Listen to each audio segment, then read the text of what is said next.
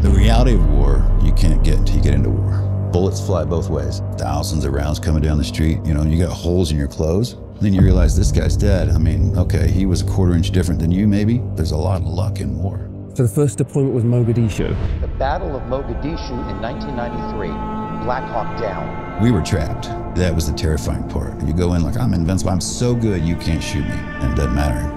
You know, a 13-year-old with an AK can kill your best friend. He didn't get trained. I literally gave up that night.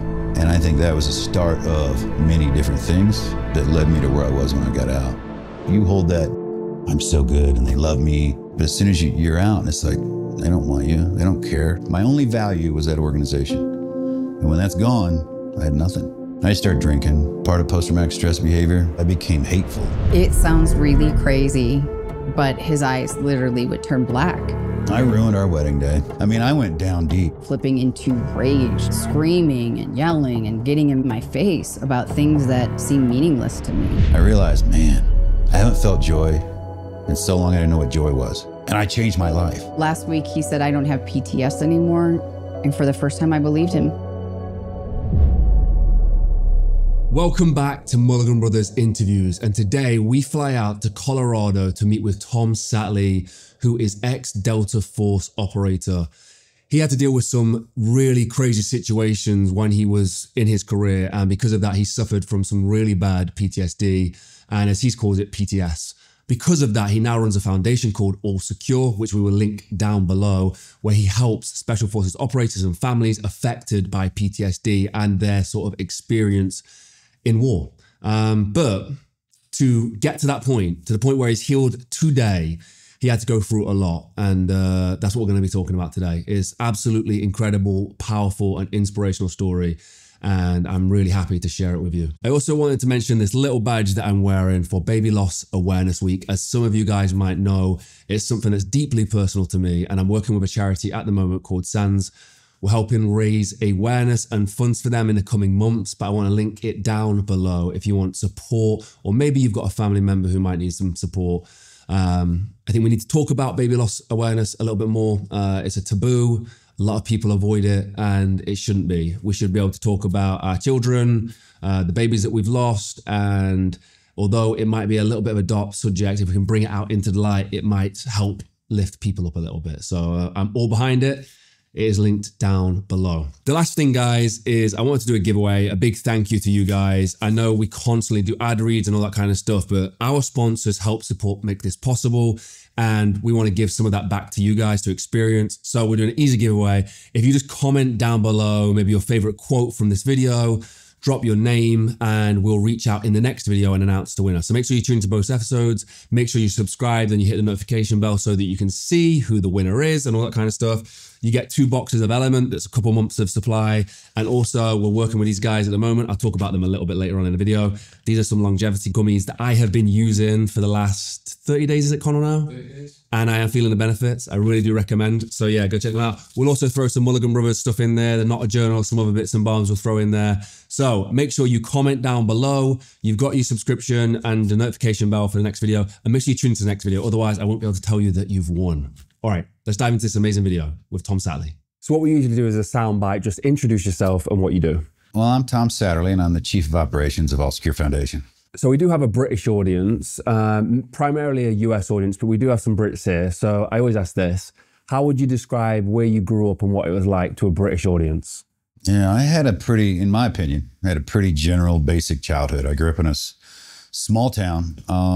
Parents were very, very young when they had us. There was 3 of us. My sister was the oldest, my brother, and then me, 2 years apart each.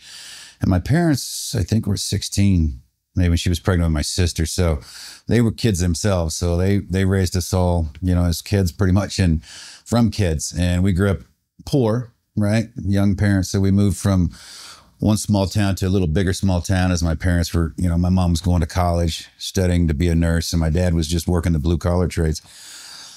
And so that was kind of a small, basic Indiana town that's, people think cornfields and stuff. Yeah, sure, they were there. But we're just in a small town around that. So it was, I hadn't seen a city. I hadn't flown anywhere. I hadn't really done anything in my life until I joined the military. It was just that tiny little, you can think of Americana town maybe, but not even that, worse kind of thing. But my parents worked through it. I mean, they were just trying to save and raise us kids their whole lives. So it was for British people, I don't know. Like if you think of York, maybe smaller than York without any excitement to it, you know, in the middle of a flat Indiana, you know, background. That's kind of where I grew up. Wow. So, I mean, in the book, you mentioned about bullying and some difficulties with bullying. In a small town, small population, like how do you end up getting picked on? Like how does that come about? Wow, maybe luck.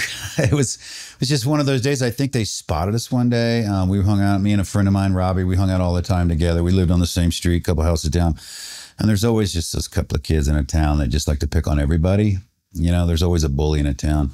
And they always seem to find us. We had to walk across town to go to the pool, the public pool, you know, in the summer. So no matter what way we took, it's a small town, right? There's not many ways to go. We would always bump into them. And they would always pick on us, just name calling and everything in the book, horrible. And I'm just a small kid. I've never fought. I've never done anything, you know. I just start crying like, oh my God, it's so horrible. And then they start punching us. I just stand there and take it with my hands down like, I've been taught not to fight, you know. And my dad mom and dad were both like, hey, listen, just end the fights. Don't start any fights. Just walk away. So I'm trying to walk away from a guy who just follows you, you know, and it's terrifying. Over and over and over again, it would happen. Until one day, my brother kicked the shit out of them because they were picking on us again back in the woods where we rode our bikes and bumped into them back there. And they just started picking on us. I'm just standing there. And my brother and his friend popped up. My brother's tall, very tall. And he came in. He's like, what's going on here? You know, kind of one of those things. And they were just smart mouthing each other. And I'm just standing there like, oh God, what's going to happen now? You know, is he going to beat up everybody? He said something on my brother who just launched and just started punching him in his, you know, on the ground and everything. And me and my friend just kind of left. I left my brother and his friend there. And we saw him again after that, maybe weeks after that. And I remember looking at him and they came over and started the whole thing again. Oh, yeah, babies, little girls, you know, your brother is not here to save you kind of thing. And I guess it just hit me. I'd had enough. You know, you snap. And I saw my brother jump on him. So he wasn't formidable anymore to me. He wasn't like Superman to me, you know. He had some kryptonite. So I just launched myself on him, and I don't think he wasn't ready for it. And it was like a freeing moment for me. Though it was violent, it was freeing, and that might have been the start of, wow, violence can kind of bring you the end of something. And though I didn't become a violent person after that, it was just one of those, hey, I feel better. You know, people don't really just pick on you all the time if you stand up for yourself. So that was a change for me, that I wasn't a victim, I think, my whole life. I might have been a victim growing up, like, oh, we're poor me in this small town getting picked on. That could have gone on forever, I think, until my brother jumped in, intervened, and then I saw that it didn't have to go forever.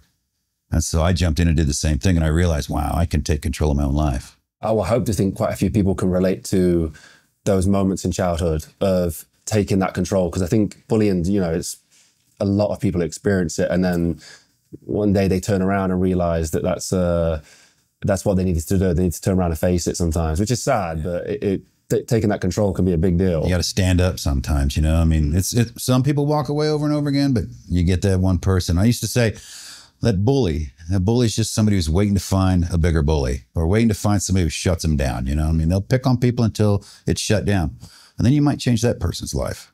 So your mom was studying at the time and your dad had a blue-collar job. So where does the military influence come from? I have no idea. My brother joined the military as a junior, between junior and senior high school, he went to basic training. I made fun of him. I was like, well, you idiot. You know, what are you doing? Look at your stupid haircut. Literally as a kid, 2 years younger than him, making fun of him for being in the military. And he was working his way, you know, in college or in high school already. And then when he went off to the military. And when I graduated high school, I was like, I don't know what I'm going to do. I have no idea. I was just a kid. I just worked my way through high school and I'm done. I'm like, now what? What do I do now? And a friend of mine had joined already, went to basic training and came back to Columbus, Indiana. And I was just building houses. You know, I was working at a place that built houses and I was having a great time. He started telling me about the military. It's like, hey, I got to go to Germany, man. I'll be there for 2 years and I get to come back and do this. And then they train me to do this. And I'm thinking, I can get out of Indiana, right? I can get out of this small town this way. And so I joined that day. Literally that day on our way to a concert, John Cougar concert, right? And that says America like John Cougar, and joining the military. So I joined that day, driving up, he talked me through it and I joined, and I went to Germany just like him, but I went for 3 years because I got married, you know, on my way there. And it just, it was just for college money. 4 years in and out, I'll get some college money, then I'll go to college and learn my whatever that is. And I kind of liked it. My first year was horrible, like probably for everybody, like college. It's like, oh God, my first year of getting out. But I went from being at home, not knowing what to do with my life, to somebody telling me what to do with my life, like, now you'll do it like that. And after about the first year, I started going to different schools that were fun. Like French Commando School, German Ranger School, platoon confidence training in Bad Tölz, Germany, where the special forces guys were showing you all this crazy stuff. And I was like, this is funner than just driving a vehicle. Or going to the motor pool on Mondays and working on your vehicle you never drove, waiting on war. It gets boring, right? It gets really boring. And I just started to do these new high-speed things and thought, this is better. This is kind of more fun. And instead of sitting around on your hands all the time, I get to actually do something fun. And then my friend was leaving a year before I was from Germany. And he had lived with us for a while. I mean, we were that close. And he showed me a picture of his dad holding him as a baby. He was a baby and his dad's got his green beret on his little head, and he's like, man, that's badass. I want to do that. I want to be a Green Beret. And so I set my sights on that. And that's what he was doing as well. And then he found out down the road later that his dad was lying to him. He was never a Green Beret. So it was like stolen valor. And I ended up grabbing that stolen valor unknowingly and just took it and made my life out of it. And so when I left Germany, that year later, I went straight to the Green Beret recruiters and signed up for the Green Berets. And then went through that 6 months of, or a year-long school, and selection, and then the school. And it was kind of easy. I was already an engineer. So when you go to be a special operations engineer, I already knew all the math formulas for the explosives. And that's the hard part. Some guys come in, they don't know any of that. So it was easy for me to do that. I learned the tactical stuff later, which everybody else knew, because I was in Germany. I was mechanized, so I didn't know any of the foot tactical stuff. So I learned that half. They learned the other half. And it was, again, more high speed, funner, more dangerous. But, as a kid, you don't think about that. Send me to language school. And I was like, oh, man, I'm learning language. Persian, Farsi, right? I don't speak it. I was like, oh, I'm going to Iran, But that was just school for me, for Green Berets. And then when I was in language school, after I graduated, it was a couple of guys had gone through the school with me, came, and they're like, hey, we're from the unit, and we think you have what it takes. You want to try out? And I'm like, yeah, sure, whatever that is, I'll do that, And I was just looking for the next. I kind of got hooked on the cooler stuff. What's next? What can I do more? And I'd already signed up for another 6 years, I think, now. So now I'm in for 10. And I just went to school for like 3 years straight. And every time I'd do something on leave or in a school, we'd go to war, like Grenada, Panama, those kind of things. You'd miss those little things. And as a soldier, you're like, man, I want to go. I want to test. I want to test what I've learned. People are like, oh, you're a warmonger. You want to go to war? I'm like, think of it like this. It's a job that you got trained at that you want to go practice. That's how they take it out of your mind, that it's anything else other than you do your job. You do what you're told, you're doing your job from the leaders who were voted in by your people. So just go do it. So you don't think about it. You just go do it. And it's like you practice football all your life. Do you want to play football? You want to go to the game? You want to go to the Super Bowl? I was heading to the Super Bowl. And so I ended up doing that selection and made that. And then just kept going. I just kept climbing to the next mountain I could find. Something better, something different, until I quit climbing. When you say unit, what do you mean? Delta Force? Delta Force, call the unit. Yeah, I went to that selection shortly after I made the Green Berets. And they were gone in the first Gulf War when I got there to my first Green Beret unit. They were all deployed to the first Gulf War. No one was there. I couldn't go with them again because I had a date to go to Delta. And once you once you have a selection date for Delta, you're non-deployable. They want you. You're not going anywhere until they test you. If you make it, you're going to see them. If you don't make it, you go back here. Then you go deploy.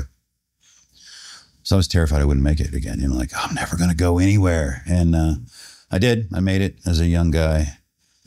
And, that's when your life changes. When you actually go and do the job you've been training for, because I'd always gone to school. Green Beret selection, this selection, that selection. Boom, here I am now. Finally through the selection of the unit, finally through the train up of the unit. And now I begin. Yeah, so I mean, it's in somewhat of a unique situation then. So you're in the Green Berets, you're preparing to go to war. Then these two guys come along. Then you start working on that. And then eventually you get deployed and you're in the deepest of waters when you first get deployed. I mean, What's that like? Yeah, I felt like I was weighted down at the bottom of the pool, right? At the deepest end of the pool, trying to get to the top, just struggling the whole time, just swimming to stay head above water with these guys because you think you're bad and tough when you go through the school. You learn how to do the stuff, just the minimum. You're like, I'm so good. I'm going to go impress these guys, right? I'm going to go over across the hall and I'm going to press them because I'm really good. And you get there and they're like, just shut up and hold on. You're like, yeah, I'll hold on, man. You shut up, right? You go do your first training and I was in awe. I couldn't keep up. It's like, oh my God, it's better than what I even know now. And that was the start of everything. Like I'm trained, I'm ready to go to war. And they're like, just shut up. You're not ready for anything. And the way they take off and the way they do everything, live fire, live close quarter battles, live everything. There's no training for them. And, like shooting a target right over your ear. I mean, they'll do it running. They don't care. And they won't miss. And so that's every day of your life, every hour of your day of your life to keep up with the people that are better than you already. Just a quick interruption from the video. Today, I want to talk about our sponsor, Timeline. A lot of people ask me how I maintain my focus and energy, especially whilst managing multiple projects. And now that I'm in my 30s, I've started to realize that maintaining health and longevity starts at a cellular level. That's why I've integrated longevity Mito Pure gummies from Timeline into my daily routine. It's a simple and delicious way to boost your energy from the inside out. Their key ingredient, Mito Pure, is the only clinically proven urolithin A supplement that helps recharge your cellular batteries, targeting a key factor in aging. The benefits are clear. Clinical studies show that it increases muscle strength by up to 12% after 16 weeks and provides sustained energy to help you feel your best. For me, I've been using it for the last 4 weeks and I have truly noticed the strength benefits in the gym and the performance on the road. Don't just take my word for it though. The Mito Pure gummies are the #1 recommended urolithin A supplement by doctors. But this isn't just a quick fix, this is an investment into your longevity. So if you want to stay strong and energized right now while getting the longevity benefits long-term, Timeline is offering 20% off exclusively for our viewers. Head to timeline.com/Mulligan Brothers to get started. This is the easiest decision you can make for your long-term health. So head to timeline.com/Mulligan Brothers to get started at a cellular level. Let's dive back into the video. So you're in training, firing live rounds, like always? Always. We train like you fight, right? We're so good at on the range. We spent months and months and months and months on the range. And on the range, you work around each other on the range, and then they put you in the house to do the same thing. So once you get comfortable with being enclosed, because it's a lot louder, it's a lot more violent than it is out on the range, and a lot closer. And you follow the rules that you've learned, like my weapon will never be a meter. It'll always be a meter off of you. I'll never engage as you're moving. It's just all the rules that you've beat into you, that if you follow those rules, it'll be safe as it possibly can be. When you come in every window and every door of one house, you're coming towards each other. The enemy doesn't know what to do. That's great for us, for the enemy, but we also have to be so good that we don't shoot each other, because you're facing each other, coming into a house towards each other. And you got to know immediately, okay, that's my uniform, that's my guy, that's this, that. They were coming in the window, not the bad guy, and keep going. So that kind of responsibility and pressure, and to keep up with the guys who are better than you because you just got there, is terrifying. Yeah, you actually spoke about this experience in the book where you were doing a live fire and round situation. I don't know if you remember.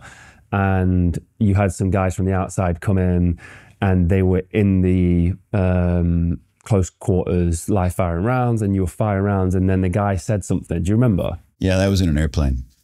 And it was a demonstration for some senators, congressmen, higher ups in the political world. And you sit them down inside that structure, and we're outside. They close the doors, and they're all sitting there getting a briefing on how we would do it.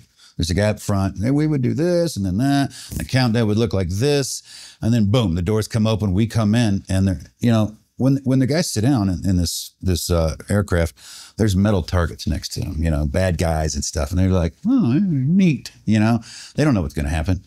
We come in and just ding, ding, ding, ding, and we're done. And they're like, what was that? Literally 4 seconds, you're in, and you're done. And the guy's like, what you've just witnessed is the takedown of this and blah, blah, blah. And if you'll notice the shot placement, and I saw one of the guys, we're in the back watching now, forward watching everybody. Saw one guy turn, lean forward and stick his fingers in the 2 holes in the guy's head. They pull him out, his hand goes up. were those live rounds? Like, absolutely. What else are there, you know? And some of them got angry. Like, what if you miss? The answer is we don't. But what if you stumble? We don't. You know, and if we do stumble, we don't pull the trigger, right? We have all of the layers to keep you as safe as possible, you know, for everybody else. And people leave ecstatic, like, man, we have a force like this. And other people leave like terrified that I almost got shot. That's their focus. I almost got shot. No, not really. I mean, if we wanted to shoot you, you'd be shot, right? It's just that much training.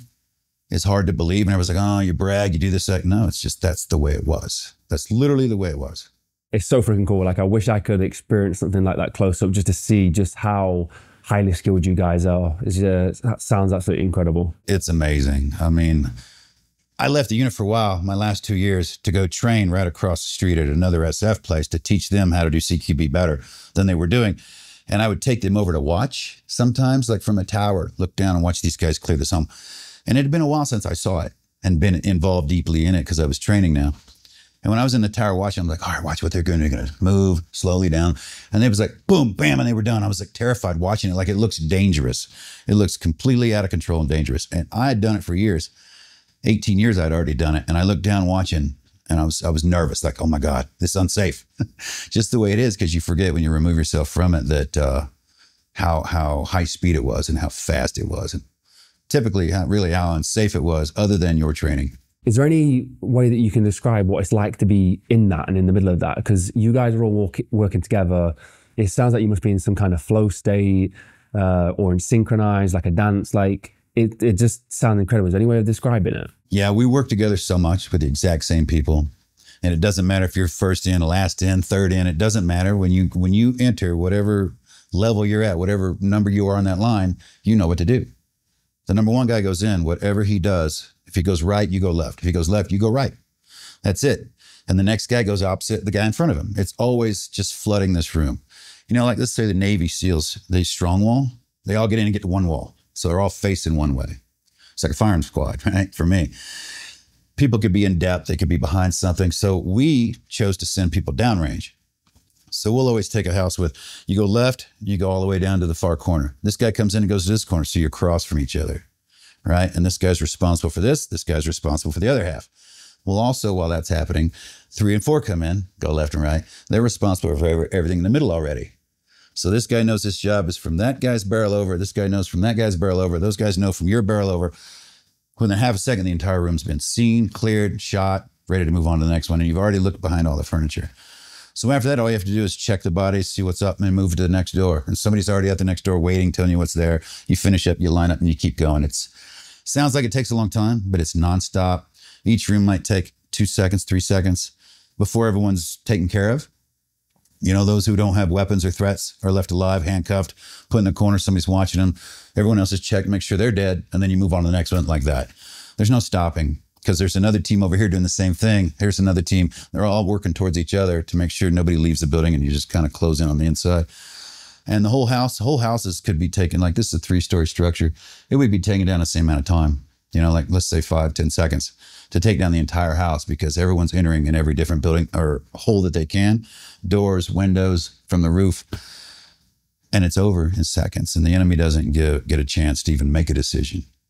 The best part is if you walk into someone's house and you wake them up with your barrel, touch them on the head, like, good morning. And they wake up and like, they go to grab their gun and it's missing because we already took it.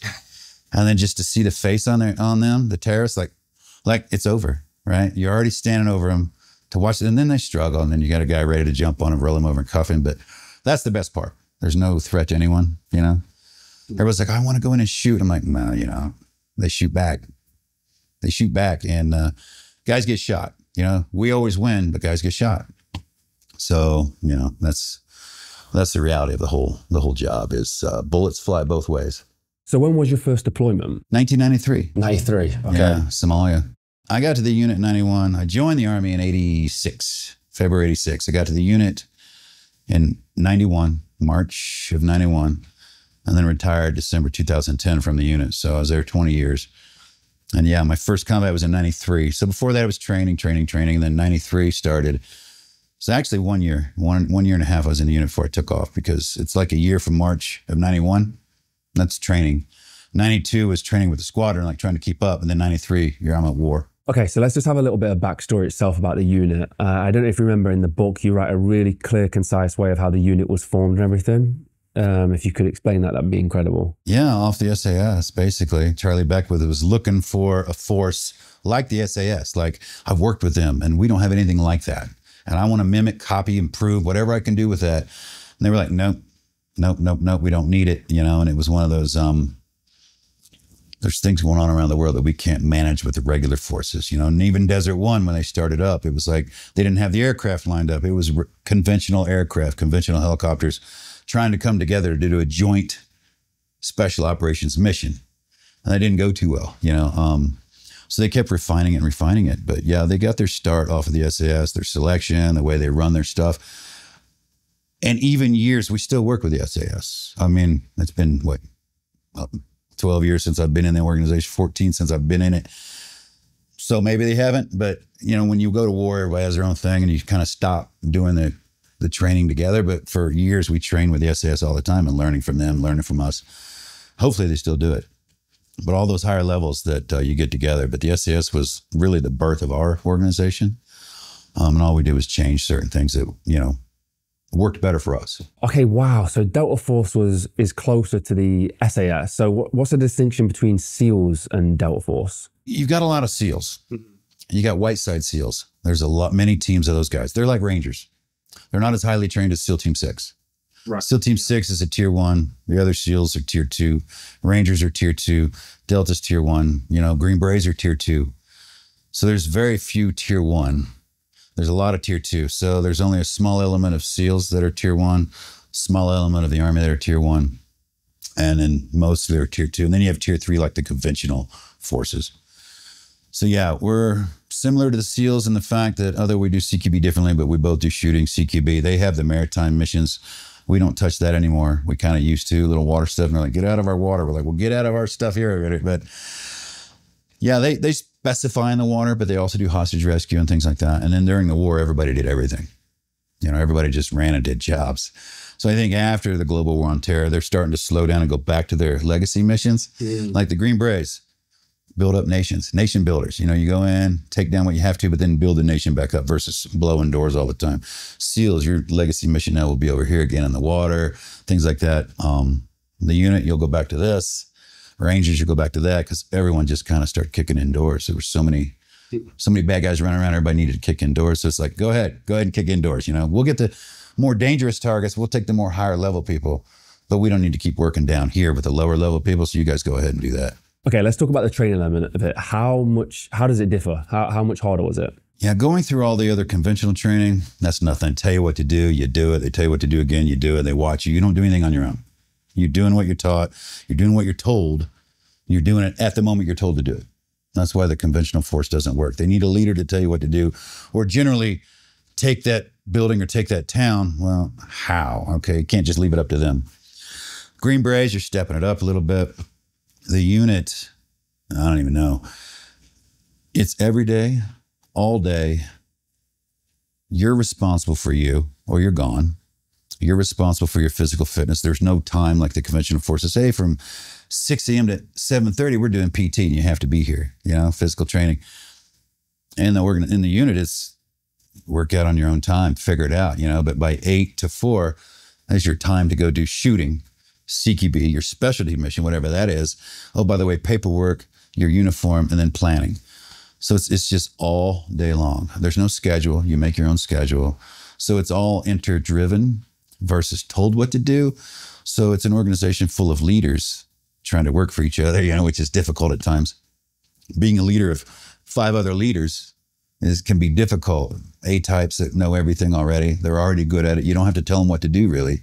So that makes the leadership part of that easy. But it's that inner drive that you have to get better.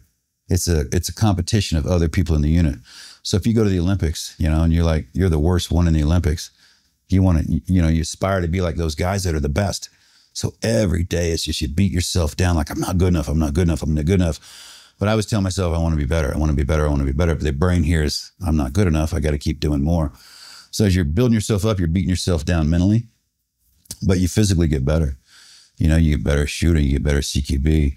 You work with your team so long that the guy in front of you bobs his head, you know what he's going to do for some reason. In the dark, you see him stand up, you're like, oh, it's time to go, and he's going to go left, I'm going to go right.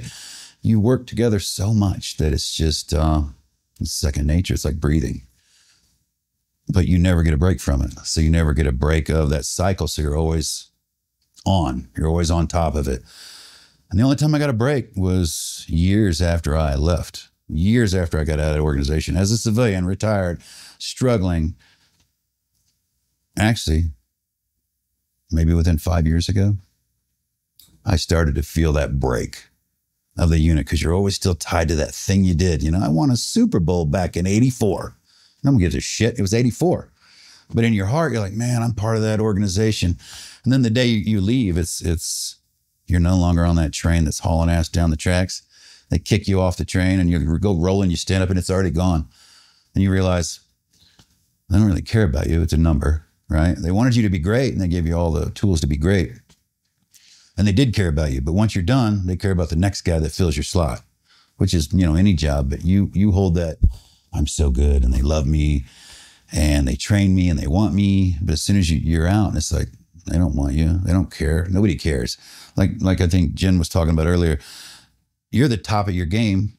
You're the best in the world to you. And then you get in line and there's an old lady behind you who doesn't know who you are and doesn't give a shit and yells at you. And you're like, I don't know what to do. But yeah, that's like your question, that was all inner driven to be better, which is worse than someone trying to teach you how to be better. You know, you're the worst, your own worst critic. And that's what I was the whole time. I need to shoot better. So I got up earlier.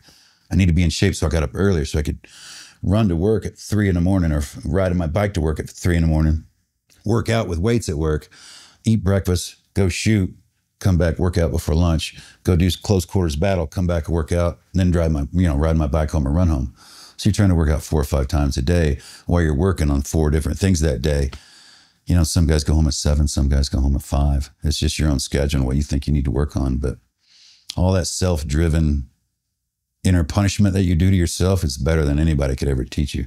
I've been getting tons of messages asking about my health protocols ever since I did the world's heaviest marathon. The experience took a toll and getting back to optimal health has been an absolute journey. That's where Marek Health have been absolutely essential. Their approach is beyond quick fixes. It's about long-term health and performance. They work with medical professionals to create personalized, evidence-based plans tailored to your needs, using pharmaceutical-grade treatments and cutting-edge diagnosis. Whether it's TRT, peptides, supplements, or like me, getting full health analysis to get you back on track, Marek Health provides everything that you need. And it's not just for athletes. If you're an entrepreneur or businessman like me, you might want that renewed focus, clarity, and energy. That's when Marek Health can get your brain performing at its peak. From comprehensive blood work to customized health plans, Marek gives you the tools to optimize your life. If you're ready to take control of your health, go to marekhealth.com and use code Mulligan for 10% off. The link's down below. I can't recommend them enough. And if you just wanted to get started, I would go and get your blood work done. Go get assessed, find out where they can help you. Use the link down below for 10% off using code Mulligan. Let's dive back into the video.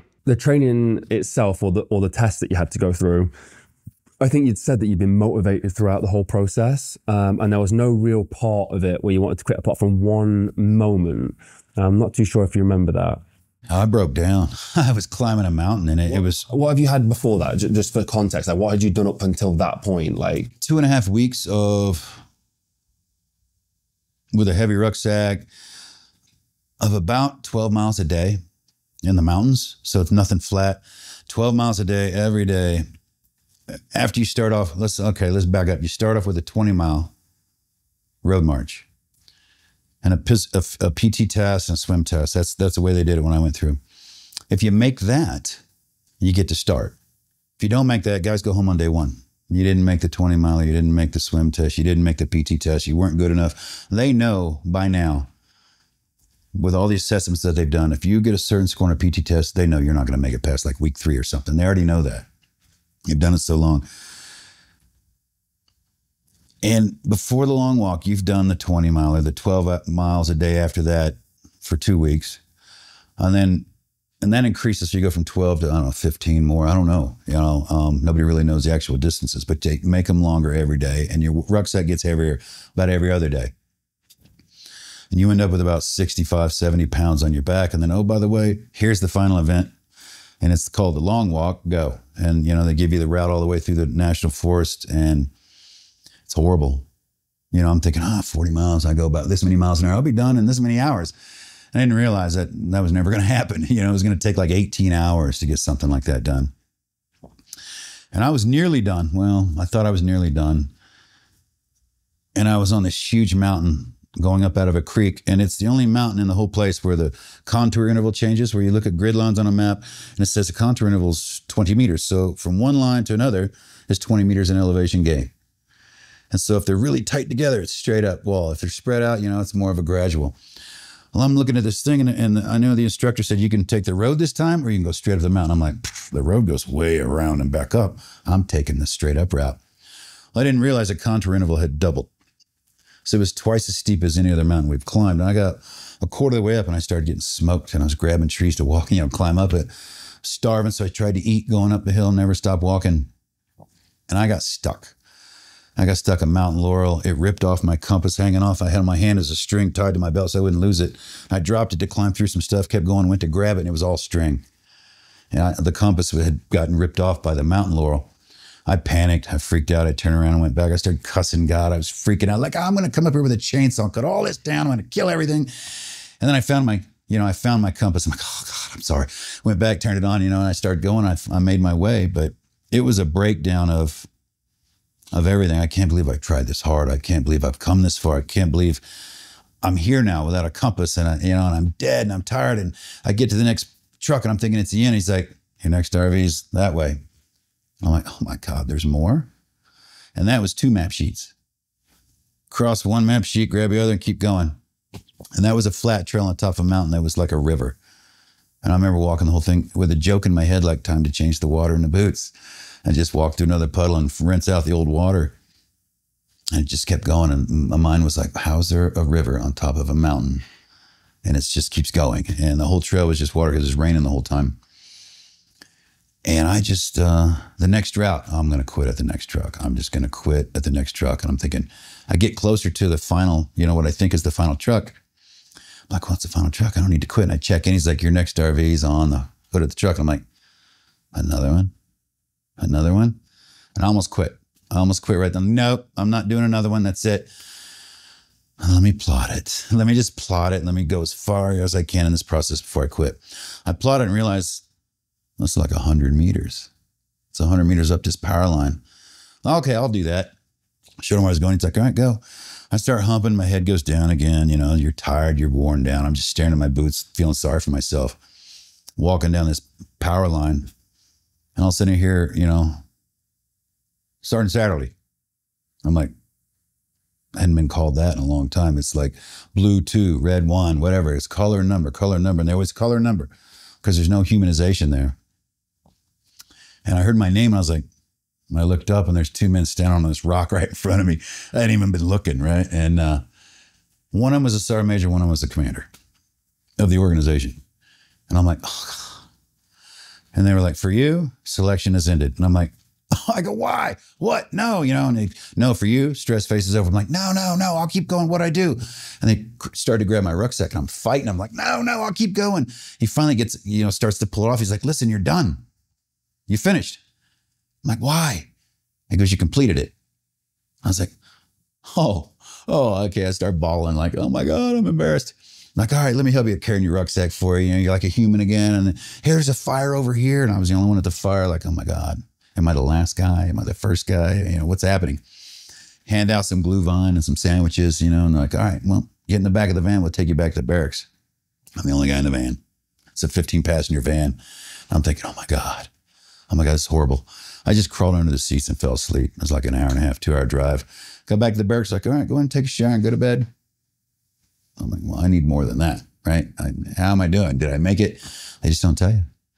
So I went inside. I was like, oh God. I literally washed all of my military gear.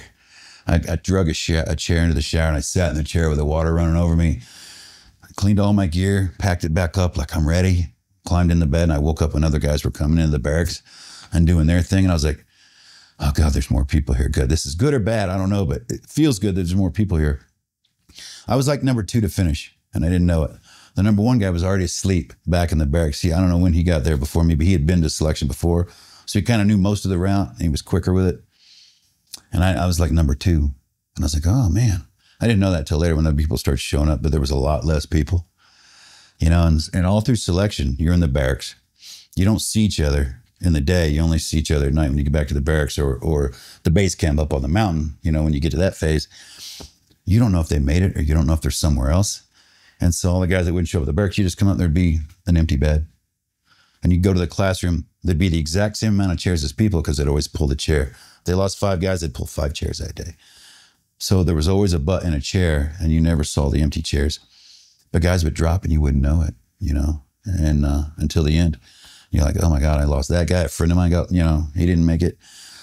And in the end, there were like, start off with like 120, I think. And then in the end, there was like 18 of us that had made it. And then you got to go through the board, psychological evaluations, and then the board of all the commanders, all the sergeant majors, and all the shrinks, and all the cadre talking about you and what you did, and then sitting you up on a stage in a chair and asking you questions, you know, for as long as they need. And then they decide if you make it. And then if you make it, then they tell you, okay, probation, you got 6 months of school, you'll be kicked out in a second. And you're like, oh my God. And then you make the train up. You go to your squad, you're like, oh, thank God. I made it. And they're like, here on probation, 18 months. Shut up, keep up if you can. It's like, okay, I'll shut up, keep up if I can. And after that, every day's with a card to get in and out, get in and out. If you swipe in it's green, you're in. If you swipe in it's red, you're like, what happened? You got to call somebody like, yep, you're good or not. Your luggage is out front or you're no longer welcome here kind of thing. And it's like, what? So every day is like a guessing game. Every door you go in, you have to swipe your card, green or red, green or red. If it's red one day, you're like, I don't know what happened. You got to go figure it out. Somebody's going to tell you what happened. So every day is like stressful. Am I in today? Just getting a front gate card. One guy, I remember one guy, I don't even remember who it was. He called from the visitor center. I can't get in the gate. I'm like, I don't know how to help you, bro. I don't know what you're going through either. It was one of those, he had done something stupid no one else knew about, but they found out. He showed up, red light, can't get in the gate. He had to wait in the visitor center. They brought him all his stuff. You're now assigned over here. Go check in. You never see inside again, you know? What's that, like demoted, like from Delta Force or just? Yeah. You know, if you get pulled from the unit for some reason or you leave the unit for some reason, they say, where do you want to go? Anywhere in the Army. Because just because you're not good enough here doesn't mean you're going to be not going to be great out here, but you're just not making it here anymore. You know, we need you here and you're like here. So you can go anywhere you want out here because it's still going to be like here and you'll still be great, but you're not going to be great here anymore, you know? Wow. So with the physical tests, you saw up to 120 guys. There was probably some real physical specimens. Did all of those guys make it? No. A lot of the real big, strong guys, they kind of wear down because they got that weight plus the ruck weight. I've seen skinny little wiry guys you're laughing at, and they make it. I mean, when you see unit guys stand there, if you knew who they were, well, if you saw a group of guys like, oh, there's unit guys mixed in that crowd, you would probably pick the wrong ones. People have an idea like he's a monster stud. I mean, there were monster studs there too, right? I was 250 at one point just to try to keep up with the monster studs. But I realized once I got big, I couldn't run anymore. I couldn't do the obstacle course very well anymore. I'm like, I wanted to get back down to the weight I was when I started. Because I started at 150. I was like a chimpanzee. I could go anywhere. I could run anywhere. And then when I wanted to get big, you know, because one day some guy's like, here's a string on your shirt. He goes, oh, that's your arm. And I was like, okay, time to work out. So I started working out with a goal of getting big. And that kind of hurt me a little bit, let down the road with my career, but just due to the extra weight. But you can't tell who makes it because it's all in the head. Right? It's all in the head. Are you going to quit? You going to get tired and hungry? You're going to get blister and quit? I know guys that cut out the backs of their boots. Their blisters were so big on their heels, they wanted to keep going, so they cut out the back of their boot because the pressure on it was too much. Guys taking Motrin, just anything to keep going through the pain. You know, but you got guys that quit. You're like, I don't want that guy ever on a target with me. If he's already thought about quitting and giving up, then that's it, right? Everybody thinks about quitting and giving up. If you go through with it, right? Like, I don't want to work next to you in combat because if you're quitting here, you're definitely going to quit there. So they get a group of guys that just don't quit. Just don't quit. No matter what it is, you just keep going. You don't know the time standard. You don't know what place you have in line. You don't know how good you're doing or how bad you're doing. They don't tell you anything. Just go ahead. Your next place is there. Get there. There's no time limit. So you just go as fast as you can or you just walk it and chill. You don't make the times. You don't know what it is. You just I went as fast as I possibly could everywhere I went. If I couldn't run, I walked as fast as I could. I'd run down hills, I'd walk up hills, I'd drink water without stopping. And all that they teach you. They literally show you that. They walk through the woods with you for 3 days with instructors, showing you how to walk up a mountain without smoking your legs by not locking your knees with every step, how to drink water on a flat ground without stopping and drinking water. Never take a break, because now you're just twice as far back. You've lost that time. You're still going to be tired. Taking a break feels good for a second, but you're still tired. So I just kept walking and ended up making it, obviously. But you never know if you're making it or not until that day they tell you you're in. And then you're in, but you're in right now. I mean, the quote is, selection is an ongoing process. Selection never ends. Okay, so the mentality to never quit, what do you think gave you that? I think at that age, I just didn't want to be a failure. I didn't think of it looking like I wouldn't quit. I looked at it as, I'm not going to fail. You know, I was terrified. Every school I went to, I was terrified, sick the night before, that I wouldn't make it. I'll fail. How embarrassing, you know? It's like nobody wants to fail, right? Everybody tries a task. They want to win the race. They want to get the best grade on the test. I wanted all that. And so the terrifying part of it drove me to keep going. Yeah. It's much easier to give in. It's much easier, especially on like horrible, you know, when you're in physical pain, like it's much easier to go, okay. Especially when you see someone else quitting. Got an invitation to quit, right? It's like, oh, well, he quit. Okay, that's cool. You know, and in the unit in selection, they don't harass you. They feed you very well. They want to know what you can do as a human. They give you all the same equipment, all the same clothes. Everything's even. Everything's equal. They teach you everything. Like if I went to selection and didn't know map reading, I didn't know how to pack a rucksack, put a rucksack together, how to read a map at all. They teach you all of that right there before you do anything else. You have a week of classes where you sit in the classroom after doing PT and whatnot, and then you sit in the classroom, how to read a map. We call it One Over the World. It's a 2.5 hour class, and you have to memorize your classes. There's no notes. So whoever gets picked for the One Over the World class, it's horrible because, you know, they got 2.5 hours of memorization you got to go through. And that teaches you how to read a map from 100,000 meter grid square identifier down to 1 meter, and how to do the geosynchronous, you know, the geo coordinates from satellite and space, and how to do it with a ruler. Stuff you'll never use. But they wanted to see if you could sit there long enough, learn as much as you could, and then take the map reading part and use it in the mountains that you're at. The rest of us just see if you quit because it's such a long course and everybody thinks, I got to remember all that, and I can't remember all that. I'm out of here. Any little thing to get you to quit, you know? But they taught you everything. Here's how you put a rucksack together. Here's how you pack the rucksack. So anybody that doesn't know anything can go, be taught equally what everyone else already knows, and then go give it a try. They're not looking just for special operations guys. I mean, they are. They're looking for the right guy. They're not looking for the perfect person. They're looking for the right person, right? The one that's best in that job. Because I've seen studs make it. Physical fit studs make it and not make the whole thing. They broke records and times and stuff, but then during the board, they're like, I don't want that guy. He's a physical stud, but I don't want him mentally. He doesn't have the right mindset. And so you don't know who they're going to pick. They're just looking for the right guy.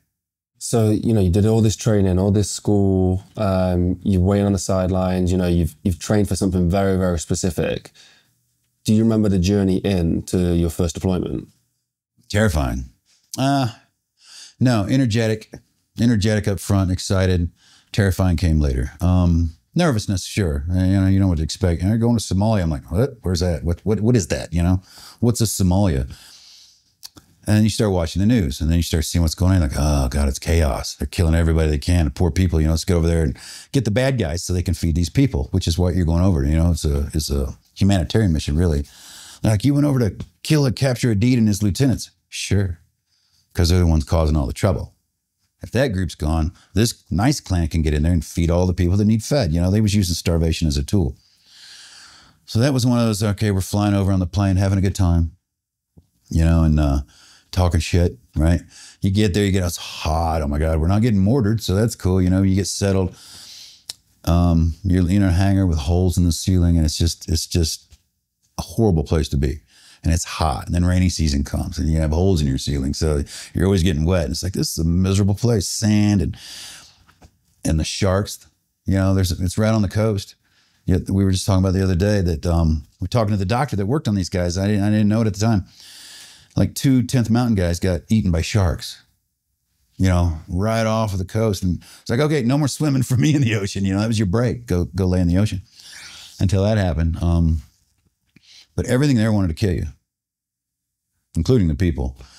And then when you get there and you have the locals fixing your latrines and coming in, dumping your latrines and bringing in supplies, you're like, wait a minute, letting the enemy in, you know? So then you stop trusting anybody. But then the missions happened, and it was, it's exciting because nobody got shot, nobody got killed. It got close, but we always were out on top. We always came out on top. We always won the day. We'd come back telling the stories, high-fiving about, hey, you see that bad guy and how we won, and that guy died, and that guy, you know, we captured him. And then on 3 October, it changed instantly.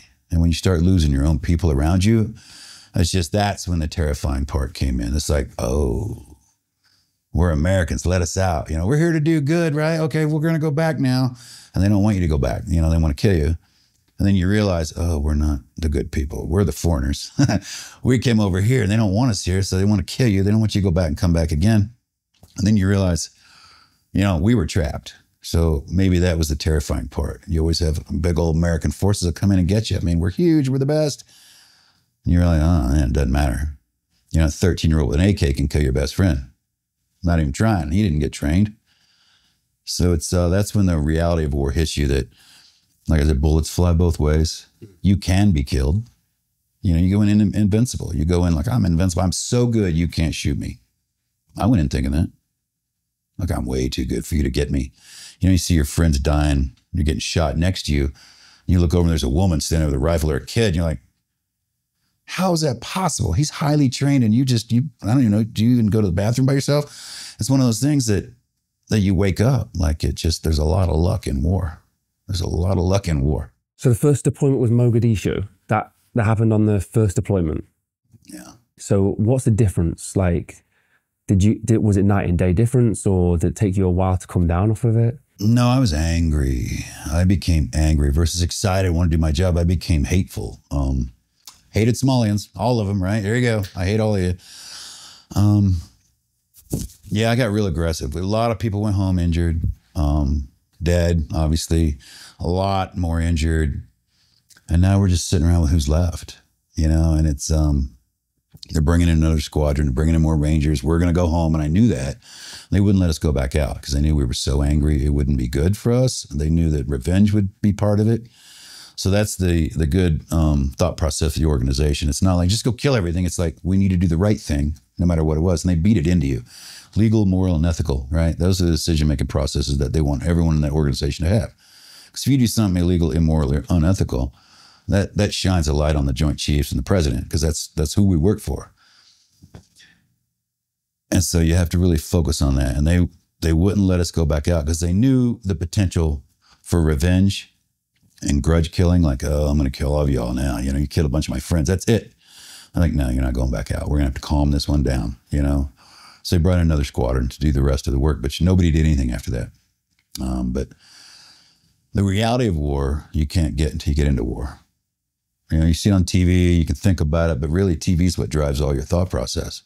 You know, the hero parties and the parades and stuff like that. And war doesn't look bad. And, you know, a couple guys get killed. The good guys usually make it out, you know. And when you're in there and you're like, oh, it's a bad guy winning. It's like, what's going on here? Our training's not taking us as fast to the finish line as I thought it would. You start doubting yourself. Your friends start getting killed. You're like, oh, am I next? And I literally gave up that night. I was scared. And I asked my team, they're like, are they going to make it here? Because they're trying to get to us to get us out of there. And his answer was, I don't know. I was like, damn, that's not what I wanted to hear. I wanted to hear sure or yes or lie to me, right? And he's like, I don't know. And he left the room and I just sat there. I was like, well, you know, shit. All right. I laid my knife out on the bed and I'm like, got my pistol ready and running out of ammo. I got no more water. I go, I'll just do as much as I can until it's over. I mean, that's when I decided that I wasn't going to make it, but I was going to do whatever I could until then. And that kind of gave me peace. Like, you know, you accept the end versus fighting it. Like, that ain't happening, you know. It's like, oh, I know what the end is. So let's go. And that was the first switch in my life, I think, of not giving a shit about being alive. And it made it easier. And I think that was a start of many different things that led me to where I was when I got out. I think the best place for people to go follow up if they want to see more of this is the Sean Ryan. Like, you go into a lot of depth there. of the specific story. So at that point, you were in a room by yourself, or you was alone at that point? I had one guy at another window across the room looking out another window. And I was sitting on the bed looking at a window over in this corner. So was it like you had tons of training and you were super elite, or did a lot of luck factor into the fact that you survived? A lot of luck. I think it was a lot of luck. I don't think any of the guys that got killed made mistakes. It was just a lucky RPG strike. You know, they're not trained on that. They launched so many, they got lucky. Getting hit with bullets when there's thousands of rounds coming down the street, and one of your, you got holes in your clothes. Like, you realize how close it was. And then you realize this guy's dead. I mean, okay, he was a quarter inch different than you, maybe. I mean, they're not aiming. It's volume. So when it's that many bullets flying down the street, you're like, well, I don't know. You can't duck from them. You don't see them coming. You don't see who's shooting at you. So you just keep going forward. You just keep moving forward until you see something you can engage, or you get into a place that's safer. It's just, running down the street, shooting people on the move, and riding down a mountain on a horse, and shooting tanks with your, it doesn't happen. It doesn't happen. We're good at shooting on the move, but in a city, you got to see who you're shooting at. And you're getting shot at by 100 different windows, and you don't know, you can't see it. It's terrifying not to know you can shoot back. You just have to keep moving and hope you don't get hit. So I'm sure afterwards there was like a lot of relief from surviving it, but I'm like curious, was there any guilt from surviving it, or negative feelings attached to getting through it? It was all negative. I didn't feel like I made it, yay. I felt like, man, that many people got killed. I was like, oh God. And that many people get injured. And then you feel like, well, was I not doing enough? Was I not in the right spot? Did I not put myself in danger to get something done, And that's when it hit me. It's like luck. It's not me versus you, right? It's me. And I don't know what's out there, but they're all versus me and then versus the other guys, but you can't identify who they are. And half the time when they're mixed in a civilian crowd, I was like, oh, you killed civilians and shot back and forth. I'm like, we don't shoot back when civilians are there. I mean, unless I could see you with a gun behind somebody, I'll take that shot. But if they're moving in and out and it's too dangerous, there's 100 civilians mixed in with, 5 or 10 guys, it's like, what do? You get judged either way, right? You either get killed, wounded, or you get judged for taking the shots. And civilians die, especially if they're intermingled and part of the plan. A lot of civilians are part of the plan, whether they want to be or not. Right? The bad guys use them, and then we get judged for it. That makes it very difficult as well. But you don't feel happy that you made it. You don't feel happy that you can get injured. You feel like, did I not put myself in a spot that put me in danger? Or you get that guilt, survivor's guilt of the people that died and you didn't. And you really feel bad about it. Like, I liked him a lot. Why couldn't it be me instead of him? Because we'd die for each other to help the other guy live, right? So when that doesn't happen, you're like a little blame on yourself. Like, man, what could I have done different? So I don't remember thinking, yeah, I made it and I'm happy about it. I just remember the flight home was just miserable. It's just quiet. It's a quiet airplane. I was just in my head the whole time, like thinking things through and over, wondering who I hadn't seen in several days. They got evac back to Germany and then back home. I'm like, who's missing and how bad are they off? And then all the guys that were killed along the way, before you even get home, they're already buried, So you don't get to see those funerals to have that closure. I think I went to one memorial for one guy, one of the guys that got killed over there. He got killed on the 6th with a mortar round that hit him right outside our hangar. And we went to go to that memorial, and I'm glad I didn't go to any of the others. That was horrible. I was outside on the 21 gun salute team. Thank God, because being inside with the memorial and everything was going on, it was horrible. I could hear it outside with tears running down my face, trying to do the 21 gun salute, acting like I didn't care, right? I mean, because then you have to be tough. And it was just horrible. And I remember thinking, I'm glad I didn't go to the other ones. I couldn't have done it. Was it the sound of family or? Yeah, family, friends, everyone. And it's just to look them in the face, see their misery, and then you feel like you failed them to not get their son, husband, or daughter home. It's just one of those. There's no good feeling. There's no good feeling with it. A lot of guys covered up with, I loved it. I love war and I love killing people. And I'm like, yeah, I know. That's that bravado that's still out there. Nobody should like killing anybody. That idea of bottling up those emotions and keeping them to yourself, Was that down to the fact that you were worried that the unit was watching, and if you did show emotion and you did show that it affected you, that there'd be a red flag against your name? Everything. If I show weakness, they'll pull me out. If I do this, they'll pull my security clearance. If I say I'm having issues with my feelings, they'll pull your security clearance, they'll pull you out, and then they'll get rid of you because they can't baby you there. They need somebody in your slot that's doing the job they need to do because there's not that many of us. So when one guy jumps out and says, I need a break, they're like, okay, take a break, new guy. And then your chances of getting back in are very, very slim. So you have to make a career decision, in my mind, to step up and say those things. Now, I hope they're getting better now. I've heard some things about the military's getting a little better. Is the unit getting better? I don't know. It's hard to get access to it, when you're out of it. But from the people I hear coming out of it that come to us for help, or the people that are in there coming to us for help, are coming to us for help for a reason. My marriage is falling apart, mostly. My marriage is falling apart, or I drink too much, I want to kill people, I want to kill myself, this and that, but I can't tell the unit, which is why we're so anonymous. We don't talk to anybody about it. When I've had people call, it's like, we need to know how so-and-so's doing. I'm like, okay, ask them. I'll never tell you, It's not my job to tell you. So we have to do that so people come to us because they don't feel like they can go to anyone else. Just like organizations have their own psychologist. And go to them if you need some help. But if you go to them, their job is to protect the command, not to help you. Yeah, they'll help you. Their main job is to protect the organization from having anything bad happen to it.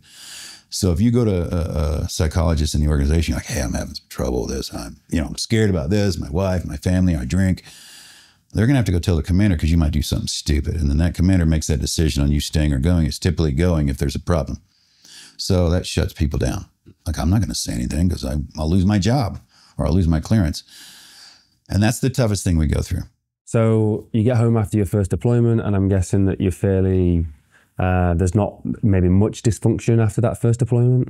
It started. When did you notice? Was it straight away, or was there like a particular thing that you could see, or did it just kind of creep up on you? Yeah, no, it didn't creep. It jumped on me. I remember the shrink over in Somalia before we left telling us, listen, when you guys get home, don't be surprised if you have this emotional event out of nowhere. Don't freak out, Then we're all like, ha ha, dog, what an idiot, right? We fly back home, and we had to fly into another city so there wouldn't be any, oh my God, the guys are back from Somalia and shit, it already on the news. So we had to land in another air base and get on a bus and drive home so nobody would know what was up. Got to work, put my bags away, walked out, got in the car. My wife was waiting there at the time, got in the car, drove home, didn't say a word. I'm just thinking. I don't even know what I'm thinking. I'm staring, and I'm just dead inside. We get home, I drop my, my backpack, and I turn around. She's like, so, how was it? Like, how was it, right? I looked at her, I'm like, I couldn't answer. I just started bawling. I just broke down, started bawling. And she was like, oh my God, never seen that in me at all. And it was just, that's when it jumped on me, I stuffed that away. I let that out. I stuffed that away. And I thought, okay, shut up. That's over with. I'm good now, right? I'm good. He said it happened, and I'm good. And I never looked back. I looked at it like that will never happen again. That kind of mission horribleness will never happen again. I'll train harder to make sure it doesn't happen again. I'll train my people harder, and that won't happen again. And that's what I drove myself off of after that. Wow, okay. When we typically think of PTSD, we think of like triggers that bring up PTSD events, like loud noises, bangs, explosions, fireworks.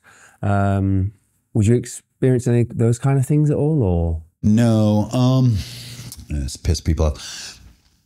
When I see guys, now if you set off a firework and I don't know what's happening, I'm gonna jump once, right? Oh, you got me. After that, I'm like, oh, every one of them, I've seen guys. Number one, why go to a fireworks show if it's gonna mess with you that much? Like, everyone that goes off, they're under the bleachers and hiding. I'm like, really? You can't figure out right here that that's a firework and now it's over. I get the first one. So there's a lot of PTS pageantry, if you will, because you get attention, you get this, you can go on, you can do all these different things. And plus, you become the victim, and that people become, oh, let's help you, and that's like, oh, I get attention. I didn't want attention. Most guys I know don't want attention, so they hide it all. But smells trigger me. I mean, I don't freak out and tell anybody. But like, I smell bleach, I know. I go straight to Somalia. you know, bleach and the warm smell of blood with the sun rising. I can, right now, it'll take me right there. That's about it. Smells take me back. What was it about the smell of bleach? When we got back the morning of, well, all night, 3 October, they'd come back with vehicles, shot rangers and shot whoever. They'd get them out, take them to the med shed, and they need to put new people back in to come out and try to get us. The vehicles are full of blood. So they're throwing sand down and then bleach to try to, and then clean out the vehicle and put new guys in it. So by the next morning, there was so much bleach and blood on the tarmac and on the heating up asphalt as the sun was rising. It just started to hit me. It was on all the vehicles. The vehicles were all shot up. There was blood everywhere and bleach and sand trying to soak it up. And that smell of the warming tarmac with the sun coming up just hit me. So when I smell bleach now or warm blood, if you know, that smell, it just takes me right to Somalia, nowhere else. There's nothing else that gets me. I used to be violent in my sleep, you know, almost knocked Jen out. She learned to touch me with a broom to wake me up, but that's all gone. Do the work. I mean, this was when I met her after I retired. So now we're talking 2011, 12, 13. 2013. And I'm freaking out when she goes to wake me. She learned what to do with that.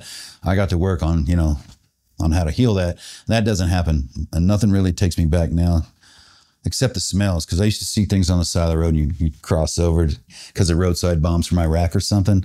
I used to switch over, get away from cars on the side of the road, and now I just drive right by them. I'm like, okay, probability or possibility? You know, it's not probably going to happen. Is it a possible thing? Maybe.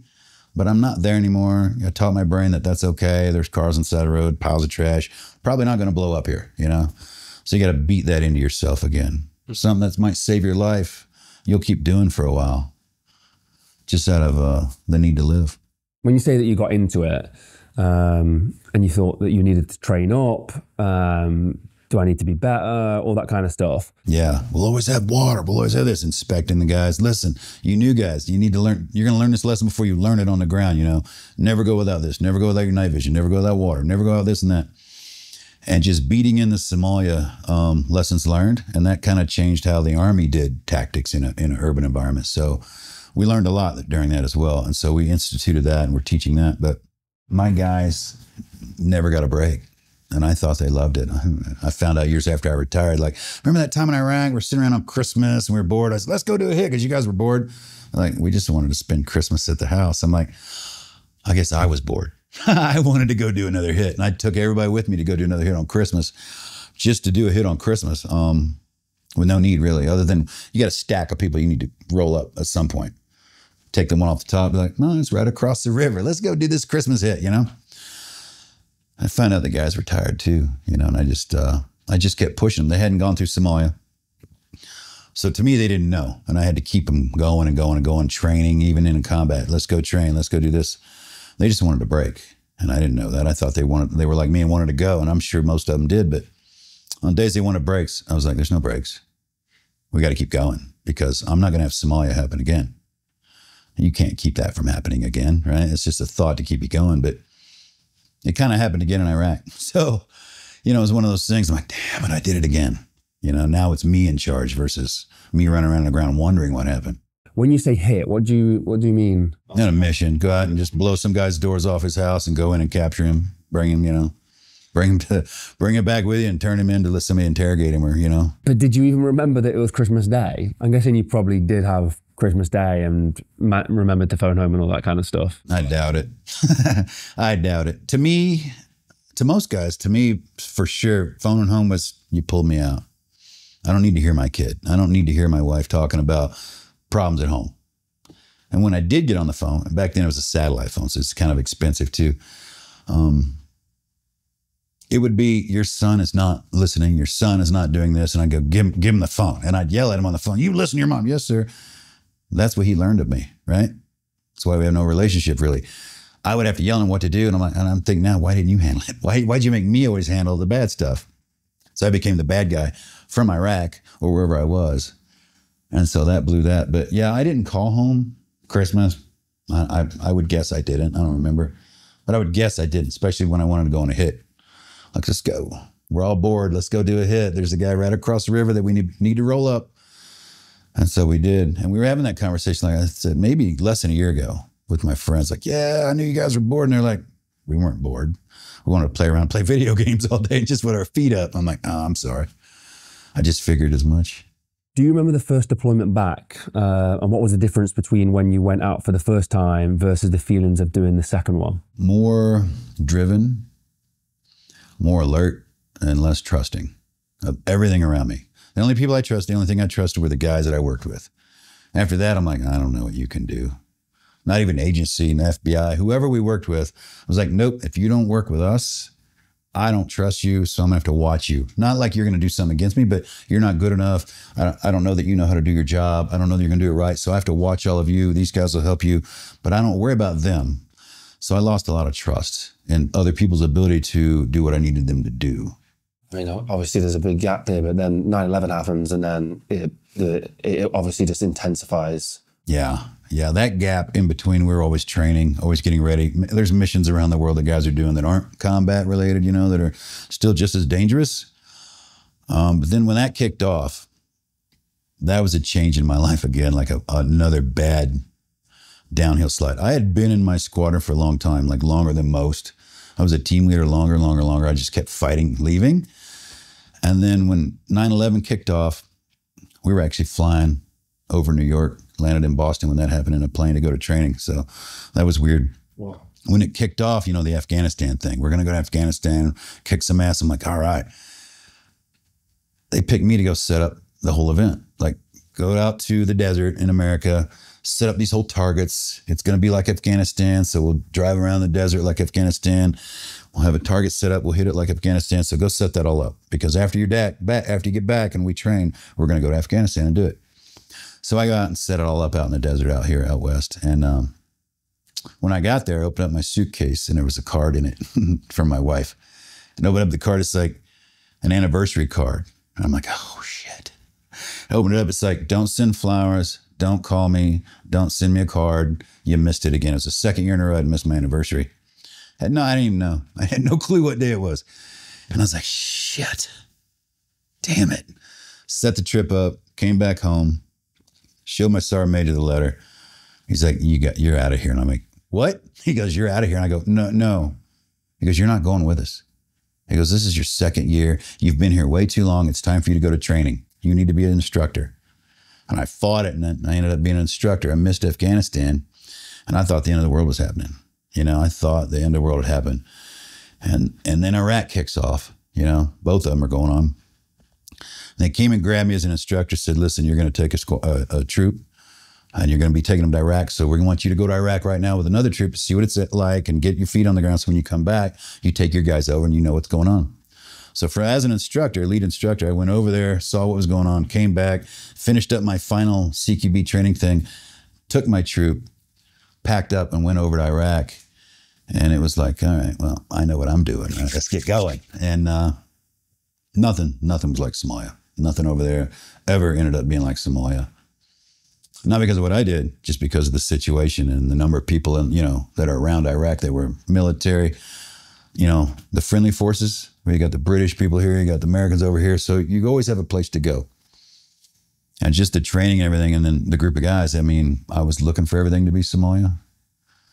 And when it didn't get to be that way, I think I got a little maybe lackadaisical with the guys, like not lackadaisical, comfortable. And then one of those events happened again, you know, where we didn't have extra water and a helicopter got shot down and we're there all night. I'm like, God, I did it again. You know, no water. So after that, it was like, I changed that rule and that law. So after that, I took care of that again, but nothing was like Somalia. And at the time, I felt like it's because I just keep driving these guys, and that won't happen, you know, but you can't stop any of that from happening. What was the cumulative effect at this point of home life? It wasn't conflict back then. It was lack of being there. Never home. You get married, you're never home. Your wife's like, what's going on here? You know, they end up cheating on you, or you come back and you don't know each other. You know, so many years of being gone, you finally come back and you're like, I don't even know you. Do I even like you anymore? And they definitely don't like you, right? They definitely end up not liking you, just due to the high divorce rate. So when I, you know, guys, I'm on my last, Spouse, there's many guys like that. Just you have this feeling to have an attachment, be married, it's kind of one of those things. And you end up getting divorced. You're like, oh, you meet somebody, you get married again. It's like, what am I doing? I'm never home. And it was almost seeming to be comfortable to have somebody at home to help take care of that side of it, I think, for a lot of it. And so when you're gone, there's someone taking care of your stuff, that you like, but you can't really love them that much if you just leave them every day of the year and your kids and you're just rarely home. You miss all the holidays, all the birthdays, because you get no say as to when you're going to be home or not. So that eats into a relationship. You might make it apart the whole time, but the spouse and the kids get their little thing going. You have your thing going. Then when you come home, you're like, I know what's going on. You try to run the household. They're like, who's this stranger screwing up my plan, trying to tell me how to raise these kids when he hasn't been here for years? So that's a conflict. So yeah, you end up not wanting to be married anymore because you don't know each other like you thought you did. So guys go through, that's just easier to get a divorce than it is to leave the organization. Something you've dumped your whole heart and soul into. And then you get your wife. And you're like, man, right? That decision right there. People are like, you're an idiot, you're an asshole, right? Just me saying it. But unless you've been there, you can't judge it. You can't understand what it's like to dedicate your life and soul to this. And then this person says you need to leave this. And you're like, sorry, I'm picking the job. And that's what I did. I picked my job. How was your mental health through all the dark times? Well, I thought I was fit as a fiddle. But I look back now and I realize the decisions I made were all risky ones. Part of post-traumatic stress behavior, risky decisions, which gets you into every other thing. Risky decisions, bad decision-making process, party, rock star life, it's just, I'm a rock star. I train hard, party hard, do anything I want because I'm a god, because I can do the whole, anything I want around the world. But none of that's true. So you're lying to yourself the whole time, and it just started eating at me. And I started drinking more and more, it's part of the culture anyway. But I took it to another level, like all the time. I'm not an alcoholic. I could quit anytime I wanted, but I didn't want to quit. Now I'm like, I drink when I want to drink. I don't, mostly I don't. But back then it was like, I couldn't do anything without drinking, except work. As soon as I'm done working, I started drinking. I'd wake up the next day hungover, shake it off in a nice long run, like, all right, I'm sober, let's go to work again. And just every day repeat it. Did that for 18 years. Well, longer. After I retired, I did it for a while too. And that's when you gain the weight, you lose self-confidence, you start to slow down, you start to age, and your mental process starts to break down. You're like, I'm no good anymore. The kids are better than me. They're coming up, kicking my ass. They won't want me out. I'm the old guy now, And once that starts happening, it's just, for me, it was downhill, and my worth was gone. My only value was that organization. And when that's gone, I had nothing. I had no value. And I fully believed it. Fully believed that I'd done what I came here to do. I'm now worthless. I'm done. It's the end. Have you got a moment with the alcohol, a story of like that would just, I don't know, I guess for somebody who doesn't drink, like what were you drinking? Like, I was drinking rum at the time, which wasn't good for me. And then I switched. I thought, I'm gonna quit drinking as much. I switched to wine. Like, wine's healthy, right? When you like to drink, wine seems healthy to you. Wine's the thing you can drink early in the evening, early in the day. Bloody Marys is something you're supposed to have in the morning, right? Baileys and coffee, they make the booze for a reason. I always had a reason to drink. Would I drink and be drunk all day? No, I don't know what it was. I just drank. I'd get up, be like, okay, I feel good. I feel calm. And that wasn't at work as much. That was always after hours at work. But when I went to Jordan, I worked in Jordan for like a year and a half. 3 or 4 days after retirement, I had no idea what I'm going to do. A friend of mine called me, hey, I'm working in Amman, Jordan. You want a job? I'm like, yep. Like next week I flew over there and was working over there. That was one of those Baileys in the morning. I can't wait to get off work so I can drink. 2, I felt like I was drinking too much and I knew it was getting in the way. So I made a deal with myself. I can't drink if I don't work out. So I woke up in the morning, I didn't do a good workout in the gym that day. I wouldn't drink that night. My mind was, okay, I'm drinking calories. I'm not burning calories. Okay, if I don't do one, I don't get to do the other. So that might have helped me a little bit. And then probably that went away after some point, like, fuck it, I'll drink anyway. And if I don't work out, I'll probably feel bad about it, so I'm going to drink, you know? And it was just both to feel alive and to cover things up.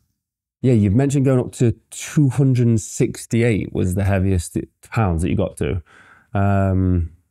Was there like a moment where you looked in the mirror and like, you know, looked at yourself and like had a realization? You don't at the time, right? You don't at the time. You're like, oh, I'm getting bigger slowly. I'm working out, right? But my face was like round and I started getting a gut. And the less I could work out due to injuries now, I've been injured many, many times. So I'm trying to maintain a size now, you know? And then eating in a Jordan, working crazy hours. I wasn't eating right, you know? So it was one of those, I look back later. I mean, I knew I couldn't do certain things due to my weight. You know, I thought, oh, the muscle weight's slowing me down. I look back now and I see myself, you know, later, and people that saw me on pictures then, and then when I got into more supplements later, when Jen kind of took over and got me into some supplements, I look at both now and I'm like, oh my God, I was huge and looked horrible and ruddy and angry and just my nose and my eyes. And I look at that person now and I'm like, I don't know who that was at all. I have no idea who that person was. I started getting a hold of my life again, losing weight again. You know, I dropped 20, 30, 40 pounds. And everybody's like, what are you doing to Tom? And that's when it started. I want what he's doing. So back then it was supplements and would sell them. It's like a pyramid thing, you know, one of those, if you sell so much, you get to go on a trip. So we went, I mean, I sold so much based on how much weight I lost and how much better I looked and started smiling, which was just physical. Mentally, I'm not wired correctly still. But I look better, and that's what most guys want. I want to look healthy again, right? I want to look fit from the gym. And we started selling a bunch of that stuff through this thing. I mean, we went to Bora Bora for free. We went on 2 cruises for free. We got bonuses, and I got free product. So I was like loving it. And after a while, I'm like, this is a pyramid scheme.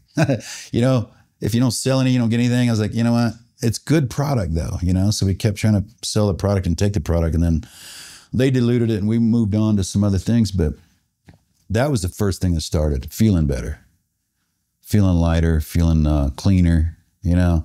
And one thing led to another thing. And that's when we realized it's not just one thing. It's not just a couple of things. It's all the things that add up, you know, the healthiness, the sleep, the exercise, you know, what do you eat? What do you drink? How much water do you drink? Do you smoke? Do you run? You know, it's all the things you did in the military that made you feel great. When you get out, you're like, I don't have to do that anymore. I don't have to get up. I don't have to work out. I don't have to press anybody, you know, other than yourself. And that tapers off. You know, you feel good laying there, and then you start making those decisions of deferring to the easy. Sitting on the couch, you're like, I'm going to get up and go work out or go for a run. If you don't do it right then, you won't. You got that 10-second rule. You got about 10 seconds to get up and follow that instinct, or you're going to turn on Netflix and settle in for the night and be like, this is what I need to do. And I'll run tomorrow. And then it became for me tomorrow or Monday, I'll start. And the next thing you know, it had been 7 years since I'd worked out. Really worked out. It's like, that's a long time to sit around and talk shit about working out, you know? Like, I'll go to the gym on Monday in 2027, you know? It's like, I should have just said that. And then the shame comes in, right? And then you feel bad about yourself, and then you take it out on other people. And that's a whole cycle, the shame process of I'm no good, you know, I can't get it together, all because I didn't work out enough or I drank too much or something. So it's always that cycle of I'm no good. And I was always finding a reason why I wasn't good. Just looking for that reason to, I don't know, go away.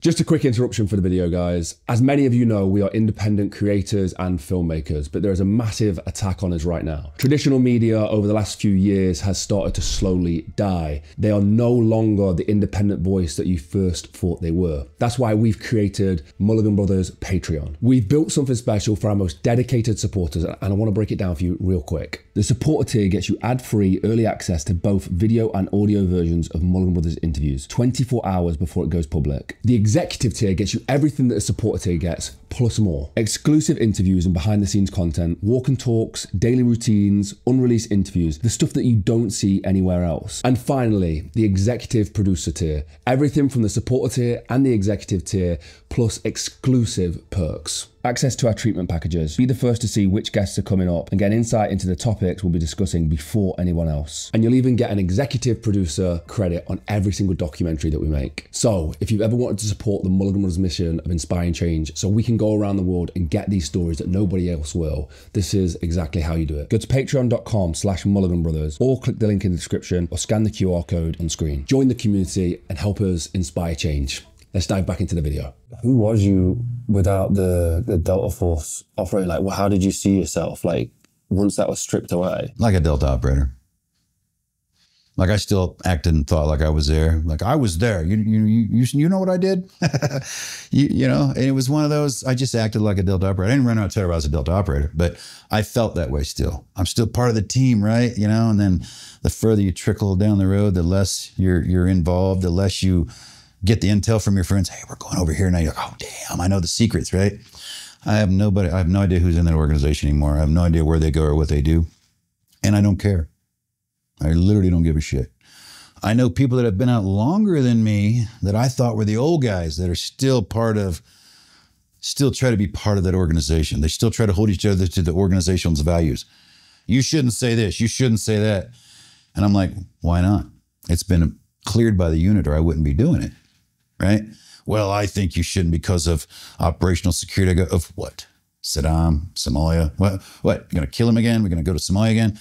Giving up tactics? I didn't give up any tactics and they're sold anyway.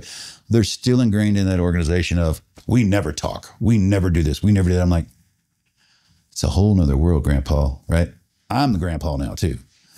Those kids down there, they're back to you can't say you're in Delta. We were there. Yeah, you can. It's in your paperwork. You just can't say what you did too much, right? They're back to shut up.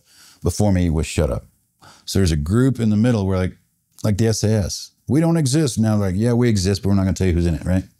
Kind of what it should be with us. Of course we exist. There's a physical building. It's on a map. You can ask Chad. He'll tell you all about it, right?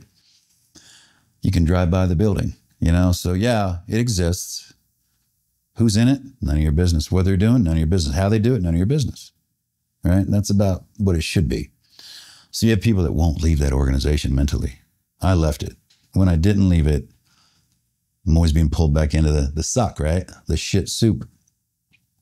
So when I could distance myself and not feel like I had to be involved every day and try to feel relevant to that organization, I realized I have my own life.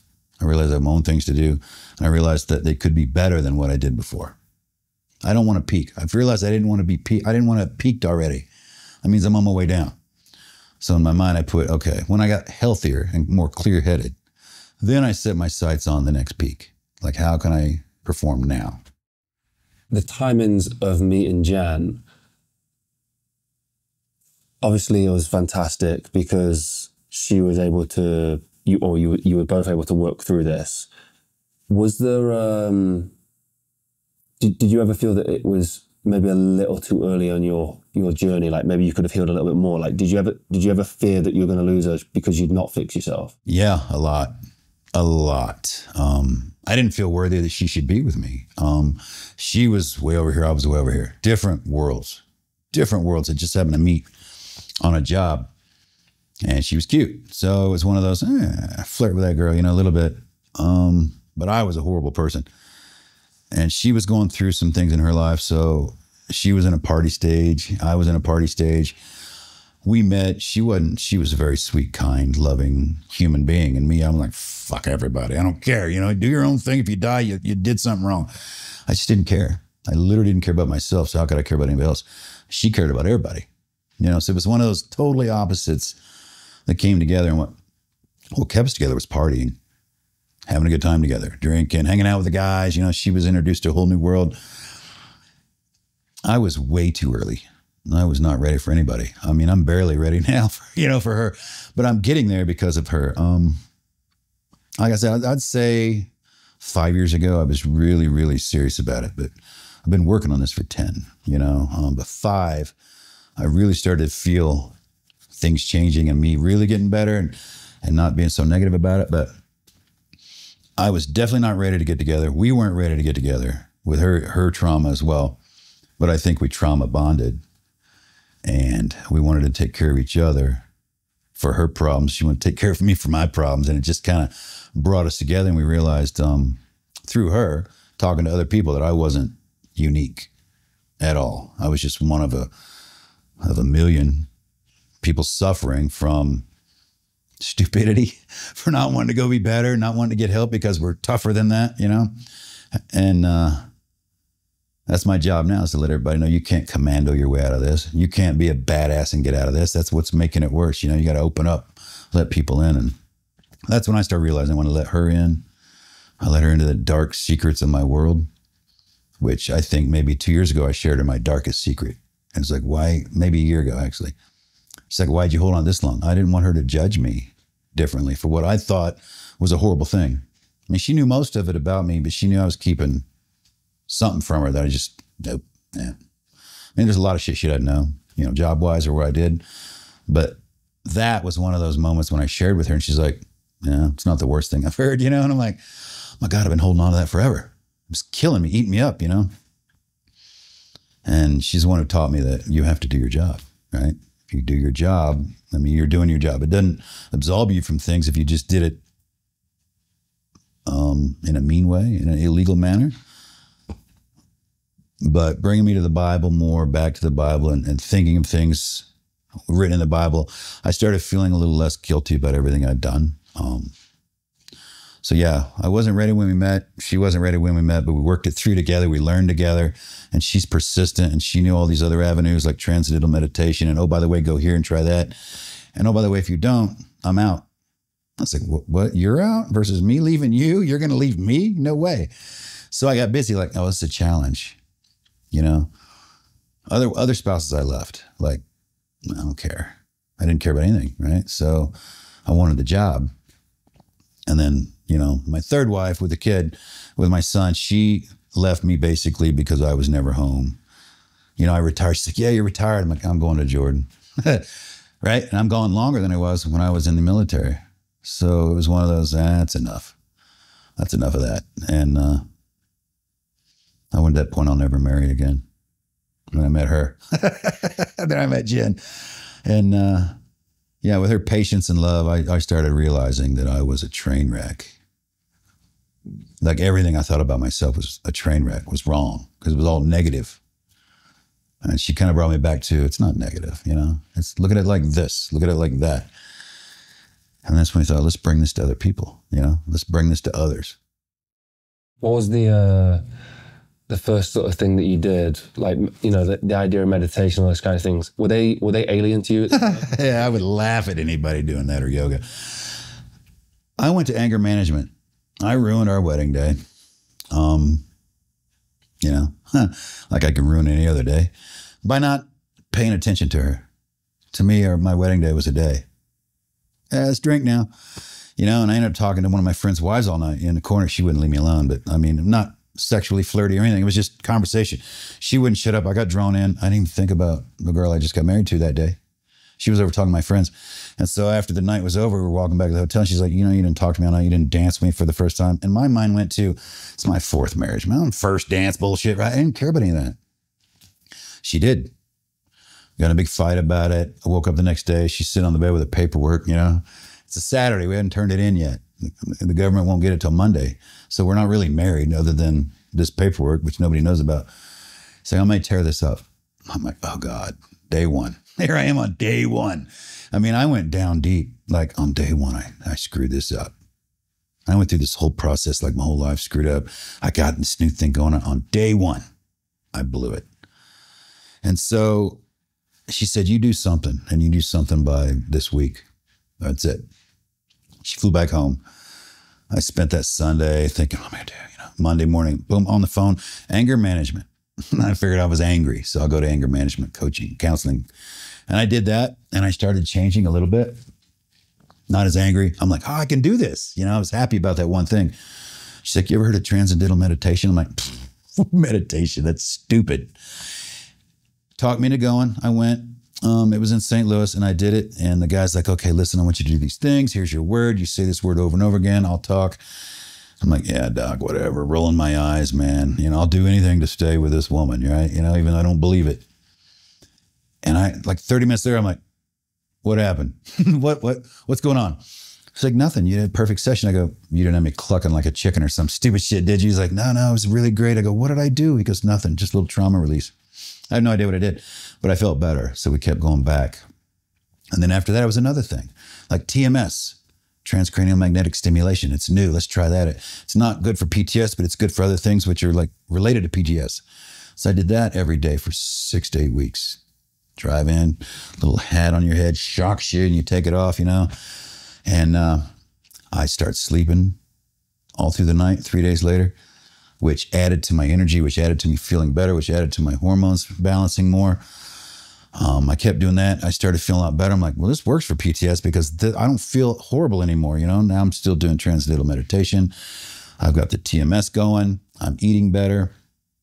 And then it stepped up to, well, let's try this. Well, let's go do that. And we just kept doing it. And we started filming them and then posting them online.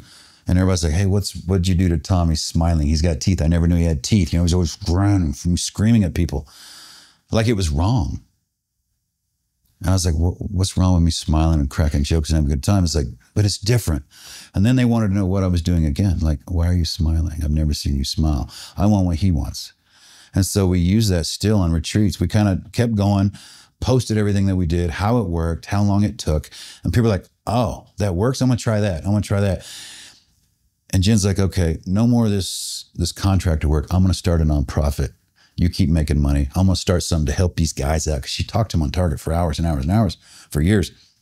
Realized it wasn't me. Realized there was a way out. Realized as posting it, people were interested, following what I did, and using my status from the military to get anybody that would listen to me, because they always look up to people. Oh, Delta. I'll do what Delta does. Oh, well, it's working for him. And admitting that I had issues with it, admitting that I was horrible with my spouse and the kids and the family. I had trouble being a father. People are like, oh my God, you're admitting it? I can admit it then. And we started realizing, wow, this is working, Started spanning the organization, started talking more to people and getting them to sign up. And then doing that for years, it's another cycle for me and her. We started sharing our stories so much that it became a negative cycle for us. It's traumatizing us to keep reliving it. So we figured out, okay, less speaking about how the horrible parts of it, the details of it, was creating more trauma for us. And so we started getting worn out and beat down, arguing more. We're like, okay, we're helping people until it's killing us again. So pulling back, still doing the things we do, bringing people in, sharing our story a little bit, but not as in depth, but sharing the part of how we feel and what we did to get better. And that's what people want, right? It's kind of like her advertising background. It's like you used to drive down the highway and see the posters of the African kids' face, little girl, their face, and got flies all over her. She goes, that's who we want to help. But that's a negative image. You show the girl after you've helped her, right? People want to get involved with that. Like, I want to get involved with the happy side. So showing people our happy side got people that want to be involved in that versus Tom's story is so horrible. And, and it's like, no, here's where we're at now. And here's how we got here. Story doesn't matter. Darius won a Super Bowl. Horrible, worst night of his life. Didn't know what to do with it, right? All that trauma still. It's the same. He wasn't military at the time. I mean, he was just a civilian playing football. CEOs have the same issue. You're responsible for all this money, millions of dollars, and people, things go wrong. That's stress and pressure. And that affects people. How you get better is all the same on this side. So the stories didn't matter, we figured out. So we stopped sharing our stories in depth and started talking about the path to get better. People already fill in that image of, yeah, I know what's going on. The cup in the sink. You freak out about someone left a cup in the sink and how hard is it to put it in the dishwasher or wash it and put it away. Oh, by God, I can do it. You didn't get laundry done today. Well, laundry does itself. If you put it in, turn it on, you go do the dishes, you come back, put it in the dryer, put some more, you go make the bed. Teaching people how to do something better all day doesn't work with your spouse. It's like, shut up. I don't care how you do it. This is how I do it. And you're like, no. You let go of that military life finally. And then you can start being normal again, human, I call it, I guess, again, more receptive and more loving and kind. And that's what scares me about the people I still see holding on to the unit from way back and holding on to the same hardcore values that aren't needed out here. There's military people doing it now. You don't need to be that same guy. Why don't you go out and drive a Amazon truck or something? Just chill out. And they won't let it go. I let it go. I let it go, and that's when I started feeling better. What was the first moment like sharing that you felt emotions, that you cried, like you'd had these things, like you'd shared that with somebody who was hardened to it at the time? Do you remember if it opened them up, if it helped them or? No, it opens them up. I've cried on the phone with people. When we started out, her and I both were on the phone 8-10 hours a day. Like that was our foundation. Hearing a story of how, oh, I killed a baby, or I didn't know, and I shot a car up and there's kids in the back, or, you know, horrible stories. I'm like, yeah, listen, hey, this is the deal, blah, blah, blah. Here's what I went through, blah, yada, yada. And now I'm here, and they're like, oh, okay. They want some of that. And the next story, 8 hours a day of the same story. And that's when Jen was like, you need to write a book, because I can't do this all day. Telling people the same story, the same story, the same story. She's like, write a book. I'm like, no. It took her a year to get me to even start. I'm like, no way. We're in the unit. We don't write books. We make fun of SEALs who write books. And plus, I'll get my ass handed to me, right? So finally, okay, I got to stop doing this. Let me tell the story once in a book. Talk about how it ends, and you know, and touch a little bit on the foundation.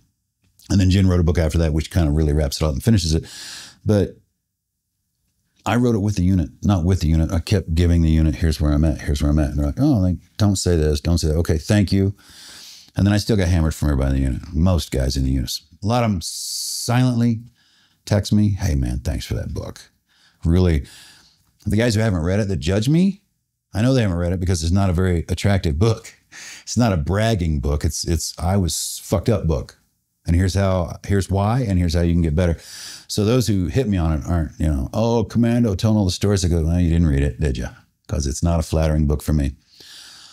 But I get a lot of, hey, thanks. I get a lot of people on the phone that, you saved my life, you saved my marriage. I'm like, no, we didn't. We give opportunity, that's it. We give you a means, we give you the opportunity, come on in, it's free. If you don't do it, it won't work. We can't help you. You have to help yourself. You have to save yourself. We can give you the tools. We can give you the time to do it. You have to do the work. And when I did the work, it worked. You know, it works for us. So we get a lot of, you know, like, hey, thanks for helping my mommy and daddy. That'll make you cry. You know, some kid drawing that with a crayon. Still almost makes me cry. It's just so overwhelming that we make change that we really were worried we could make. Writing the books so many times. The book, oh my God, it's my story. That's me. You wrote about me. I'm like, yes, I know that because I'm the same. You're the same. We all have issues and troubles. They all affect us. If we don't figure out how to get out of it, we're going to stay there. And a lot of words like, I don't want help. I don't need help. Like I've heard guys like, I need AA. But in AA, it says you must surrender. And I will never surrender. I'm like, you're an idiot. You're an idiot. That's not what that means. So showing them and doing it with them and telling them to let go and surrender, that's hard. But once you do that, you realize how stupid you were for so long before that.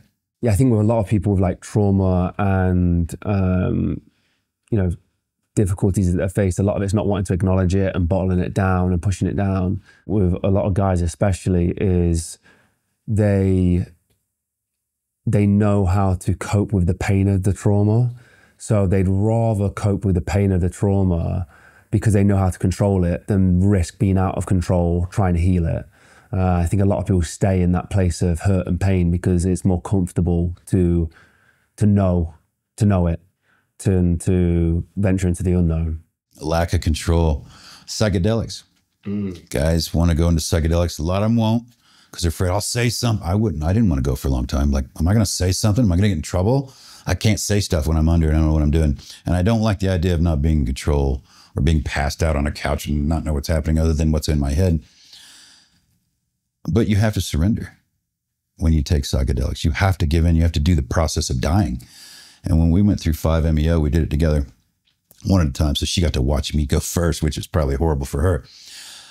I literally died. I remember the lady telling me, listen, you take this and you have to give in. You have to give in. I remember being under like, I'm going to die. And I'm poisoned. They poisoned me. And I mean, what's going on? And I kept fighting and it was worse, worse, worse, worse. And I remember thinking, she said to let go. She said to give in. And it came to me. And I let go. And I was like, I went into this crazy, I could never even explain it. I came out of that 6 months straight. She'll tell you I was a completely different human. Completely, instantly. It was like 6 years of therapy at one time. And even after that, I'm still a lot better than I ever was. And I never went back to that. But how's that to surrender, give up everything, let go of my ego of trying to fight what was happening to me and just give into it. It's the most terrifying thing I'd ever done, was give into something happening to me. Even though I'm laying on a couch like this with a mask on my eyes, I'm not even moving. And I've got so much going on in my head that I'm fighting these demons, I'm breaking through this cellophane barrier and going at it, and I woke up and I'm like, whoa. I mean, like I said, tell me nobody does that recreationally, right? And that's the first thing I said. And then it just hit me. I was like, man, I'm nothing. I'm a small piece of this planet. Who did I think I was? Who do I think I matter? I was like, wow, it's a lot better. I mean, I really felt a lot better after that, a lot more clear, a lot less aggravation, a lot less disconnection in my head. Things made sense, and I just kept going. Like, what's next? Let's go to therapy again. Let's just, whenever we have like a breakdown, we'll both say, okay, it's time to do something, because you won't do it every day. You won't go to therapy every week. I get to a spot that's good. We do it for a long time. We hit a little patch, and we work it out. And if we hit a little patch, we can't work it out. It's like, maybe we're getting a little cycly. So let's maybe talk to one of our coaches. But we're almost to the point now we can talk to each other. Like, you're doing this thing because it's elevating. Let's stop, and then she'll keep trying to go, or I'll keep trying to go. And the other person's like, take it down. And then once you're like, okay, I get it. You don't even get into that cycle anymore. We stop it before we get into that cycle. And it doesn't blow up anymore. What's 5-MeO? Ooh, I think some call it the toad. It's 5-MeO DMT, and it's a heavy psychedelic that you smoke it out of a pen. We went down to Texas, and there's a doctor down there administering it. And they kind of tell you what's going to happen. And I think you get so many different puffs. And when you start to come out of it, which is like maybe 2-3 minutes later, each puff, when you start to realize and you're thinking about the room, you can do this, and that means more. And they'll hand it to you, and you puff more, and they'll pull it away from you, and you go right back in, and you're like, oh. And when you start thinking you're here again, you ask for more. And I'm like, I don't know how many times I should do this. She goes, you'll know. The last time I went back in, like, I want to go back in one more time just to see, because I think I'm done, but I don't know. And I took a bunch more again, and I lay there, and I'm like, didn't even work on me. I sat back up, and I go, I guess I'm done. I think I'm done, because that last puff didn't do a thing to me. And what does it feel like? Does it feel like you're watching a movie or something? First thing was a kaleidoscope, colors, just crazy. And then I went into just a vision of blank space, blank white space for me. And then there was something bad over there. I knew it was bad, and it was coming towards me. I don't know what it was. And then it got closer, like monstery, but I don't remember seeing what it was. But in my mind, I'm like, oh my God, I'm going to die. And I thought I need to run from it, but I couldn't move. And this is about what I remember. And I'm here thinking, I need to get this. And I leaned forward to go towards it. And I felt this, like, I call it cellophane, just stretching on across my face, like that thin barrier. It was like a membrane, and I couldn't get through it. And I kept pulling back and trying to get through it. And I yelled, fuck it. I don't remember. Of course, I'm asleep. But in my mind, I was like, fuck it. And I put my head down to shove it through. And that's the moment I went through, and it broke. And that's when I started throwing up. Because I remember there was a bucket by the couch when I go, great, people throw up. She goes, no, very rarely, but I always have a bucket just in case. As soon as I broke through that membrane, I sat up, and I'm like, whoa, and I thought I threw up for like 20 minutes. Like, I'm filling up buckets because I'm kind of awake. I'm like, oh, and I felt like there was chicken feet coming out of my mouth, like claws and devil feet or something. And I kept spitting, and I finally laid back down, and it all ended after that. And I woke back up, and I'm done. I'm like, how much did I throw up? Oh my God, I was embarrassed about that. And I looked over, I was like, she goes, nothing, you just spit in the bucket once. And I'm like, there was nothing in the bucket. And I'm like, okay, that's crazy. Like, I released something, and I felt it. And yeah, I went back in a couple more times, and it was more like less aggressive. And I felt in control. And then I'd go back in again, I felt more in control, and there was less there. And then the last time nothing happened, I'm like, and I woke up, when I was fully awake, I started bawling, because I went in with one intention. When I got there, I was like, I'm just going to go do drugs and wake up and I'll be better. And I walked in and said, you need to have an intention. Most people work on their intentions weeks before. Like, what's your intention? What do you want to get from this? I'm like, better. What's your intention? And I just think of an intention, something you want to reach. And in my mind, I'm like, joy. I haven't felt joy in so long I didn't know what joy was. So my intention was, I want to feel joy. And when I woke up, joy. I was so happy. I don't remember ever being that happy. And I kept that for many, many months, that everything in life was good. Everything in life had a good side. And I had wasted my life looking at the bad side. From then on, it was dark and light for me. There's a dark side and there's a light side. There's night and day. It's dark and light. I have the dark all over me. You know, I got the light on me now. And I'm like, okay, now I'm half and half. You got the guy on this shoulder, guy on this shoulder. Who do you listen to? You know, you got people talking to you. Go do that. Don't do that. Go do that. Don't do that. Oh, it's fun. Well, it won't be worth it. You know, it's like, who do you listen to? You got two people talking to you and you can choose who you listen to. It's not your own brain. It's not really you. I mean, growing up, I'm like, it's me. Tell me what to do. Which one do I listen to? I'll do the fun one, you know? It's always fun. And I realized, man, after that, I'm like, there's two sides. And if I choose this side, I'm joyful. I'm happy. And this side, I can just let go.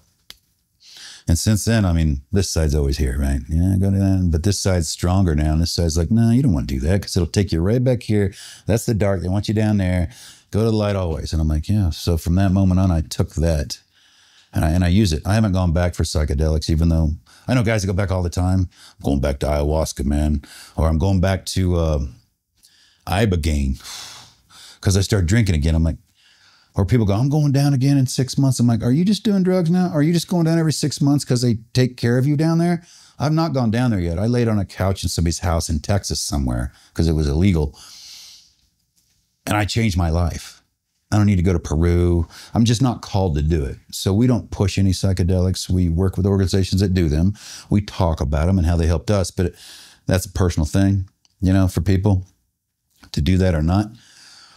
But it worked. It was another thing that worked, not that one thing. But it's not like I want to go do drugs all the time. I'm not called to do it anymore yet. I don't feel the need, and actually I'm kind of scared because after that 5-MeO, I'm like, oh, okay. That's some serious shit. As a kid, I don't remember feeling that way when I did drugs, but now it's different. Was it a feeling that you were left with, or was the conscious brain connections of like, I've just brought up the trauma or the darkness or whatever it was? Does that make sense, that question? Yeah, I think I spewed that out of me. And then my focus after that was more visual of being the joy. How to look at this side of it. I got rid of this side. Now I can look at this side. And it was easier to see that side. Like I felt like I was back in Indiana growing up as a kid. Everything was fun. Everything was exciting. Like you see children, everything's exciting. You know, it's always funny. You're like, it's just a stupid thing. They haven't seen that stupid thing yet. So to them, it's exciting. So I remembered that. I remembered that part of life, and things got exciting again versus some stupid dude going to do some stupid shit at the stoplight next, or somebody over here, you know, looking over my shoulder. It was like, I didn't care. I was just happy, and other people were happy, you know. Same thing happened with TMS. Right after my first, not TMS, I'm sorry, SGB shot was another level we went through. Stellate ganglion block. 2 shots on either side. It kind of deaden the nerve in your neck and it resets. It's like a dry erase board. It wipes off negative trauma. And it takes away all that aggressive feeling and issues that you have with that and resets it. And so it doesn't hurt you if you go back to combat. It's not like, oh, you're too chill to go to combat now. I'm like, no, you're not going to hide behind a car going, please stop shooting. It's off again. It turns your fight, flight, or freeze switch off so you can relax. But as soon as something happens again, it's back on. So you can come back and get another shot, you know. But I've had 2 of them. The second one I don't think I needed. I didn't feel it. The first one gave me a shot in my neck.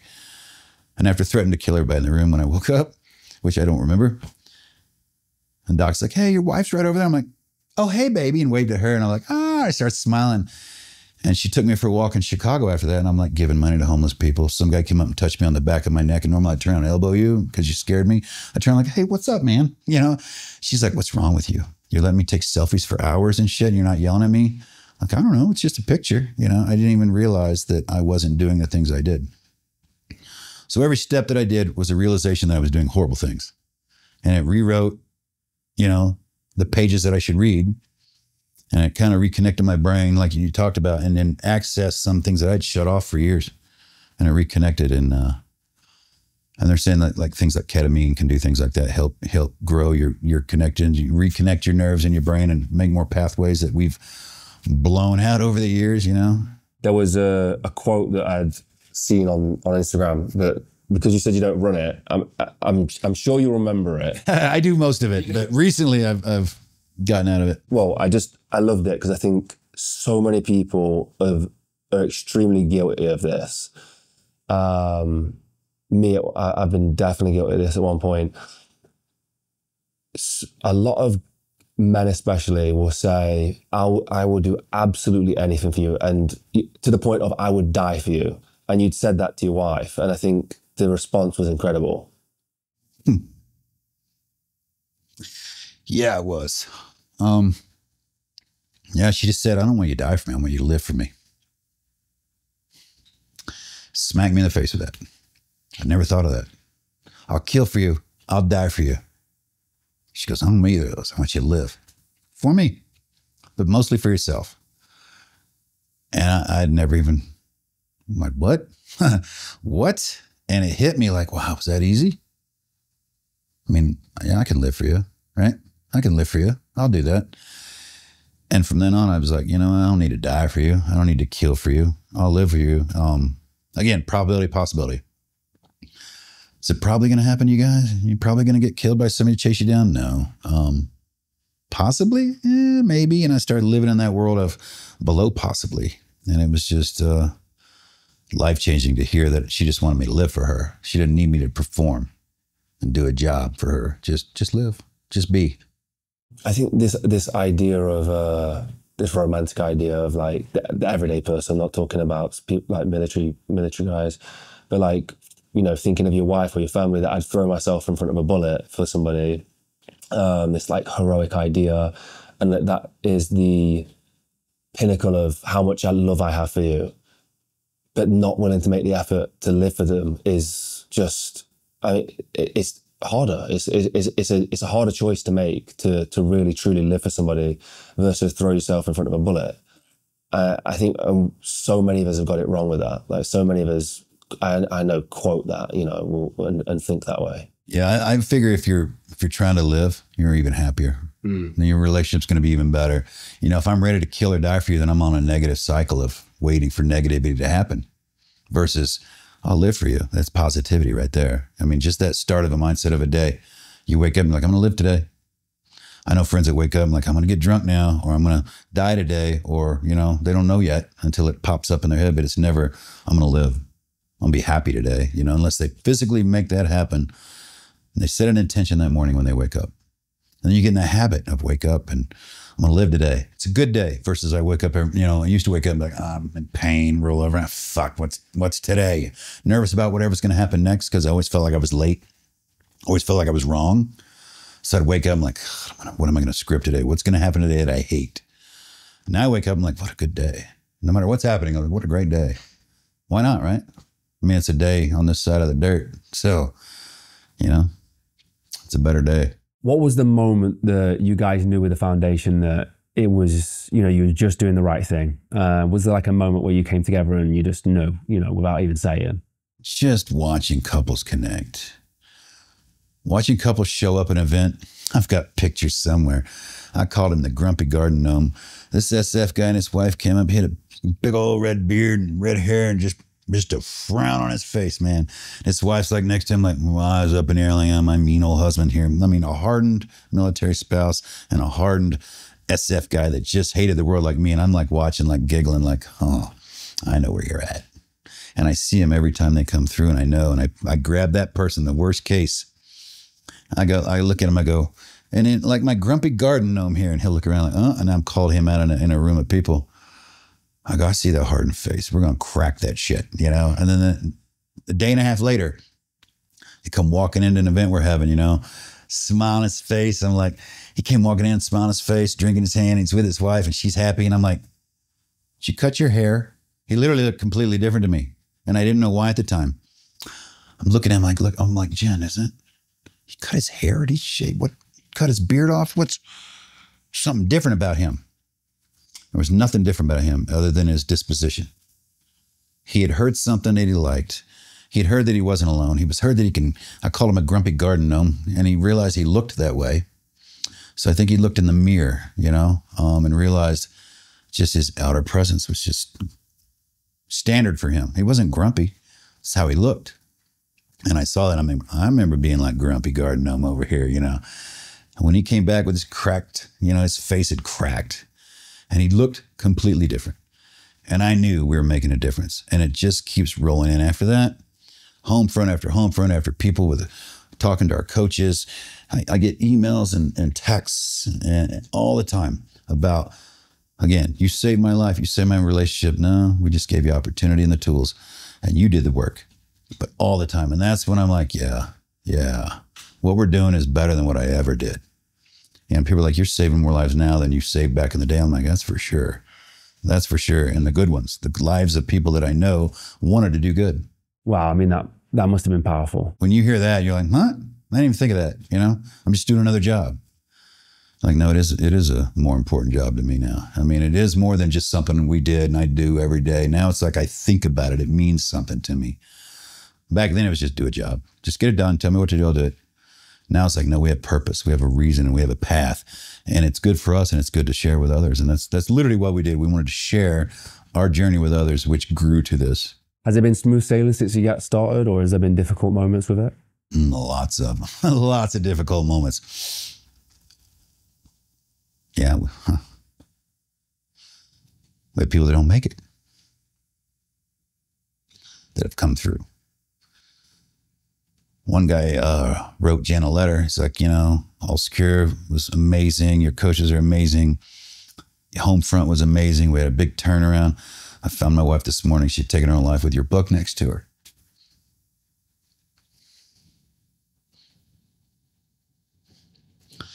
One failure erases everything else.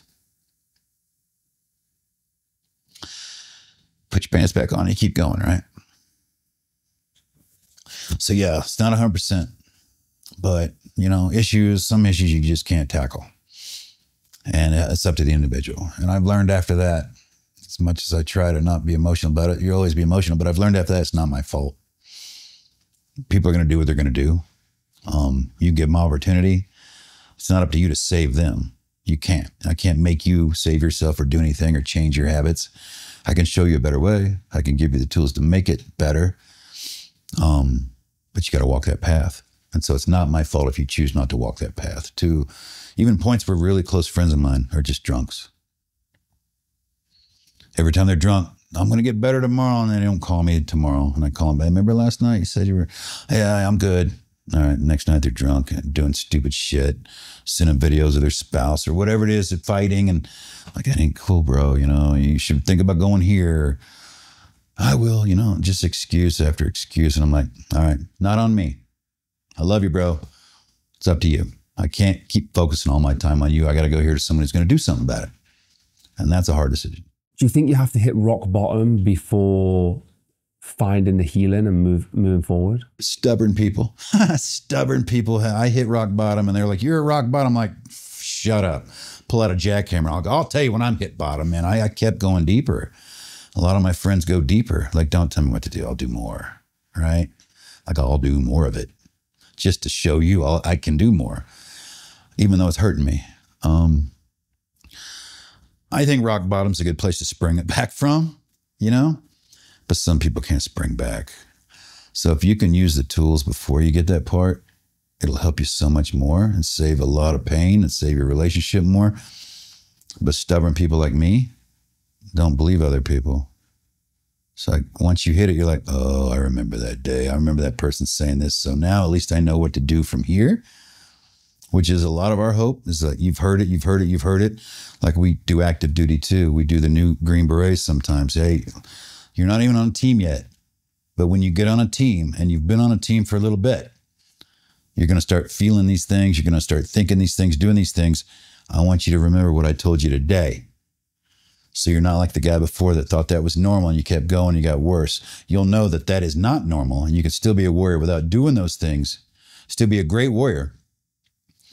You know, do I want a warrior that drinks every night and is drunk and hungover? I don't think so. Do I want a warrior with a spouse problem at home because they're focused on that with their kids? No, he's not focused at work. I'd have a better warrior that drank less, did less drugs, had less stress at home, and could focus on his work and still do a good balanced family life. He'd be a better warrior. A more mentally fit warrior is better than a warrior who's hiding issues. And they all have issues because war's hard. It's not normal, right? We've been doing it since, well, no, it's a joke. You know, Earth is a violent place. I mean, humans are violent. I mean, we made it to 3, right? 3. Adam, Eve, and Cain killed Abel. It's like, oh, you know, you wipe out 25% of the population on Earth. That's how mean we are, you know? So we're always at war, but you can do both and everything, but it's hard. It's hard. But those who make the Super Bowl, those who make, you know, the championships, the Olympics, those who make the unit, those who make the highest levels, always give up something. You always have to give up something. So what's more important to you? Your family or your bros who won't be there? They won't be there. Who's there when you're laying in the hospital with a broken leg when you're retired? Your wife, your kids, your close friends at home. People don't fly in for that, you know? It's one of those, yeah, I'll do that. Now they help each other.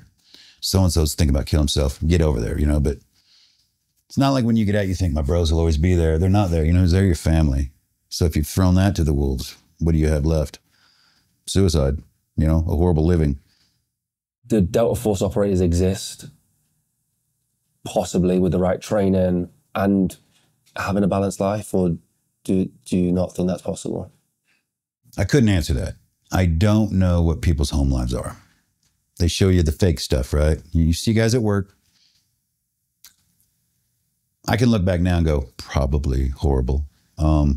Back in the day, I didn't see people, I don't know their personal lives.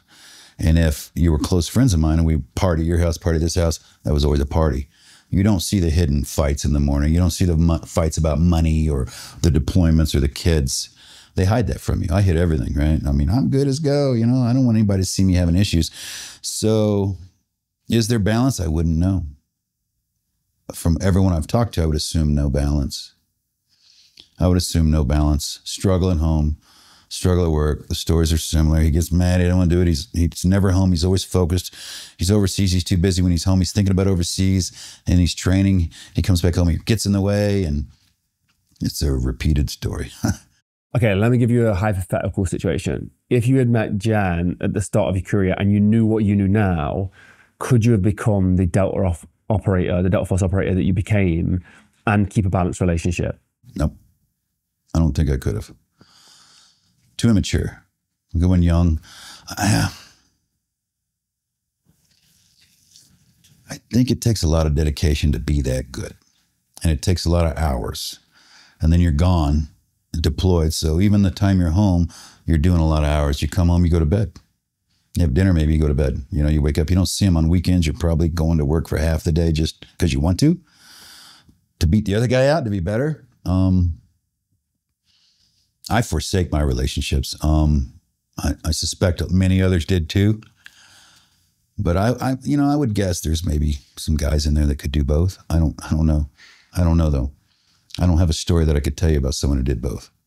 Just on Delta Force, why is it only answerable to the president? Like, is that what's the reason for that? And is that right? I think it's president down to Joint Chiefs, and then Joint Chiefs down to Joint Special Operations, straight to us. It's just accountability. I mean, it's not like, hey, we need you to do this, we need you to do that, and then it trickles on down to the organizations below, and then you're like, okay, what's the intent? It's kind of like those national missions that need handled specifically and specially, that only the top people identify one level down. So we're not so far down that it gets diluted straight from the boss to our boss, and then we're out doing that. So it's just less people know about it. Probably less people are part of that decision-making process other than us on the ground. You tell me what to do, not how, and we'll go do it and get it done. Like other organizations, like you tell me what to do and how you want it to kind of lay out, and I'll kind of make that happen. It's like it's all up to us how we get it done. They'll tell us what needs done and like the ramifications of not doing it right, or and then we're like, okay, we'll work around all that and we'll get it done. I just think it's less irons in the fire trying to change what they want directly from the horse's mouth, and we'll get it done. the war room for the president. Is that where you guys would have, would there be situations where you guys are involved in direct, like live moments where that's happening? Does that kind of happen? Somebody in our command would be, for sure. Our lower level guys doing the work on the ground, no, not so much. Other than overseas. Now, we've interacted with ambassadors and generals and world leaders overseas, face to face. I mean, that's the kind of part of the job. You know, you can go out with a combat gear on, you come in and put a suit on and go talk to somebody at the embassy, and then go back out and kick ass again. It's like one of those things that you got to be able to fit in anywhere you can be. Well, fit in everywhere. There was a drill that you mentioned, and I'm forgetting the drill. Oh no. There was a shoot marksmanship drill. That was it, where you carry the cinder blocks and then have to go shoot. Do you remember that? Talking about that, I thought it was super interesting. Yeah, a lot of people can shoot. You know, there's world leaders or world-class shooters that can stand there and shoot and win, like Jerry Barnhart or Mick or they all came and trained us at work all the time. All these world-renowned professionals, #1 shooters would come train us. And those are great. They'd always outshoot you. But we shoot under stress. They shoot under, you know, some pressure and stress, but after so many events of the same event, you're the world leader, you're stressful, you want to win, but it's not the stress of getting shot at. It's not the stress of climbing over a building or jumping out of a helicopter and sweating and shaking from adrenaline and then trying to shoot a nice shot. So we rehearse that, we practice that. Cinder blocks in your hand or just bricks, whatever. So you're smoking your forearms, you're like you're climbing or doing some, you run a mile with that in your hand. So you're elevated, your heart's beating, you're breathing heavy, which is like stress, simulating stress. And then you drop it all, pull out your gun, and you got to shoot accurately on these targets. And every one you miss, you have to pick up and run another 1/4 mile to make up for it, and then shoot your other one. So it's always for time. So there's always stress for time, stress for accuracy, and it's always done under stress and pressure. So high elevated heart rate, breathing, muscle cramps, sweat. That's when we beat the world-class shooters. Like, all right, Jerry, you beat me, but let's go do the obstacle course and then shoot. Destroy him. We'll destroy him because he can't shoot jacked up and he can't do the physical things anyway. So it's not just being a world-class shooter, it's being a world-class athlete. That's a world-class shooter. You know, that's a world-class CQB guy that can make decisions and talk to presidents. It's, we simulate all the stress that we can that you're going to see in combat. Do you remember a specific story or moment where you'd gone up against an elite shooter, or one of the guys has gone up against an elite shooter and they tried to do your drill? Yeah. I had 2, I gave it away too, I shouldn't have. I had an AK that was signed by Jerry Barnhart and a hat that was signed by Jerry Barnhart, the #1 shooter in the world at the time. And because I beat him, on an event at work where he was teaching us all week. All right, we're going to run an event today. I said, all right, let's add this to the event, you know? And we did. He was okay. And we did it, and I destroyed him. It was just, he wasn't used to shooting like that. So when you get used to shooting the same thing, anybody can be good at that. A pattern. I can shoot a pattern. But if I don't know where I need to shoot, you know, that's a skill. How to calm yourself down, how to breathe, how to aim at the same time, how to not worry about getting shot first. You always see people shooting at each other, they all miss. I always tell Jim, we're watching, I'm like, just breathe and aim. Just breathe and aim. The bullets will go flying around you and you'll just shoot him. Do you remember the drill specifically? Yeah, it was just 5 steel plates at 30 yards. You know, you do the old course, pick up some bricks, run a 1/4 mile, and then you got 5 plates to shoot at 20, it was 25 yards. And if you shoot him down on one, great. If not, then you have to run another lap and try to shoot him again. Nope, now run another lap. He ended up running laps, you know. I got up there and like ding, ding, ding, ding, and had to run 1 lap. And shot the last one. He like had to run like 4 or 5 laps. I was done before he was even done running. I'm like, hey, keep going, Jerry. You're not done yet. He was smoking, wearing out. And I was like, all right. Just an easy shooting drill that you add a little pressure and stress and wind it on it. Changes the whole game. And he signed an AK and a hat for you? Yeah, he's all right. You want to give me one of those hats you got? And he signed it. And I go, hey, can you sign this AK-47? And I had that for a long time. And a friend of mine loved AKs. And I was like, all right, here you go. It's signed by the world-class shooter. You know, you get so many stuff at a time in your life, you're like, I don't know what I'm going to do with that here. And they're like, oh, my God, Jerry Barnhart. I'm like, yeah, Jerry Barnhart, you know. I beat him. What are the like daily habits that you're doing that keep you disciplined, keep you focused, maybe that you did carry over from your career still to this day, but maybe using for a different benefit, like exercise, meditation, maybe that kind of stuff? I try to stay fit. You know, back then it had hot tubs and whatnot. We had access to all the, you know, all the physical therapists and stuff. But I mean, now I do cold plunge, hot tub. Maybe well, now I'm traveling the United States. It's kind of hard now. I got to find some kind of pattern. We always get out in nature. We always walk. We always move. Whether we're walking our dog or going in the creek or hiking up and down, you know, the mountain here, or wherever we go, we always try to get out in nature together, relax. Even if we're just taking a drive in our car up into the mountains or wherever we, in St. Louis, we'd always drive River Road or just keep driving to St. Louis. We'll get quiet after a day at work. We just decompress without talking to each other. We're just together and we're looking at nature. We stick to these practices of meditation, and just awareness and appreciation is what we really practice. And that just kind of opens up your whole day of appreciation. And then what I'm looking for is just to be kind in the day and to be calm and not let things piss me off so quick. And that's where I'm happy. Like even children, even the kids, even they're 18, 19 years old, it's like, hey, what's that? And college sucks. I'm like, okay, I feel it right here. I'm like, okay, I'll be over here. I'm starting to feel, lack of appreciation, lack of this, and just childhood behavior, which is understandable, but I don't want to deal with it because it starts to get me heavy inside. I start to feel it come up. Adrenaline. I'm like, okay, well, you're going to live. Fine. I'll just turn and go away and try to break that back down. Versus back in the day, I would live through that. I lived for that. The chaos. That's where I thrive. When everything's going to shit and there's no time left and everyone's tired, I start thriving. But out here, I'm living and I'm happy. So for like athletes, CEOs, entrepreneurs, all that kind of stuff, what's the skill that served you best throughout your career? Never wanting to fail. Like, never wanting to fail, which would drive me to do better. Being smarter than the other person, which is almost negative, but it's something you have to do. For me, to feel like I'm on top, to feel like I'm better, to feel like I can grow, was to be smarter, more physically fit, highly trained. But it destroys you. So I would tell people nowadays, work hard, do your thing. Healing and sleeping and relaxing is where you grow. You don't grow in the gym working out. You grow when you sleep, when your body's repairing and recovering. That's the biggest focus you need to have, is repairing and recovering your body. And that's when you do the mental repair. Your body's physically recovering, you're eating right, your mind repairs. Right? If you're tearing everything down, you're not doing it right, your mind is never repairing. You're not sleeping enough to let it reach that stage that it's repairing itself. So sleep is very important. And when you start doing those stressful events, you don't sleep as much, right? It's always with you. At least for me, I sleep, even still now, I'm lucky if I get 5 hours.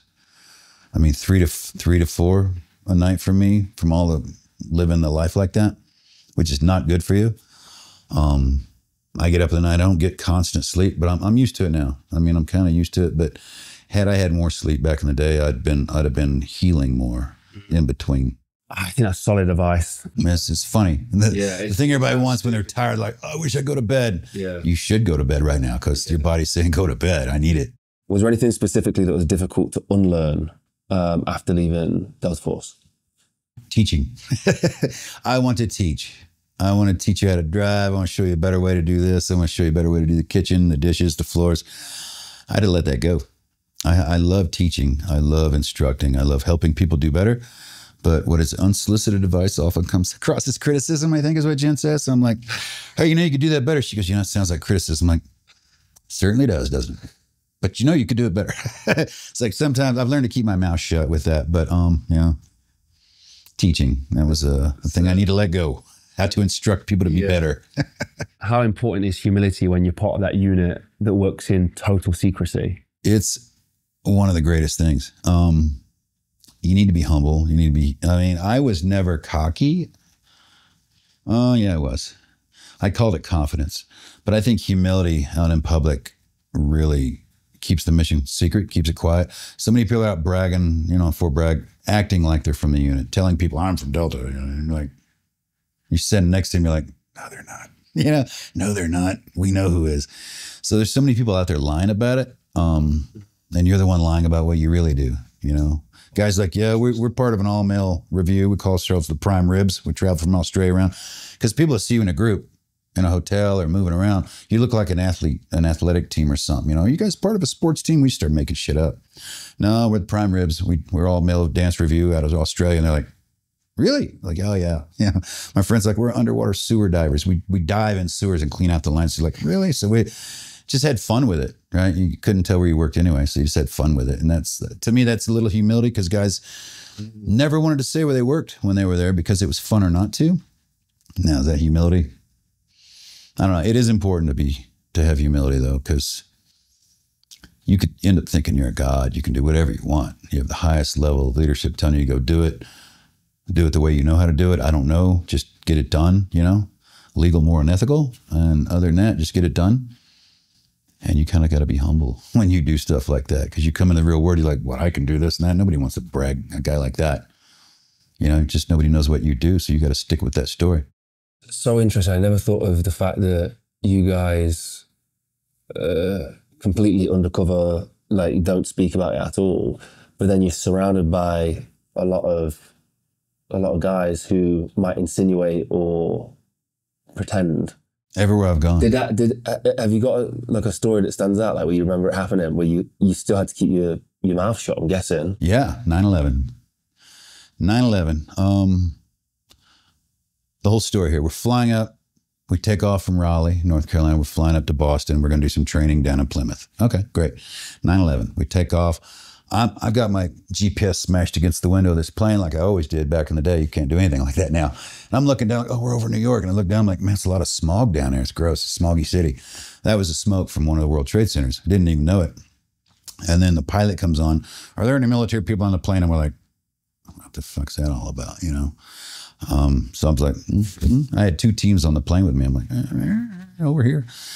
Lady comes up, hey, Cap wants to talk to you. You know, okay, I go up to Cap. He opens the door. Hey, don't let anybody up here, right? There's been attack, blah, blah, just don't let anybody come near the cockpit. And she slams the door. And I'm like, what? I try, I'm like, what's going on? And he comes on the PA and starts to lay it out what's happening. And I was all right. So I'm standing at the cockpit door, make sure no one comes. I'm thinking, what the hell's going on? I don't know what's going on, right? Other than what he told me. And as we land, I'm still standing there. And as we're taxiing in, the flight attendant opens the door. We're still taxiing in. And I'm like, this is crazy. And they start telling us what had happened. We finally get off the plane, go get our luggage, grab our luggage. Everything's still weird. Everybody's staring at the TVs, what's going on. And then we go get a rental car, and we're trying to get out of the airport, and there's a tunnel leaving the airport, and we're behind this huge van. I'm like, all this shit's going on. What if this van's part of it? What if they blow up the tunnel? That'd be you know. So all this shit's going on in your head. We get down to Plymouth. Our training just kicks off as always. We're in a bar that night watching the news. Everybody's talking about what happened in the news. We try to get home, but there's no planes flying, so we can't get home. So they're like, all right, go down to Jersey where the Air Marshals has a facility. We can fly up to that. We'll pick you up and bring you home. Like, I got more training to do. No, come on home. So I get home, like, why am I home? He goes, one of the other guys that were with you kept calling, go, when are we going to war? When are we going to war? So I got tired of hearing it, so you're home now. And I'm like, we're not going to war till we figure out who did this, I'm pretty sure. You know, we're not going to go war right away. We don't know where to go. So I'm going to take my team and go back up to training. So we ended up driving from Fort Bragg all the way up to New Hampshire, and we stopped in Pennsylvania. And at the hotel in Pennsylvania, we're around the bar in the lobby, we're all talking, you know. And this girl walks up and she starts telling stories about her dad started Delta Force, because it's 9/11, right? So her dad started Delta Force, lie. Her brother was an SF guy. Her other brother was a Ranger, and her other brother was a cop. I'm like, that's everybody that's doing something right now. Aren't you cool? So we're all like asking her questions, and oh my God, your dad started Delta Force. What's it like? Just hearing her funny stories and shit. Your brother's a Delta Force guy and you're an SF guy. Yeah, where's he work? Oh, shit that makes no sense. Just coming out of her mouth. Making up. She has no idea she's talking to Delta guys. Like, we're all surrounding her just listening. And then she takes off, goes to this wedding or something. We're all at breakfast the next morning. There she does, come down, they're doing the walk of shame through the lobby with her shoes in her hand or something, whatever. She had hooked up with somebody that night. We're like, hey, tell your Delta Force dad, we might come join up. She goes, I will. I'm like, I have no idea. You know, there's people in bars, people that come up and told us they're in Delta. Like, oh, that's cool. That's really cool. What do you do there? Just go through the whole stories. Like, all right, man, cool. Thanks for everything you do. And you walk away like, that fucking idiot, you know? I have no idea who they're talking to. That is the wildest story. I mean, first of all, being on the plane over 9/11, but then the fact that she's made up these lies, she's talking to all the guys from the Delta Force. I mean, that's just, do you see that? Because it's at the top, Delta Force is right up there. Like, do you see that a lot? Like stolen valor and stuff like that? Every day. Every day in the chat, guys are like, who knows this guy? He claims to be a Unigar. And people are like, nope, nope, nope. Somebody's got the whole list of people.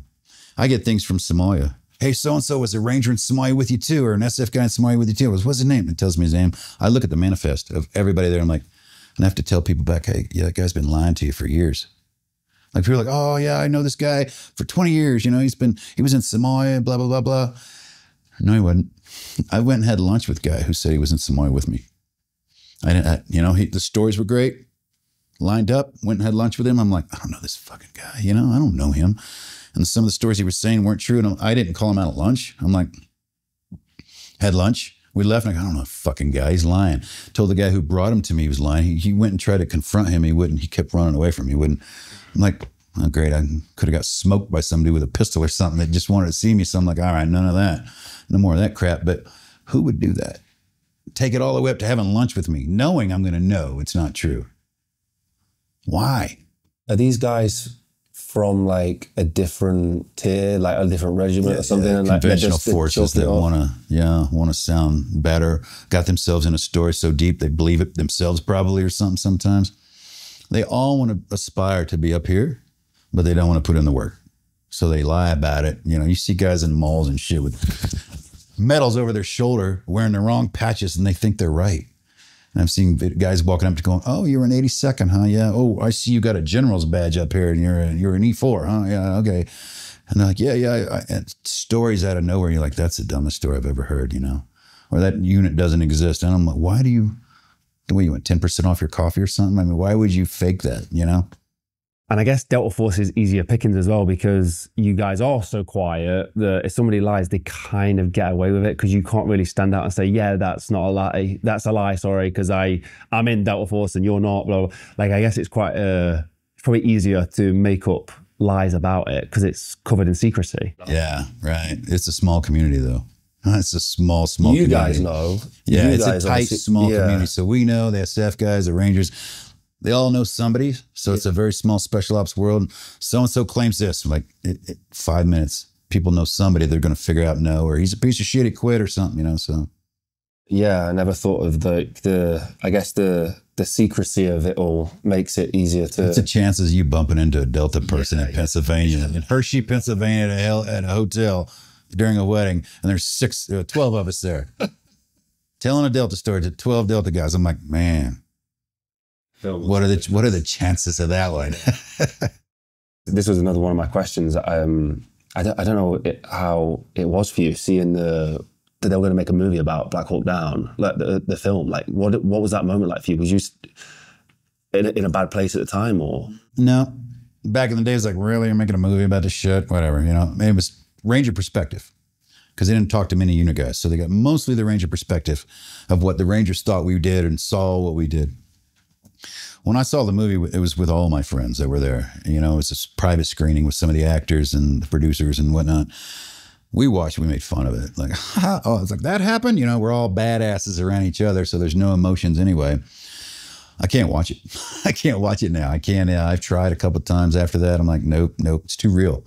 You know, now that I'm here at this part of my life, I can't really watch it because it's a true story to me, you know. So yeah, but I didn't really feel anything other than, yeah, whatever. It's a stupid movie and probably won't. You know, I walked out of,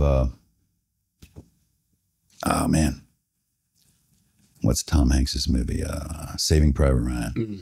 I had to walk out of that first scene, that opening scene on D-Day. It was too much, too real, too much violence for that. I walked out of that and went in later. But yeah, that Black Hawk Down at the time, nothing. Later, can't watch it. So did they capture a decent representation of it, or? Yeah, I think they caught the chaos and the unknowing and the fear, you know.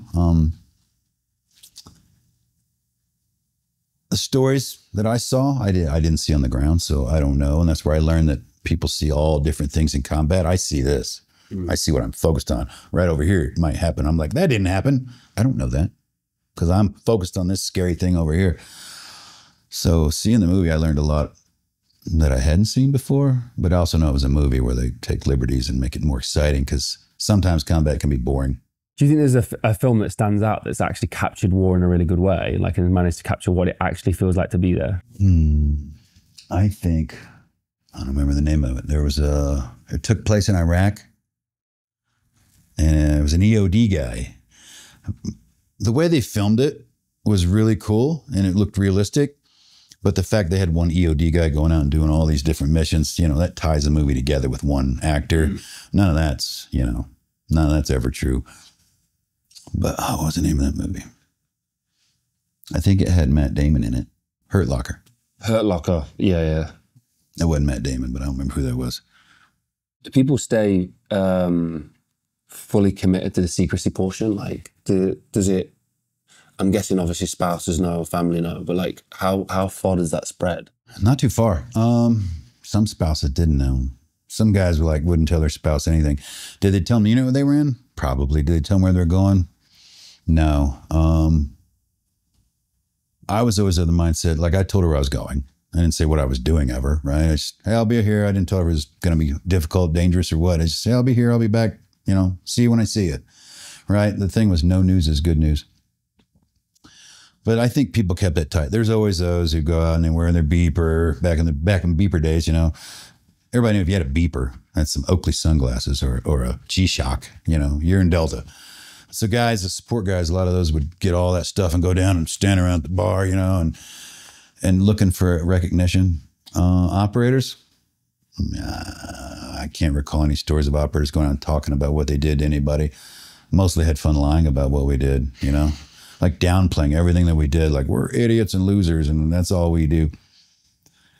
I just always had fun with the fact that we lied about everything, you know, lied about what we did, lied about where we went, who we were. No news is good news. So that's the spouses. Yeah, and I'm just thinking for the spouses sat at home. So that was what they told them. If you don't hear, everything's okay. If you hear from us, it's not okay. If they hear from you specific, like no, if they heard from the unit, because we would never call home, talk, anything. If we were going somewhere on a moment's notice, the unit may reach out the next day or so and say, hey, we're going to be involved a little longer and blah, blah, blah. But listen, no news is good news. Just keep it that way. They're like, no news is good news. Like, who doesn't want news? Who doesn't want information as to what's going on? So if they did hear something, it wouldn't be good. So that's the dread of waiting on that. You can't relax in no news, knowing you're waiting on news. That's bad. Pressure of being at home, just wait looking at your window when a car stops. You know how many times I've heard that they saw people coming, like, no, I'm not answering the door. Like, nope. They know what's happening. Is there a PTSD for, obviously there is PTSD for wives, but is there a PTSD specifically for like opening a door, mail, what? Like, is there anything that's come up common, like the work that you guys do? No, it displays itself as many different things. Like one of my friends can't use trash bags. You know, their husband was delivered back in trash bags, so they have a difficult time using trash bags. Yeah, people that take certain things, like I can't look at that letter. I can't. Guys that write letters home, they stay sealed sometimes. You know, if they don't make it, just people look away from something they don't want to see, and it may take them years, you know, to get back at it and look at it or deal with it. Sorry, we can cut this out if we need to, but the capturing of Saddam, was that something that you guys were directly involved in? Yeah, I was part of that. Yeah. We caught the guy the night before in Baghdad. We got a hit. Hey, this guy's coming to town. He might be a handler. He's one of the family members of the Muslits, I think. He's coming in town. He'll be at this house. We heard, okay. Went and did a hit on that house. I saw a guy walking up the street as we rolled in to hit the house, and I just took note of it. And we didn't find anybody at the house. I'm like, hey, go down and check 3 houses down. I saw some guy go in a black gate, went in the house. He was coming from this direction. I have no idea. Team went down there and searched the house and found him on the 2nd floor underneath a mattress, holding a toy AK-47, like a plastic one. And they almost shot him and didn't. Brought him back home, like, yeah, whatever. Sent him up to the boys. I'm not dealing with him tonight. I'm tired. And so they sent him up, and hours later, hey, wake up. I'm like, oh my God, just let me get a night's sleep. Hey, we got a Saddam hit. I go, what night don't we have a Saddam hit? No, this is the real one. I go, they're every one of them are real. This guy you just caught who says blah, blah. I'm like, all right, don't wake anybody up. Let me see this shit first. Start looking at it. All right, starts to pan out. I'm like, okay, wake up the team leaders. Team leaders come in. All right, okay, get everybody up, you know? So when we started making that plan that day, drove up to the crit, linked up with the other crew, the other troop that was up there. We were Baghdad, they were to crit. So we drove up to the crit where he was supposed to be around. They chose to go to the farm site. And they sent us, because it's their area, they get a pick. I'm like, fuckers. And they sent us to the chef's house, the cook's house in the town, Aldawar. And so we rolled into the town. They rolled into the farmhouse where he was. Rolled into the town, took the house down. There's a chef there. He's like 90 years old looking guy. Somebody comes in, hey, freezer's full of fish, you know? I'm like, oh, he likes fish, so this must be the connection. He starts faking a heart attack. I'm like, I don't give a shit what you're going through right now. I call my boss. I'm like, I'm going to tape this guy to the front of the vehicle. He's going to point. We're going to drive. We're going to get Saddam. He's like, return to base. Like, you don't understand. This is the dude. He goes, just return to base. I'm like, oh, man. I was pissed. Return to base. Got the guy. Here's the guy, you know? He's like, come here. Take me in the room. I'm like, there he is. I'm like, fuck, is that why you didn't tell me? Why didn't you just tell me? You know, return to base pissed me off. He goes, radio silence, man. I couldn't tell you. I go, yeah, I know. So there he was sitting there. And I looked down, he had a leaf in his beard still. I'm like, it looks like Uncle Fester, like a dirty Uncle Fester. He's like, spit at me. And I looked at him like, I go, okay, you'll be dead soon anyway, it doesn't matter. And I walked out of the room and stood with all the other guys as they paraded him through and put him on a helicopter and disappeared forever until they hung him. Wow. I mean, obviously there's moments throughout the career, but like that was so like televised, so covered, like it was in the media constantly. It was a long search. What's that moment like when he's literally spitting at you? Boring. Really? We detained people every night, captured people every night. Every night you're like, this is it. This is the one that's going to end that or end that, and it doesn't end anything. You capture a leader who was in a hole for months anyway. What's he been doing anyway, right? Has he been leading anything? He's hiding for his life. So the thought of anything changing, I was like, tomorrow morning we're going to get another name. I'm going to go out and do another hit. So I just started calling next. Like I couldn't remember the names anyway. Hey, next. Oh, so nothing at all. So was it not a shock that Saddam was just sat there? No. The rest of the world was like, oh my God. I'm like, that's some old bearded guy, man. He looks disheveled and frail, you know, the world leader. Shit. Guy killed people all the time, you know. And just when you do so many of those, nobody's really important. You know, my guys didn't get killed. All right, cool. That's important. Who you capture, I mean, he goes away a second later. And actually the regime guys were easier because, you know, they didn't have as many guards. They didn't fight as much. They normally would give up. They don't want to die.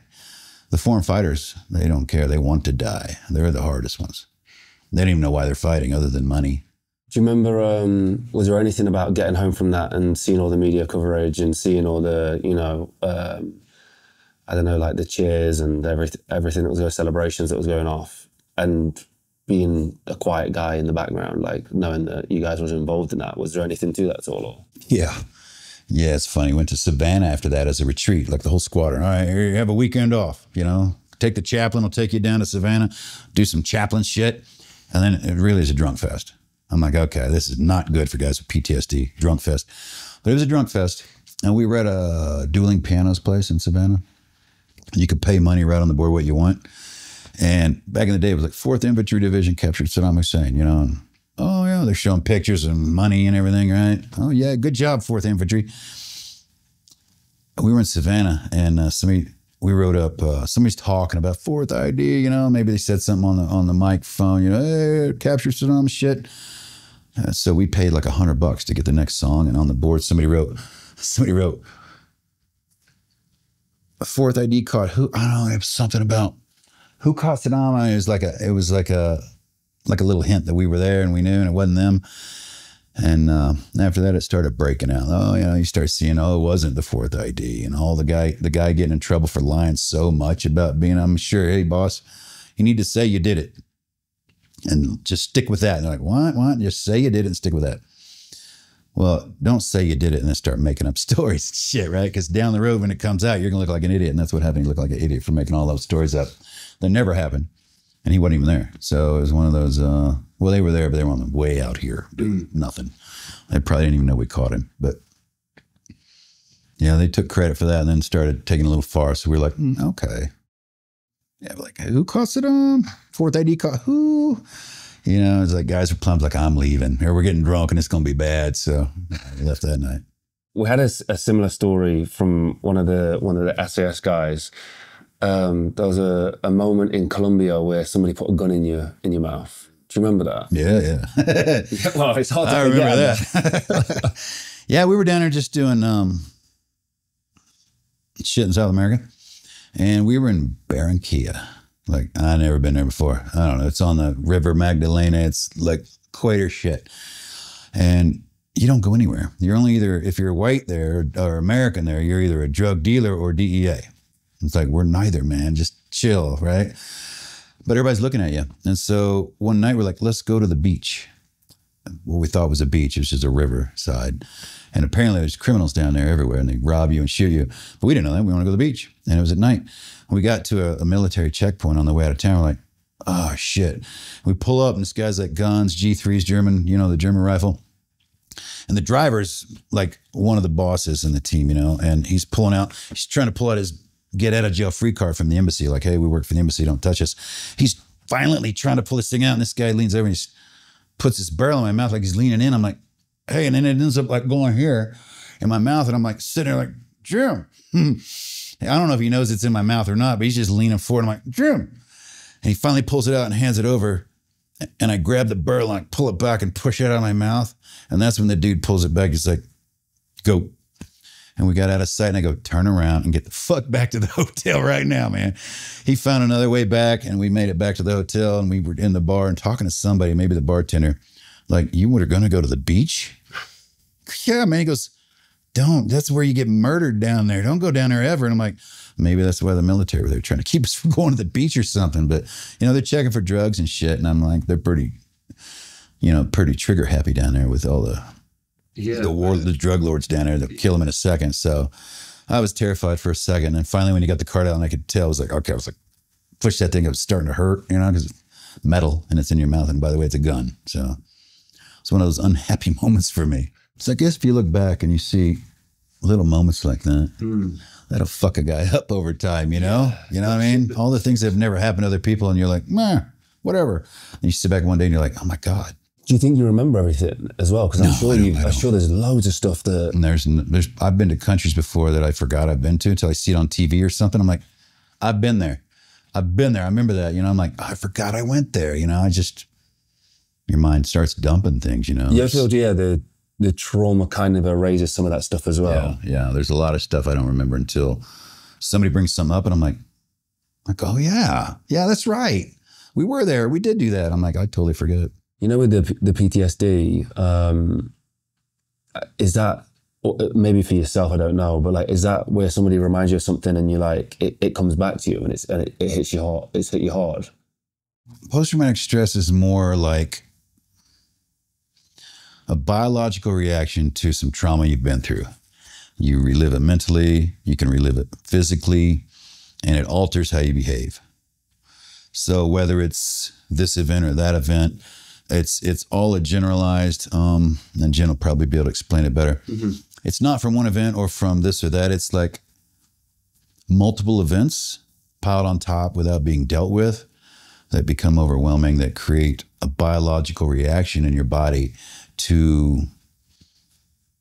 that causes you to behave differently and react differently, mostly in your mind, the way that, you know, everything that controls everything else you do, your frontal lobe, all your amygdala, and your fight, flight, or freeze is flipped off, so you don't produce certain serotonins and you behave a certain way. And you never get to refill that until you start going through some of the treatments, and then you start feeling like back to normal again. Some doctor will call you up and tell you that's all bullshit the way I said it, but generally that's how it is. Jen can lay out like the actual, you know, scientific kind of meaning of it all. But yeah, you behave differently based on what you've done in the past and whatever that is that affects you. Like you get post-traumatic stress by watching a car crash on TV or watching, you know, hearing your parents died or anything like that. Anything that is stress. And after post-trauma stress and not dealing with it creates biological changes in you.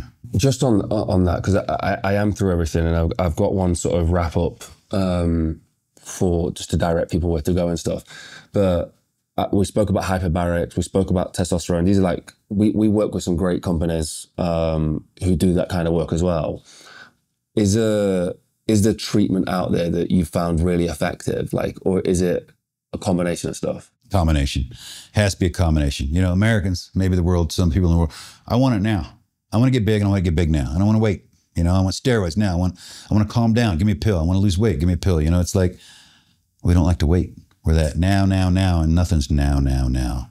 There's nothing just one and done. So the combination of all of those put together, like, you know, stress and trauma lowers your testosterone levels. When that's lower, there's a whole bunch of things that go with that change your body physically. So yeah, TRT, get your testosterone back where it's up. Peptides, get that back where it's up. Eat right, get your vitamins right, get your blood checked. You know, what's in your lungs? What have you breathed over the years? What's been injected into your body? So get all your blood levels read. I'm full of heavy metals. I've been taking on and off detox pills from, you know, like the Cleveland Clinic for years, trying to get the lead and arsenic out of my body and some radioactive shit. I don't know what it is, bro. I don't know what it is. And I'm like, okay, you can't do it too fast, you know, because it'll really mess you up. And I did one time, I took too many pills or something of it. And I mean, I had a big problem for a while. Just it's in your system for a long time. You know, going to all those shooting houses, practicing training, all the lead dust, all the explosions you ran through, breathe the smoke, houses you've been in, training, asbestos, dust, dirt, bat shit, whatever you've done. And then you go to these houses overseas, God knows what they have going on over there.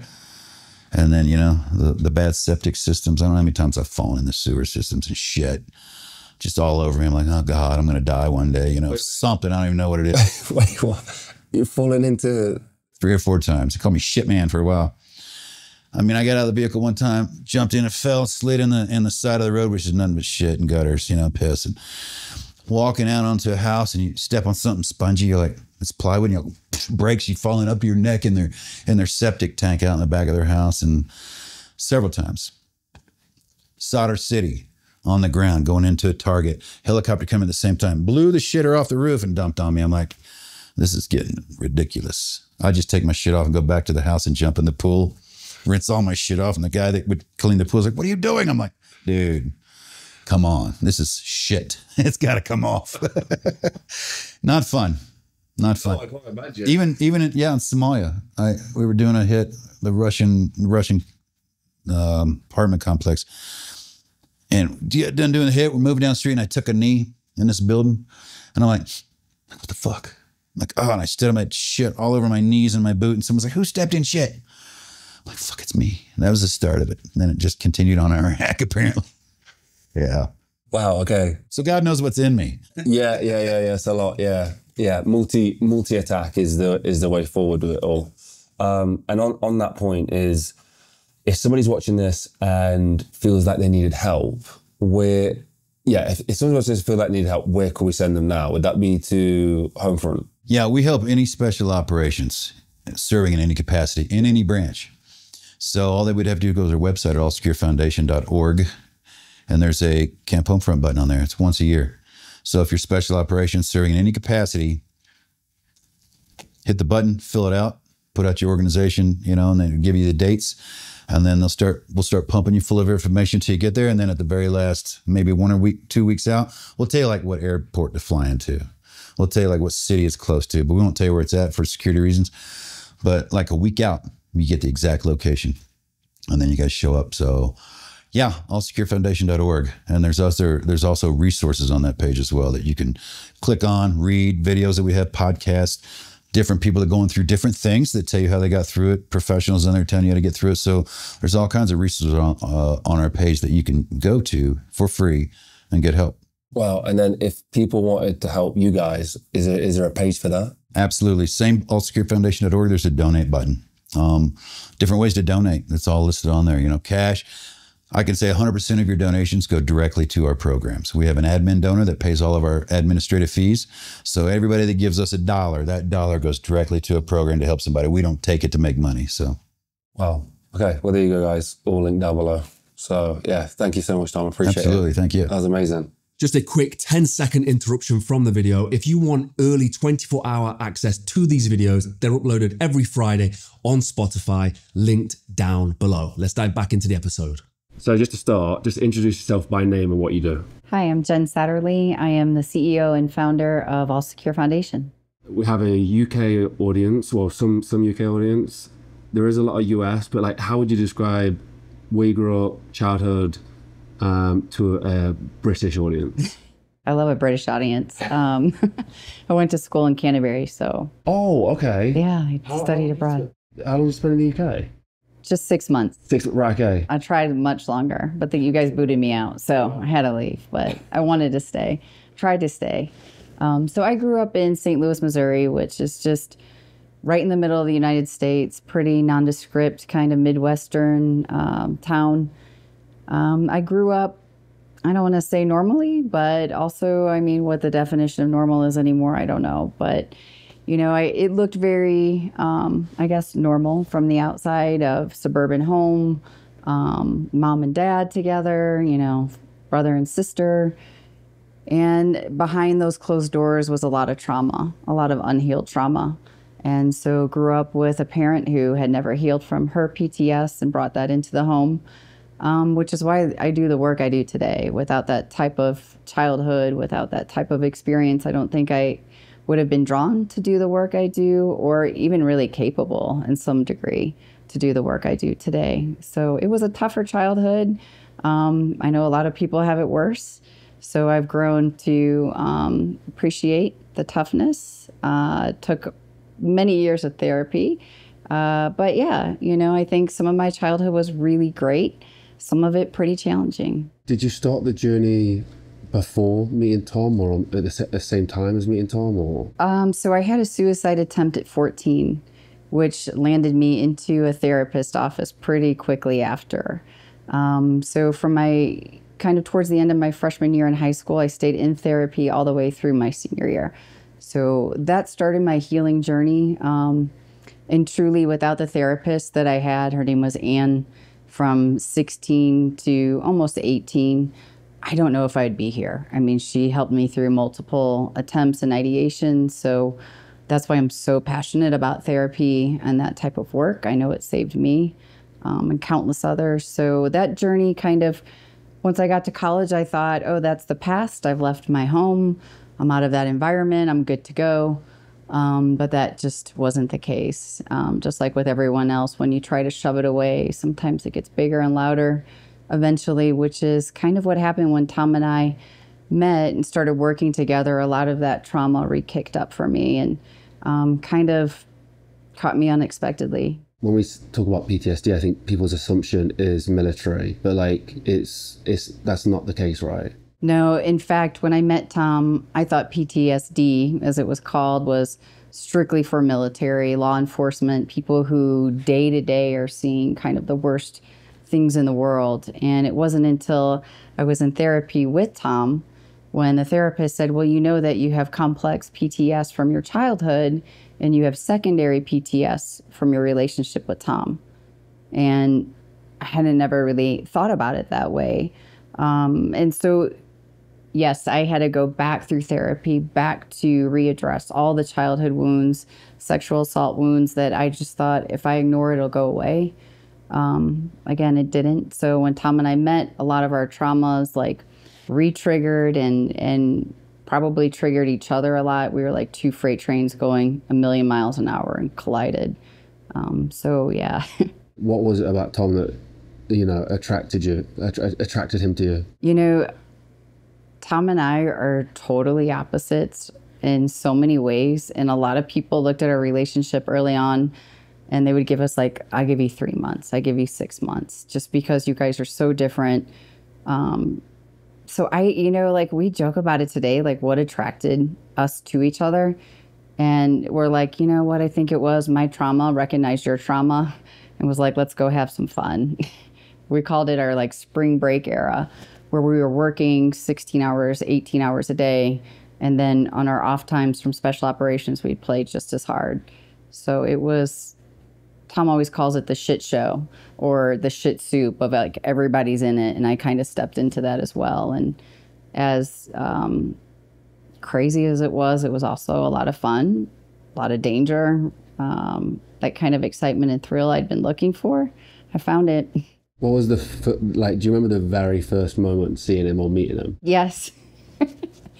So I was walking down a hallway. I was there for a production. I was hired to film a TV commercial, like a TV trailer for another Delta Force guy who had, he had retired out or had gotten out of the service many years before, and he had his own company. So I had been working for that gentleman, and he was walking me down the hallway, and he said, okay, hey, you're about ready to meet some Delta guys. And I was like, oh, okay. He said, did you ever see Black Hawk Down? And immediately, like, I was trying not to roll my eyes, not because of the movie, not because of the experience, but because where I worked in graphic design before, they had this huge screen that like literally took up a wall where we would show our clients, commercials and things like that. But Black Hawk Down had come out that year. So in 2001, that movie was playing over and over and over again at work. I was the only female designer.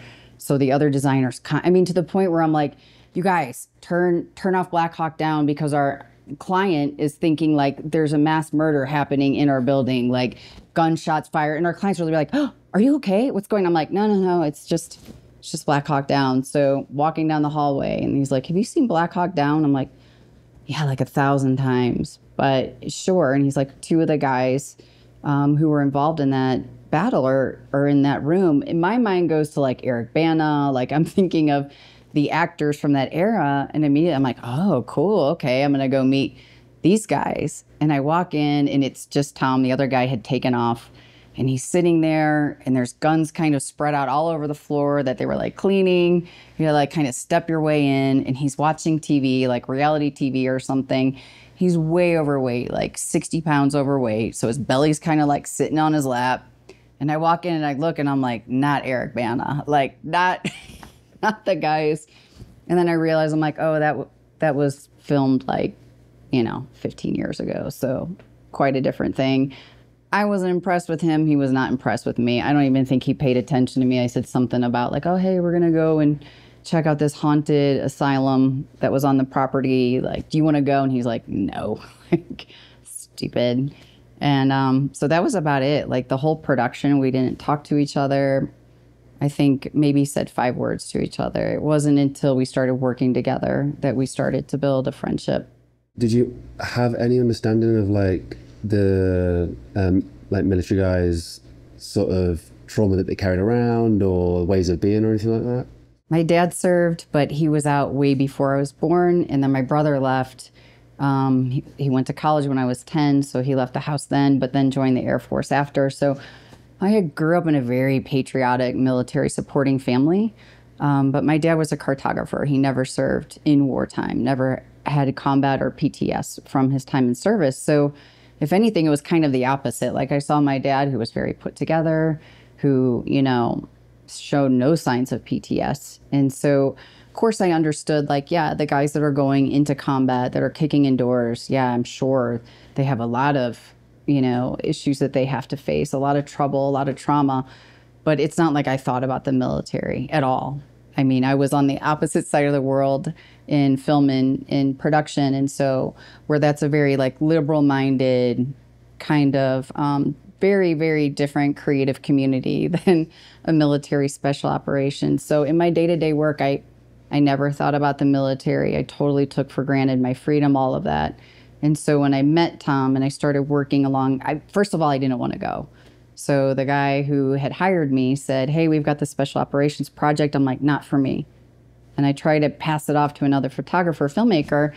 And he's like, listen, we've already got a rapport. I've already told them you're directing, like you need to come on this job. And I'm like, nope, I don't know anything about special operations. I don't really know anything about the military. I am not your girl. Like, I will find somebody else to shoot it. The third time he came back, he was like, I've already told them the production's going, it's good pay, just do this job, we'll work on some other down the line. And this guy had paid me pretty nice, so I'm like, okay, fine, I'll do this job. Like totally dreading it, like trying to get out of it, literally up until probably the week before, like, you sure you don't want somebody else to do this one? I just, like the high adrenaline, macho, alpha world was not anything I thought I would want to engage in whatsoever. And so it was probably day 2 on the shoot where I'm like, what's going on over there? Like, what's all these tanks, helicopters, like the cool stuff? And they're like, oh, that's a Navy SEAL exercise that's happening at RMT. And I'm like, well, can I go over and watch that? And they're like, no, can't. Like, that's the Navy SEALs. You can't just like pop into their training. And I said, but there's other girls over there. Like, there's other people. And they're like, they're role players. You know, they're part of the action. They're part of the exercise. So then I thought about it. I'm like, well, can I be a role player? Like, that would be a way for me to watch. And they're like, you don't want to be a role player. Like, it's rough and tumble. And so I kind of like, okay. But in the back of my mind, I kept looking over there the next couple of days thinking like, this looks really cool. Like, I want to see this. So afterwards I said, hey, do you guys ever have photographers or filmmakers join these huge exercises? I didn't see anything like that. We're like, no. And I said, well, can I come on an exercise and film it? And then I'll turn the footage over to the team. And they're like, yeah, they have combat camera already. And I said, but you just said they don't go on these missions. He's like, no, they'll deploy with them. I'm like, well, I have no interest in doing that. But this stateside mission stuff, I think could be pretty cool. So the guy who had hired me for the job, the former Delta guy, had reached out a little bit later and he said, listen, I've got a contract with the Army Rangers. I told them about you and I told them about what you positioned about coming and shooting and handing the footage over. They think it's pretty interesting. They haven't really done that before. So why don't you join us in 2 weeks in Georgia? You could come on the shoot. You can shoot everything. I was so excited. I'm like, okay, here it is. You know, I'm getting into the mix now. And it was an awesome experience. I mean, full RMT, Black Hawks, fast roping, you know, bombs going off everywhere. It blew my mind. I'm like, oh my God, I feel like I'm in an action movie. They assigned Tom to me, which is really kind of where we became friends, because they're like, listen, you can't just walk around here and take pictures and film. Like, they'll get hurt. You need a handler with you to kind of walk you through and show you what to film, what not to film, where to stand, where not to stand. Tom's your guy. He's going to be with you on the mission. So that's where we really just started talking. It would be like 3-4 hours. Like, when are they coming? He was like, when they come, you know? So we would just wait. On that exercise, I had their commander, well, actually their captain, because their commander told me to delete my entire card. So at the end of the exercise, I had to show them the back of my thing where it said deleted. And then the next day I had to tell the other guy who had hired me, like, I don't have any footage. He's like, what do you mean you don't have any footage? I'm like, they literally made me show them that I deleted all of it. He's like, oh my God, like, we told command you would have footage. I'm like, you know, what do you do? So I had nothing on the first shoot, but then ended up working my way into doing that for about 3.5 years. Wow. Okay. I mean, that's so interesting. Like, what a like alt way into the world as well. Like, so interesting. Do you remember the first time seeing like the manifestation of his PTS, like a outburst or something like that? Was there something that stood out to you that you remember? When I first met Tom, it was so professional. Like, and when he's on work, he's very, very calm. And I think that was one of the things later on his teammates even said, and those that were under him in command said, you know, one of his friends said, listen, you helped me through some of my toughest times in combat. And Tom's like, really? And he said, yeah, you were always the calm voice. You were just the voice on the radio that was always even and steady. And he said, I would look for you. Like, I would look for Tom, because I knew, like, if Tom's getting upset or something's going wrong, then something's really going wrong. Because even through the worst chaos, he could just hold it together. So when we first started hanging out, it was at work. So I very rarely saw anything, because he was very professional. I could keep it together. It wasn't until we started dating and hanging out where the drinking really became involved, that he would be one version when he was on in military and a completely different version when he was at the bar. And he was great. Drink 1, drink 2, drink 3, you would start seeing the change. And by drink 5, you better hold on, because the anger or the rage or whatever swing it would happen, either like really high highs or really low lows. There was no in between. Was there a shocked moment the first time you saw it? I'm sure I was shocked the first probably year I saw it, of just he could go from completely calm and steady, like literally like laughing and having a good time, and then that switch would flip so quickly that it would catch me off guard.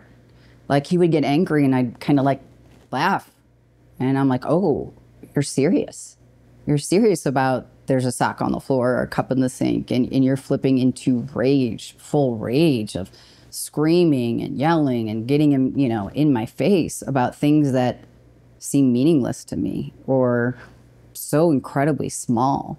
And I think that was the shock. I understood like getting mad or upset at big things, even why that kind of was his disposition. But to freak out over things that seemed meaningless or small, that's where it really started catching me off guard, of just walking on eggshells of, what if I say this wrong or do that wrong or walk in the room wrong? Like, how is he going to receive me? How is he going to receive this information? You never quite know once that instability sort of settles in the relationship. No longer are you being charismatic and holding it together. You know, you're starting to show your true side. And once that came out, it was scary. It was terrifying. Physically, was there a change to look at his face? Because the way you describe it makes me feel like that would be the case. It sounds really crazy, but his eyes literally would turn. He has these beautiful blue, bright, vibrant eyes, and they would turn black. Literally, I could see the physical. His forehead would become more prominent, so like the lines would become more aggressive. His face would literally turn red. The veins in his neck would pop out. His jaw would pop out. Physically, he would get bigger, so like his chest would pop out, his shoulders. So physically, he would change very quickly from Calm Tom to Crawler, his call sign. And when Crawler came out, it was hard to put him back. And I think at that time he enjoyed Crawler. He wanted him to come out because it almost gave him an excuse for the behavior of needing that outburst, needing that rage, wanting it, craving it, and then excusing it. And that was a pattern for many, many years. So when you say Crawler, is that like that idea? Did you come up with that idea? Was that something that was kind of understood that's what that was? So he received his call sign Caller back in the unit many, many years ago. And one of the things that we kind of used in our healing as we started to go through therapy, one of the most powerful things I saw was the therapist asked Tom, she said, hey, we need to break this rage cycle, not even anger, but rage. And she started working with him and talking about the anger and the rage and where it would come up and how it would come up.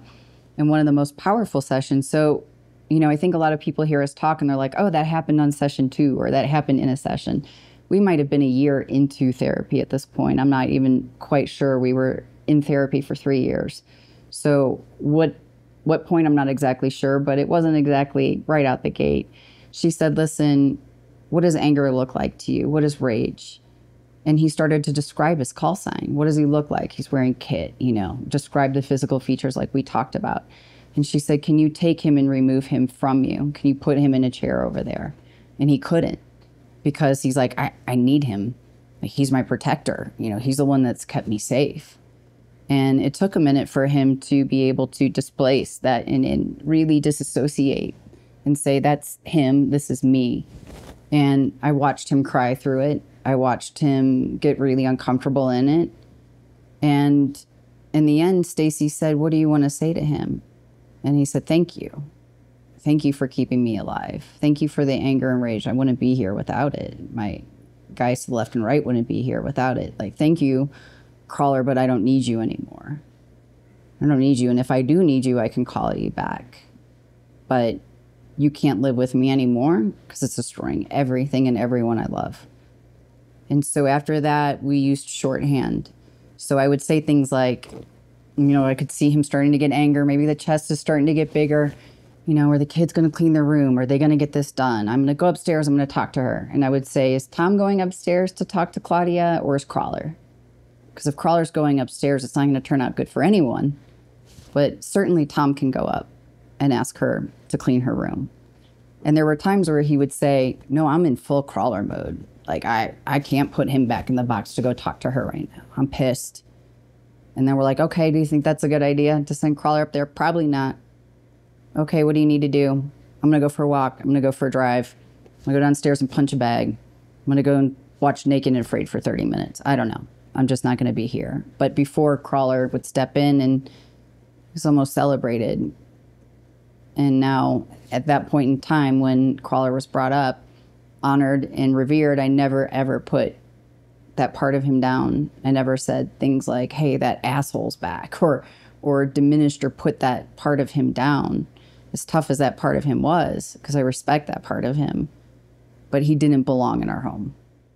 Tom mentioned about it coming out at night at times, like in his sleep and stuff. Do you remember the first time experiencing that, or just the experience as a in general? Tom would have nightmares, and the first time he had a nightmare, he was talking in his sleep, he was saying no, he was wrestling something. And so, instinctually, I just kind of did a gentle, hey, hey, whew, that was a mistake. Like, he literally full on swung at me. I mean, still in sleep, like just me touching him. He rolled over. I rolled out of bed at the exact same time. I'm on the floor as he like punched the thing, and then he kind of came to, and he was like, what are you doing on the floor? I'm like, did you not just, what? Oh my God, what just happened there? And it was early in our relationship. He doesn't really have nightmares anymore, but from that point on, I would get out of bed and literally throw something at him to wake him up, or touch him with something from a distance, because I'm like, no, you don't wake him up out of a nightmare next to him. Well, and then, I mean, I hate to, I know this was really deep stuff for you guys as well, so I don't want to beat on it too long, but like, was there a moment in the relationship where you were like, this is it now, you need to go get your shit together, like this is enough? I don't think I had like a specific moment where I'm like, this is enough. It was so many moments that were tied together. The million reasons I had to leave. And the one was that I loved him. That's what kept me there. The one reason to stay and the million to go. And I think what happened was, we were in therapy. We had made it through some really tough things, affairs, all kinds of things. But I think for me, what it came down to was kind of realizing my grandmother had put up with so much in her life. Like, she married a schizophrenic man and had a whole life of turmoil, trauma, just the hardest life possible. And I thought of her, I even named my daughter after her. She's the strongest person I knew. And I thought, I'm going to end up like my grandma, who ended up having a nervous breakdown at 72 and never came back. I mean, full on dementia from that moment. And I thought, I'm going to end up like her. I'm going to have a breakdown and I'm not going to come back. And I can't let that happen, not only for my sake, but for my children. And it was moments of, you need help, and he would go and he'd do a treatment, he'd get better. 3 months later, you need help. Okay, he'd go do a treatment, he'd be better for 6-7 months. Okay, you need a treatment. There was never a time where I said to him, I'm leaving you. Never, even to this day, through it all. So I've never really given Tom an ultimatum, just let's try the next thing. Let's try the next thing. There were definitely times I wanted to leave, more than I could count. Like, what are you doing here? This is unsafe. It's crazy. You're crazy. All the things. But the love kept me there. So, yeah, I don't think I ever had a moment where it's like this or you're gone. It was more, we can't sustain. And we can't sustain this way. And he knew it. Every time I was like, hey, we're here again. He's like, I know. It wasn't a shock. During the first breakthrough? Oh my gosh, he has had a lot of breakthroughs. And I think one of the first ones I remember was in transcendental meditation, which he did not want to do. This was early on in our relationship. I had learned so much about transcendental meditation because in 2013, PTSD was not talked about, like not in the military, not in society. Like, you never heard PTSD in 2013. So I was doing like all the Google searches I could. Because it was so crazy, this world of like 1 minute happy, the next minute flipping out, walking on eggshells constantly, desperately wanting to help him and not having any idea how to. And so one site I came across was for first responders, and all these police officers and first responders were having amazing results with transcendental meditation. So from my old film world, I was obsessed with David Lynch. He has a foundation, the David Lynch Foundation, that sponsors folks going through, and they sponsored us to go through transcendental meditation. Tom did not want to go. I mean, he was kicking and screaming, what is this woo-woo stuff? This is, you know, and he came out of it in his physical, like we had talked about, the physicality of him was different. His face was like calm, it was settled, his chest was settled, everything, and it was a 20-minute session. And I couldn't believe how quickly him going into a meditative state was able to start breaking apart some of that trauma. I mean, it was another 7 years after that, but it was the first time I saw that physicality, that calmness on him. And I'm like, wow, you know, there is something out here for him. Because until then, I thought it was a life sentence. Just like with my grandma and grandpa, just like with my mom, just like, you know, PTS can happen to anyone from abusive childhood. I mean, you've got complex, which is you seeing something over and over and over again, like first responders or military or people who are in an abusive relationship. You have singular post-traumatic stress. You're in a car accident. It's terrible. You witness something that event triggered PTS. So there's multiple kinds, and it comes from many, many different arenas. But in 2013, it was, that's for cops or that's for military. And I didn't know, and he didn't know how to even begin to tackle that thing. It was a beast. What's the secondary PTS? Like, how does that manifest? So secondary PTS, I think the way that we best describe it is called eggshell syndrome. And it's when you don't know how your partner is going to respond, or parent. It could be anyone that you're in a relationship with. So I didn't receive the trauma. And many spouses will say this, I didn't go to war. I didn't see the things that he's seen. Like, how could I be feeling this way? Like, why am I having anxiety that matches his anxiety, or depression that's matching his depression? Why am I all of a sudden on meds and I've never needed to be on meds before? Why am I constantly telling myself I'm crazy? Why am I having suicidal ideation?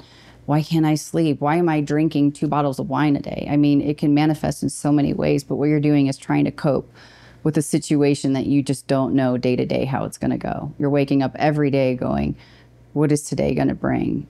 And day after day after day of constant, you know, if I say it right, maybe he'll be happy. If I say it wrong, he'll be upset. If I clean the entire house, he's going to come home happy, only to find out that you didn't do the laundry, which is the thing that set him off. You know, so you're constantly trying to appease and do this dance, and you're never going to be able to appease, or you're never going to be able to quite keep the situation from exploding, because it has nothing to do with you. It has everything to do with the other person. But you're constantly trying to regulate and manage somebody else and their PTS, and it causes anxiety, depression, the whole list of things that you have to battle and fight alongside. So it's barely talked about. Tom and I will go to military units constantly, and we'll ask, has anybody heard of secondary PTS? Like 3 people raise their hand. And frankly, when we talk to military groups, when I see guys come up to me with tears in their eyes, it's not about them. Like very rarely ever about them. It's like, can you help me with my wife? Can you help me with my kids? Because I see, after you've described it, I do the exact same thing in my house. My wife is having the exact same thoughts or exact same behaviors. I'm, you know, and I think for a warfighter, so many of them say, like, I'm really desperately trying not to bring the war home. I don't talk about war stories. I don't talk about the things I saw. I don't talk about the death or the grief. Like, I try to keep it out of the home. But the thing is, like, once you go to war, it doesn't matter if you don't share the stories, it's coming back with you. And the more you talk about it, and the more you open up, and the more you say, this was my experience, it creates a bond. It's actually quite the opposite thing. Isolation's the killer, and truly trying to separate, or it's part of the warfighter, it's part of the warfighter family. Yeah, I think that trying to compartmentalize it or bury it is like, it spills out. Like, people, they don't think it does, but you feel it, you see it, you can sense it. Interestingly, just on the secondary PTS, the effect that has on partners' mental health and stuff like that. And you spoke about suicide rates. I don't think this is spoken about at all. And I was actually surprised when you said it, that the partner's suicide rates is significantly increased. It is. And it's something that I don't think is talked about at all. At all. Like, I had a commander of a unit when we went to speak, and when we were done speaking, his wife was there and his face was red the entire time. Like, I'm like, oh my God, this guy's pissed. I don't know what's going on. And afterwards, he kind of came and he was pointing his finger at me. He's like, why didn't I know about this? Why didn't I know about secondary PTS? Why didn't I? He was so upset because personally he had lost his first marriage to it. You know, and he was like, where's the training manual? Like, why aren't we told this? And I said, you're the commander. Like, you're commanding all of these men and women. It's your job to know about it. We're just coming in as advocates and as educators. But as the command and the lead, you should know about it. You should know what war does to a family. You've lived and seen it. So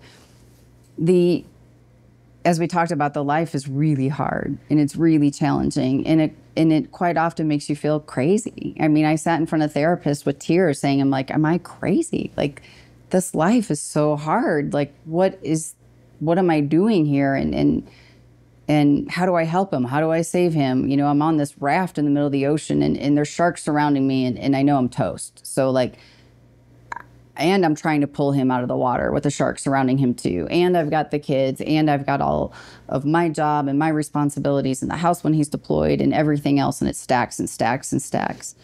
And so it's really impossible to get statistics on the spouses and the children who take their lives due to this type of world. But the Pentagon had given the number 200 spouses had taken their life. So every 1.8 days, a spouse is taking her life due to secondary trauma from living in a home with someone battling war, combat PTS. I think that number's way low. That number's from 2019. And we know in special operations, the numbers are tripling. So there's no way that we're not seeing that spill into the spouses and the children. The children, anywhere between 10 to 17% higher than civilian children, will take their lives. These are war-torn families. It just looks different than what they show you on TV.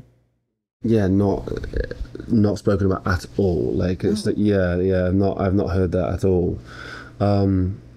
Okay, so you guys are on this journey. You start seeing improvements. At what point do you go, this could help other people? Like, where do you like get that spark from? We were in therapy for years, and we had gotten to a place where we felt really good. Like, we've got this. We've overcome some really tough challenges. He's doing better. I'm doing better.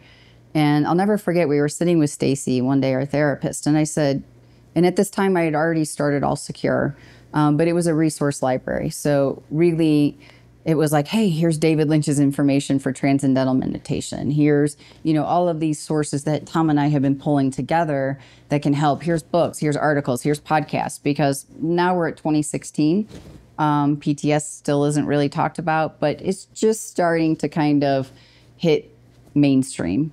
When a friend of mine was like, oh my God, I was at the shopping mall and it was so crazy and I couldn't find a spot. And by the time I left, I totally had PTSD. And I'm like, okay, we've hit the mainstream now. Like, wrong use of the word, but there it is. So we were sitting with Stacy and I was telling her, I was like, I wish I could give you to all of Tom's friends and all of these amazing spouses I've met.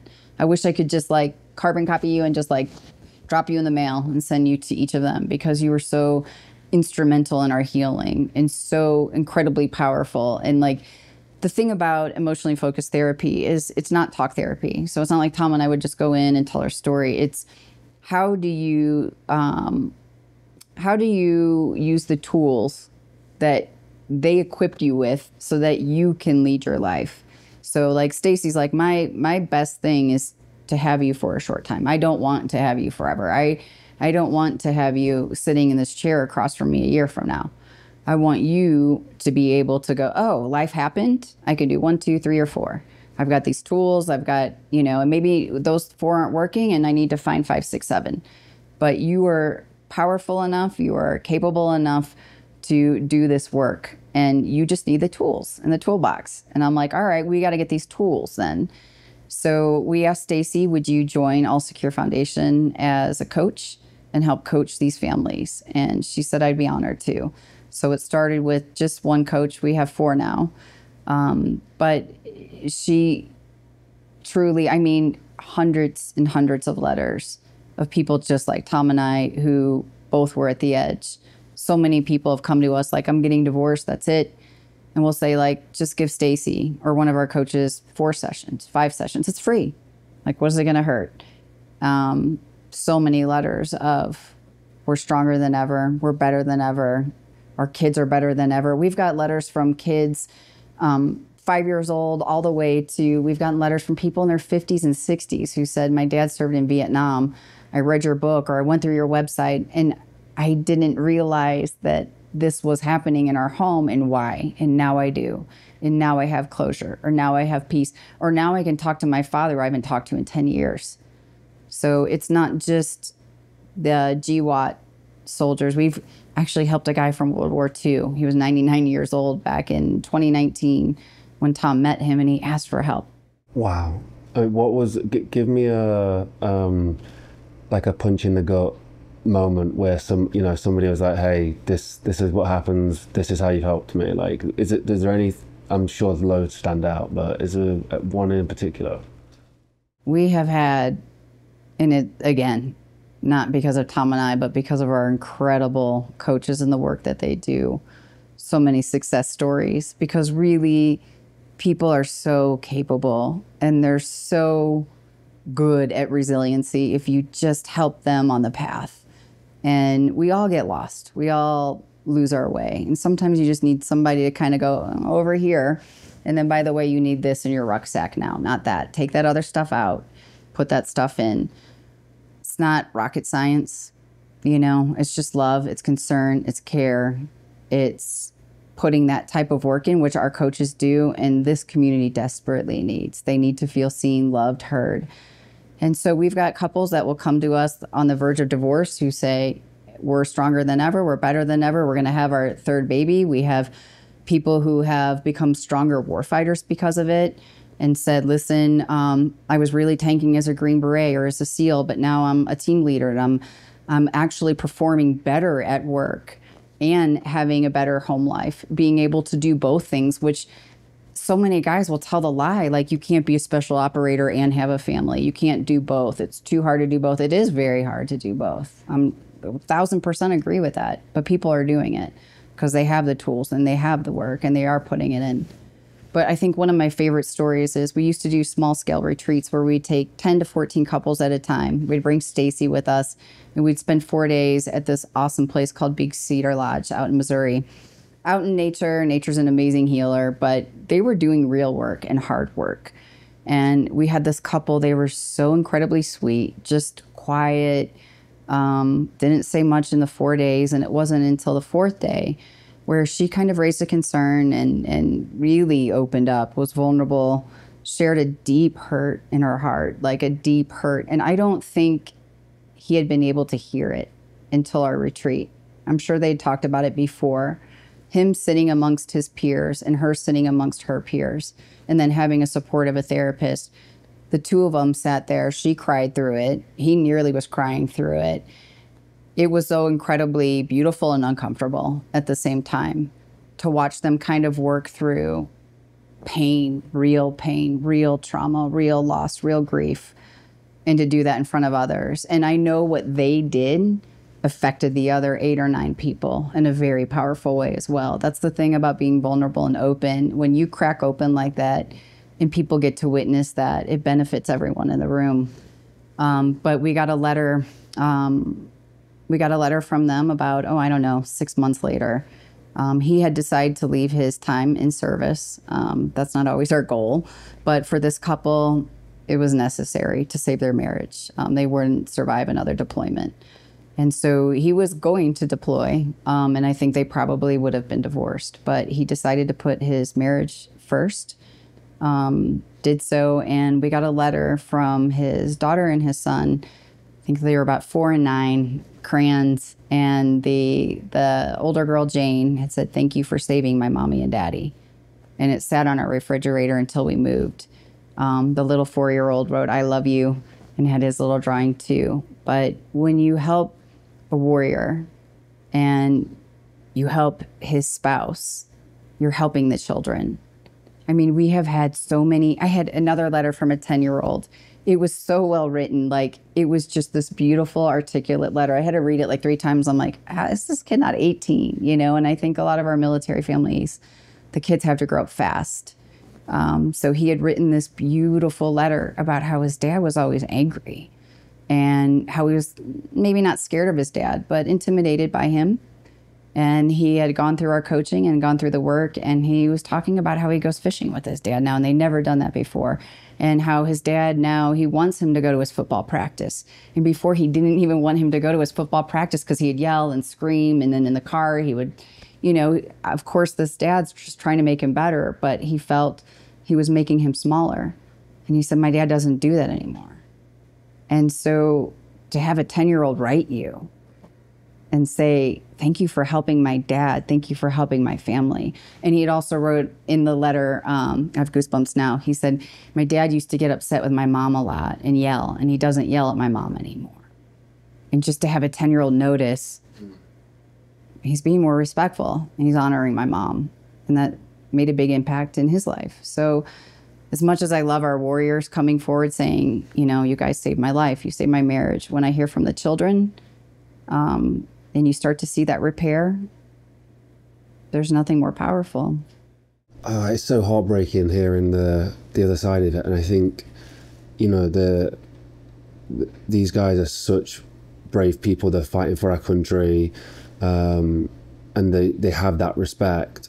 And I think the family's in the shadow of that. And you don't, like, just this conversation we've had today as well, like, it's not something that is thought about at all. And like when you say a 10-year-old or an 8-year-old writing that letter or having that like the consciousness to even think of that, like, is just so heartbreaking that that's what they're thinking about and going through, and is missed. So the work that you guys do is just unbelievable. Like, it's so amazing that it's happening. But it's just, I think we spoke today about you saying that we put them on a pedestal. We put these guys on a pedestal, and there's so many bad things and negative things that happen to that. And it's not to say that the respect isn't there, and it's not truly appreciated. But there's big issues with doing that. I'm curious. You know, you look at Tom, and people look at him as a superhero figure, and they put him on that pedestal. What's the other side of it? Like, is there a way you could describe the human side of Tom, like, that people don't see? You know, I think it's kind of funny because, you know, you see this version of our special operators, and it's like the Hollywood version is, it always cracks me up, like, every time, because it's either like the guy who's always like cracking jokes and he's the smart ass, or you be like, it's the cliches that you go down the line. And when I met Tom, like, he kind of checked a lot of those boxes. He was very charismatic. He was a complete and utter smart ass, like dry humor, dark humor, extremely capable, had done the craziest things in the world I'd ever heard of. I don't mean just in war, I mean in like training as well. And so obviously he's in a building where they tell them, you're the best of the best. And they are. I mean, they are. They're incredible. But what that does to you is it separates you. It says, I'm over here and everybody else is over there. And so I don't think that Tom left with like, oh, I've got this superiority complex and I'm some god. It's not like he ever would say those things. In fact, he would also often be very humble. And still is, like, to this day, if somebody asks him, oh, you were in the military, you know, where did you serve? The most he'll say is Army. Like, he doesn't give any more information than that. So very humble, but also had this mindset of like, I can go anywhere and do anything and have the budget and have the team. Like, when we started working at All Secure together, I'm like, how many secretaries did you have when you left? He's like, 6. I'm like, okay, you have none now. Like, you are your own secretary. I'm not your secretary. You know, like, it was difficult to have somebody go from this very elite, you know, very high level military guy back to like, hey, we're all sweeping floors here. It's like, you and me started this nonprofit and we've got Stacy and a financial guy. So, you know, getting into civilian life was a huge adjustment. But in his military world, like, the crawler versus the Tom version. You know, he's the dad going to the football practice. He's the guy who's got a nice house and a nice car and a nice pool and all those things. And then he would deploy and he'd go away and he'd come back. Now, I wasn't the wife with him at that time. I met him after service. The funny thing is, she's like, oh my gosh, you know, we're getting divorced. And the next version of you, you're going to be out of the military and you're just going to be all healed and better. And he's always like, no, you kind of got the worst version of me, because the version she got was one that just wasn't home. I wasn't doing a whole lot of damage because I wasn't there. He's like, you got all of it. You got 24/7 Tom. And what that looked like was, you know, early on, he's healed so much more. I mean, he's healed so much now that anymore it's hard for me to kind of go back and go, where was he 12 years ago? Where was he 10 years ago, 7 years ago? And that version of Tom wasn't a pleasant person to be around often. It was getting big over little things. It was dominance. It was control. It was aggressiveness in driving. I mean, everywhere. Like, if you're going to say aggressive behavior, it's going to spill into everything from washing dishes to mowing the lawn to going to the post office. Family vacations and holidays were the worst. I ended up getting to the point where I dread them just because I knew they would be terrible days. There's even a chapter in my book called How the Grinch Stole Christmas, because they literally become the Grinch. And when you start talking to the spouses and the experience, it's I don't want to say the same because there's millions of us, but so incredibly similar of you've got this great guy, and when it's good, it's so good. But when it's bad, it's ugly and it's really bad. And there's very little in between. So it would go from having a great dinner, having a good time, to something setting him off. And it could be the smallest thing. And then I'm dealing with rage, anger, name calling. Some guys will isolate. So I think the assumption is these guys always get really big or aggressive or violent. A lot of our special operators isolate. They might say, hey, we're in a fight. Fine, I'll see you in 3 days. See you in a week. And they'll take off. And the wives have no idea where they went. It's terrifying. You don't know if he went into the woods with a gun, if he's in Texas instead of California. So for every couple and every relationship and every warfighter, it's going to look different. But for us, it was aggressive anger, because for Tom, how did he win in war? He got big, he got angry, he got violent. How was he right or wrong? He was right when he was violent and big and aggressive. They've given him 65 medals for it. You know, that's how they train. It's how it's thought. It's the community. It's the culture. It's all of it. And so for him to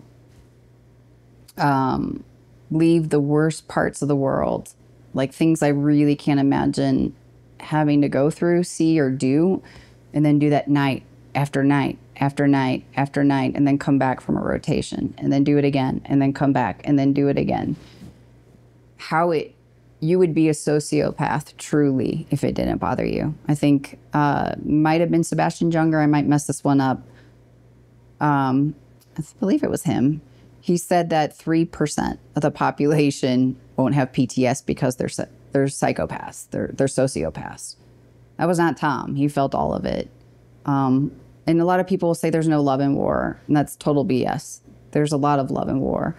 The guys that fight to the right and left, you love them in a way that most civilians will never love a coworker. I mean, it's not like when I was in advertising, I'm like, I wonder if I'm going to die today. I wonder if, one of my friends are going to get killed today. I wonder if we're going to get mortar around that's going to come through. I wonder if I'm going to see children dead on the street when I walk into work. I never had to think about anything like that. I mean, the privilege of what I did was from their sacrifice. I think that's the thought of how it impacts the family has always been surrounded in active duty, and then retirement. Oh, it's all happy clappy. We're back. We're getting back. It's all going to be nice. And really, you're dealing with all the fallout at that point. Did you? We spoke with Tom about the an identity crisis of he being stripped back from this guy who he was, and he didn't have that anymore. Did you see any of that in him? I absolutely saw Tom struggle with identity. Complete and utter identity crisis. And I don't blame him. From 19 to 46, that was his world. Those were his people. That was his mission. And he was really, really good at it. I tell him all the time, because he's like, I was a shitty, shitty dad. And I said, I know, but you were an amazing war fighter. Sometimes the two of those don't go together. So his identity, you know, I think the funny thing is he's still in it to a degree. I mean, All Secure Foundation serves special operation warriors. We're on special operation bases. We hold retreats with hundreds and hundreds of war fighters. So to a degree, he's still in it. He's not going to Iraq anymore. But he's still around his community. He's still around the guys and gals that he served with. And I think it's been his biggest modality of healing, is helping others heal. Did you ever see, through your eyes, a shift or a moment for Tom, seeing the impact that he was having? I'm trying to think of a specific time. Obviously, the book was obviously a big thing as well. Like, I'm sure like there was a lot of people reaching out to you guys at that point as well. He did not want to write his book. Like, it took me a year to force him to write that book. And I get why he didn't want to. And I respect him so much for doing it, because of the shit I knew he was going to catch, because of the trouble, the criticisms, and quite honestly, like, a lot of his friends came at him for writing a book. And he's like, did you read it? And they're like, none of them read it. They thought it was like this cool guy. I went around the world. I'm some Delta badass guy. And Tom's like, why don't you read it and call me back? Like, I literally, totally, you know, admonish myself, tear myself down in order to help people understand what this war does. And not even people, my friends like you. You need this book too. In fact, one of his friends from the unit wouldn't read it. And about a year and a half after, like, good friend, like, served together in Somalia friend. And like a year, kind of forgot about it. And like a year and a half after the book came out, he called Tom and he said, I read your book. And Tom's doing that like, oh God, like, here it comes. He said, thank you. Thank you for writing it. It was brave. And I don't know that I would have or could have done that.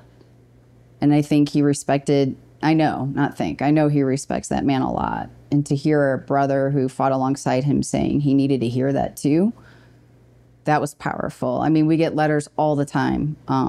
This book saved my life. This book saved my marriage. I understand my dad now. I understand my son now, and every time you would think like, oh, okay, here's another letter, another email, another text. I've watched him cry over them. I've watched him tear up over them. I've watched him shake as he's read them to me. He, to this day, still kind of cannot believe the impact it's had. Like, he's like, are you kidding me? Like, this really helped someone? But what I saw, the reason why I was like, please, please, please write this book, is when we started All Secure, we both were on the phone all day. It was call after call after call. This is before we had our magical unicorns of healing, our coaches. And Tom and I were trying to do a lot of that redirecting. Here's a referral for you. Here's a reference over here. Go to this resource. But you would end up hearing sometimes 2 to 3 hours of their story. I'm crying through it. Tom's upset through it. It would re-trigger us, I said, listen, I'm telling these guys your story. They tell me their story, and then I'm like, let me tell you about Tom. And half the time they're like, wow, really? No way. Him? So if you just had a book, I could say, read Tom's book and then let's get on a call. If you still need to get on a call. Because most of the times they don't. They're like, am I crazy? Is something wrong with me? Am I broken? Is this a life sentence? And then they read Tom's book and they're like, wait, there's a way out? I can get through this? I don't have to feel this way the whole rest of my life? All right. This might be hard. Okay, I've done a lot of hard things. I could do this hard thing. Because staying in PTS, it gets better. It gets better when you put in the work. If you don't put in the work, it gets worse. And so people keep waiting it out, like, hey, this will go away. It won't. So you're going to have to pick your hard. It's hard to be in PTS and live in that type of life. It's hard to face the mirror, face your past, face whatever it is. Pick your hard. You're either going to stay hard stuck where you're at or hard moving forward. But the other side of moving forward is a good life. And Tom's leading it. And last week he said, I don't have PTS anymore. And for the first time, I believed him because I see it and I don't see the symptoms anymore. The moral injury piece we're still working on, but the PTS piece, I think he's nailed it. I think it must be so liberating for these guys to see that. Like, it must be so liberating. I think we've covered most of the stuff. There is a list that I'll run through, but the last point was the moral injury point, and it's like, I mean, moral injury is just a great description for it anyway. Right. Yeah, it's perfect. But could you talk us through that a little bit? So moral injury happens when you're doing something against something you believe is right or wrong. So for instance, if you're told your whole life, it's wrong to kill, it's wrong to kill, never take a life, and you go to war and you take a lot of lives, you start thinking about that. You start thinking about those actions. You start thinking about, this doesn't align with my beliefs. It doesn't align with how I was raised, whatever that may be. And now I've done something that goes against that. It goes against my integrity. It goes against the core of who I am. Now what do I do? Now I'm stuck. Now I'm in this place of shame. And the difference between guilt and shame, guilt's productive. Like, people are like, oh, I wish I wasn't guilty. I'm like, I'm glad you are, because you'd be a really terrible person if you didn't have guilt. That tells you where those boundaries are. You're going too far this way. Guilt's healthy. Shame is not. Shame says, I am bad. Guilt says that is bad. And so often when you're in this moral injury place, you're living in shame. And that's deadly. Shame is a killer. That's why people often take their lives. It's that cycle they can't break from. I am bad. I am a monster. I am terrible. Instead of, that thing I did was monstrous. That action I did was bad. We all make mistakes. We all screw up in this life, some bigger than others, sure. But that's why we have grace. That's why we have mercy. That's why we have forgiveness and understanding. And people aren't taking that back part with it. And also, and you know, I mean, if we're talking about it in this sense with our war fighters, you know, so many have come forward and they'll say things like, I'm going to hell anyways. I've already burned out this life anyway. I've already done too many things that I shouldn't have done. Maybe it's not even taking a life. Maybe it's something else that you feel strongly about and you do the opposite of it. And that narration starts in your head. You're bad. You're bad. That's wrong. You know, you don't deserve to be here, you know. And so the moral injury piece, people literally need to think about it as the triangle of healing: body, mind, soul. You've got to tackle all three. Tom and I started with, you know, body and doing supplements and mind with meditation. And it wasn't until he addressed the soul until he healed. And he's still healing that part. It's the biggest piece of that triangle for him, was not only the things he did, but the things he witnessed, the total evil of humanity that he had to see and times participate in. And so I think for Tom, when I saw him really crack and really start to heal in a way that 2 years ago, he accepted Christ and he started working his way back into a relationship with God. And that's all been on Tom, you know, that's between them. But I've seen him struggle through it. I've seen him cry through it. I've seen him have moments of complete and utter awe where he's excited, you know, even to where he talked to a chaplain once and the chaplain said, you know, you've got this wrong. And he's saying it in front of a group of guys, you've got this wrong. You know, look at what war has existed since the beginning of time. There's been war, you know, and God never said there wouldn't be war. He said you should not murder, you know, not kill. You shall not murder. You should not just go on a little spree and take out your neighbor or something because you didn't like the way he cut his lawn. Like, you can't go around murdering people. But the Bible says there is a time for killing. And it's evident throughout the entire thing. And so once I think our war fighters realize, I didn't want to do it. I had to do it. And I had to do it for others. Because quite honestly, people like me couldn't do it. I'm not cut out for war. I don't have that piece in me that could have gone over like them. And I respect it immensely, immensely. I don't know where we would be as a community as a country without our war fighters, without our wolves that will go into the den and fight and take on evil eyeball to eyeball, because it's special people that can do that. It's interesting you say about the actions as well, and like the things that we've done. When you said that, I was like, oh yeah, but what happens if it's difficult to forgive, or how do you forgive yourself? It's like when you articulated that really nicely. Is that we're not our actions though. We have had to make some decisions, but we are not the actions. Like they are two separate things. Because I think a lot of people, we have people messages all the time about that, unrelated to military, just like things they've done in their life that they struggle to forgive themselves on. And moral injury is they're probably morally injured.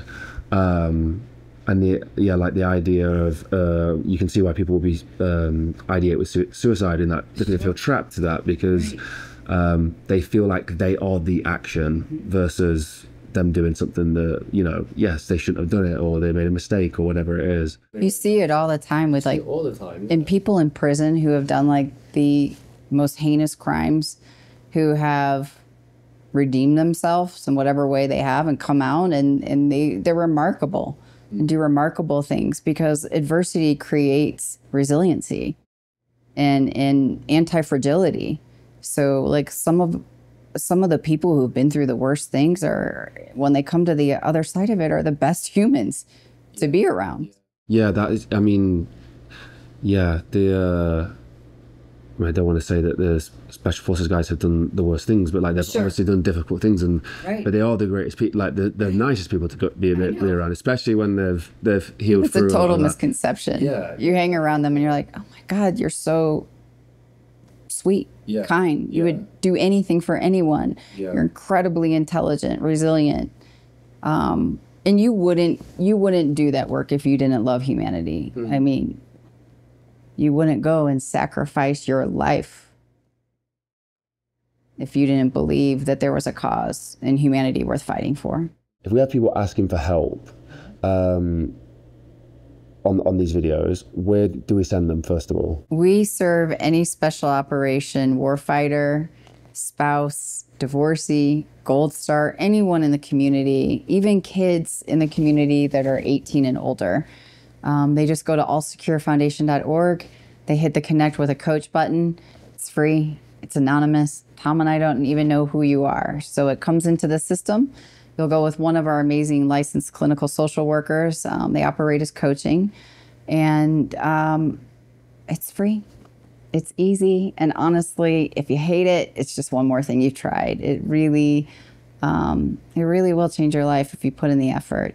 And if All Secure isn't the right fit for you, there's hundreds of other nonprofits that are passionate and dedicated to serving, to help you getting well and living like your best life. You deserve it. You've put in all the hard stuff. This is time for you now. It's time for your family now.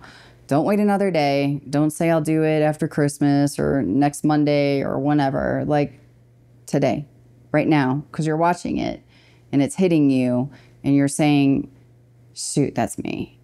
Like, oof, I need to do something. Do something then. Don't wait. It won't get better with time. I love that. And I do feel like both of you sharing is, I'm sure people are connected on, like, that was us, that's me for sure. If people wanted to help, where would they go? Like if they wanted to donate, like I'm guessing there's a page and all that kind of stuff. If you want to donate, 100% of your donation goes directly to supporting our program. So that means a warfighter session, a spouse session, our Camp Homefront event where we bring out 500 operators, an incredible 3-day event, because we have an admin donor who is covering all of the other costs. So you don't have to worry about that. 100% of your donation goes directly to our programs. That's at the same site, allsecurefoundation.org. Amazing.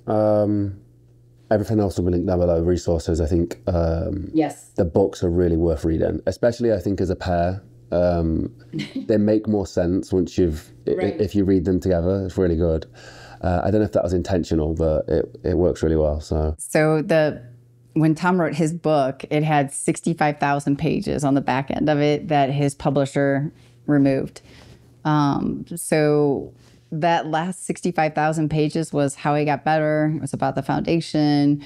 It was about, facing his demons and what that looked like. And they're like, no, you have 100,000, not 165. So they took out the whole back end of it. And I'm like, wait, that's the part we needed for All Secure. So I wrote Arsenal of Hope as sort of that continuation of Tom's book, but even more so the research we were finding, the resources. I wanted to tell the spouse perspective because so often it's just not told. Well, it's all in Namalo. So yeah, thank you so much for this. Thank you. Like, this is going to be so interesting. Like, we're really excited for it.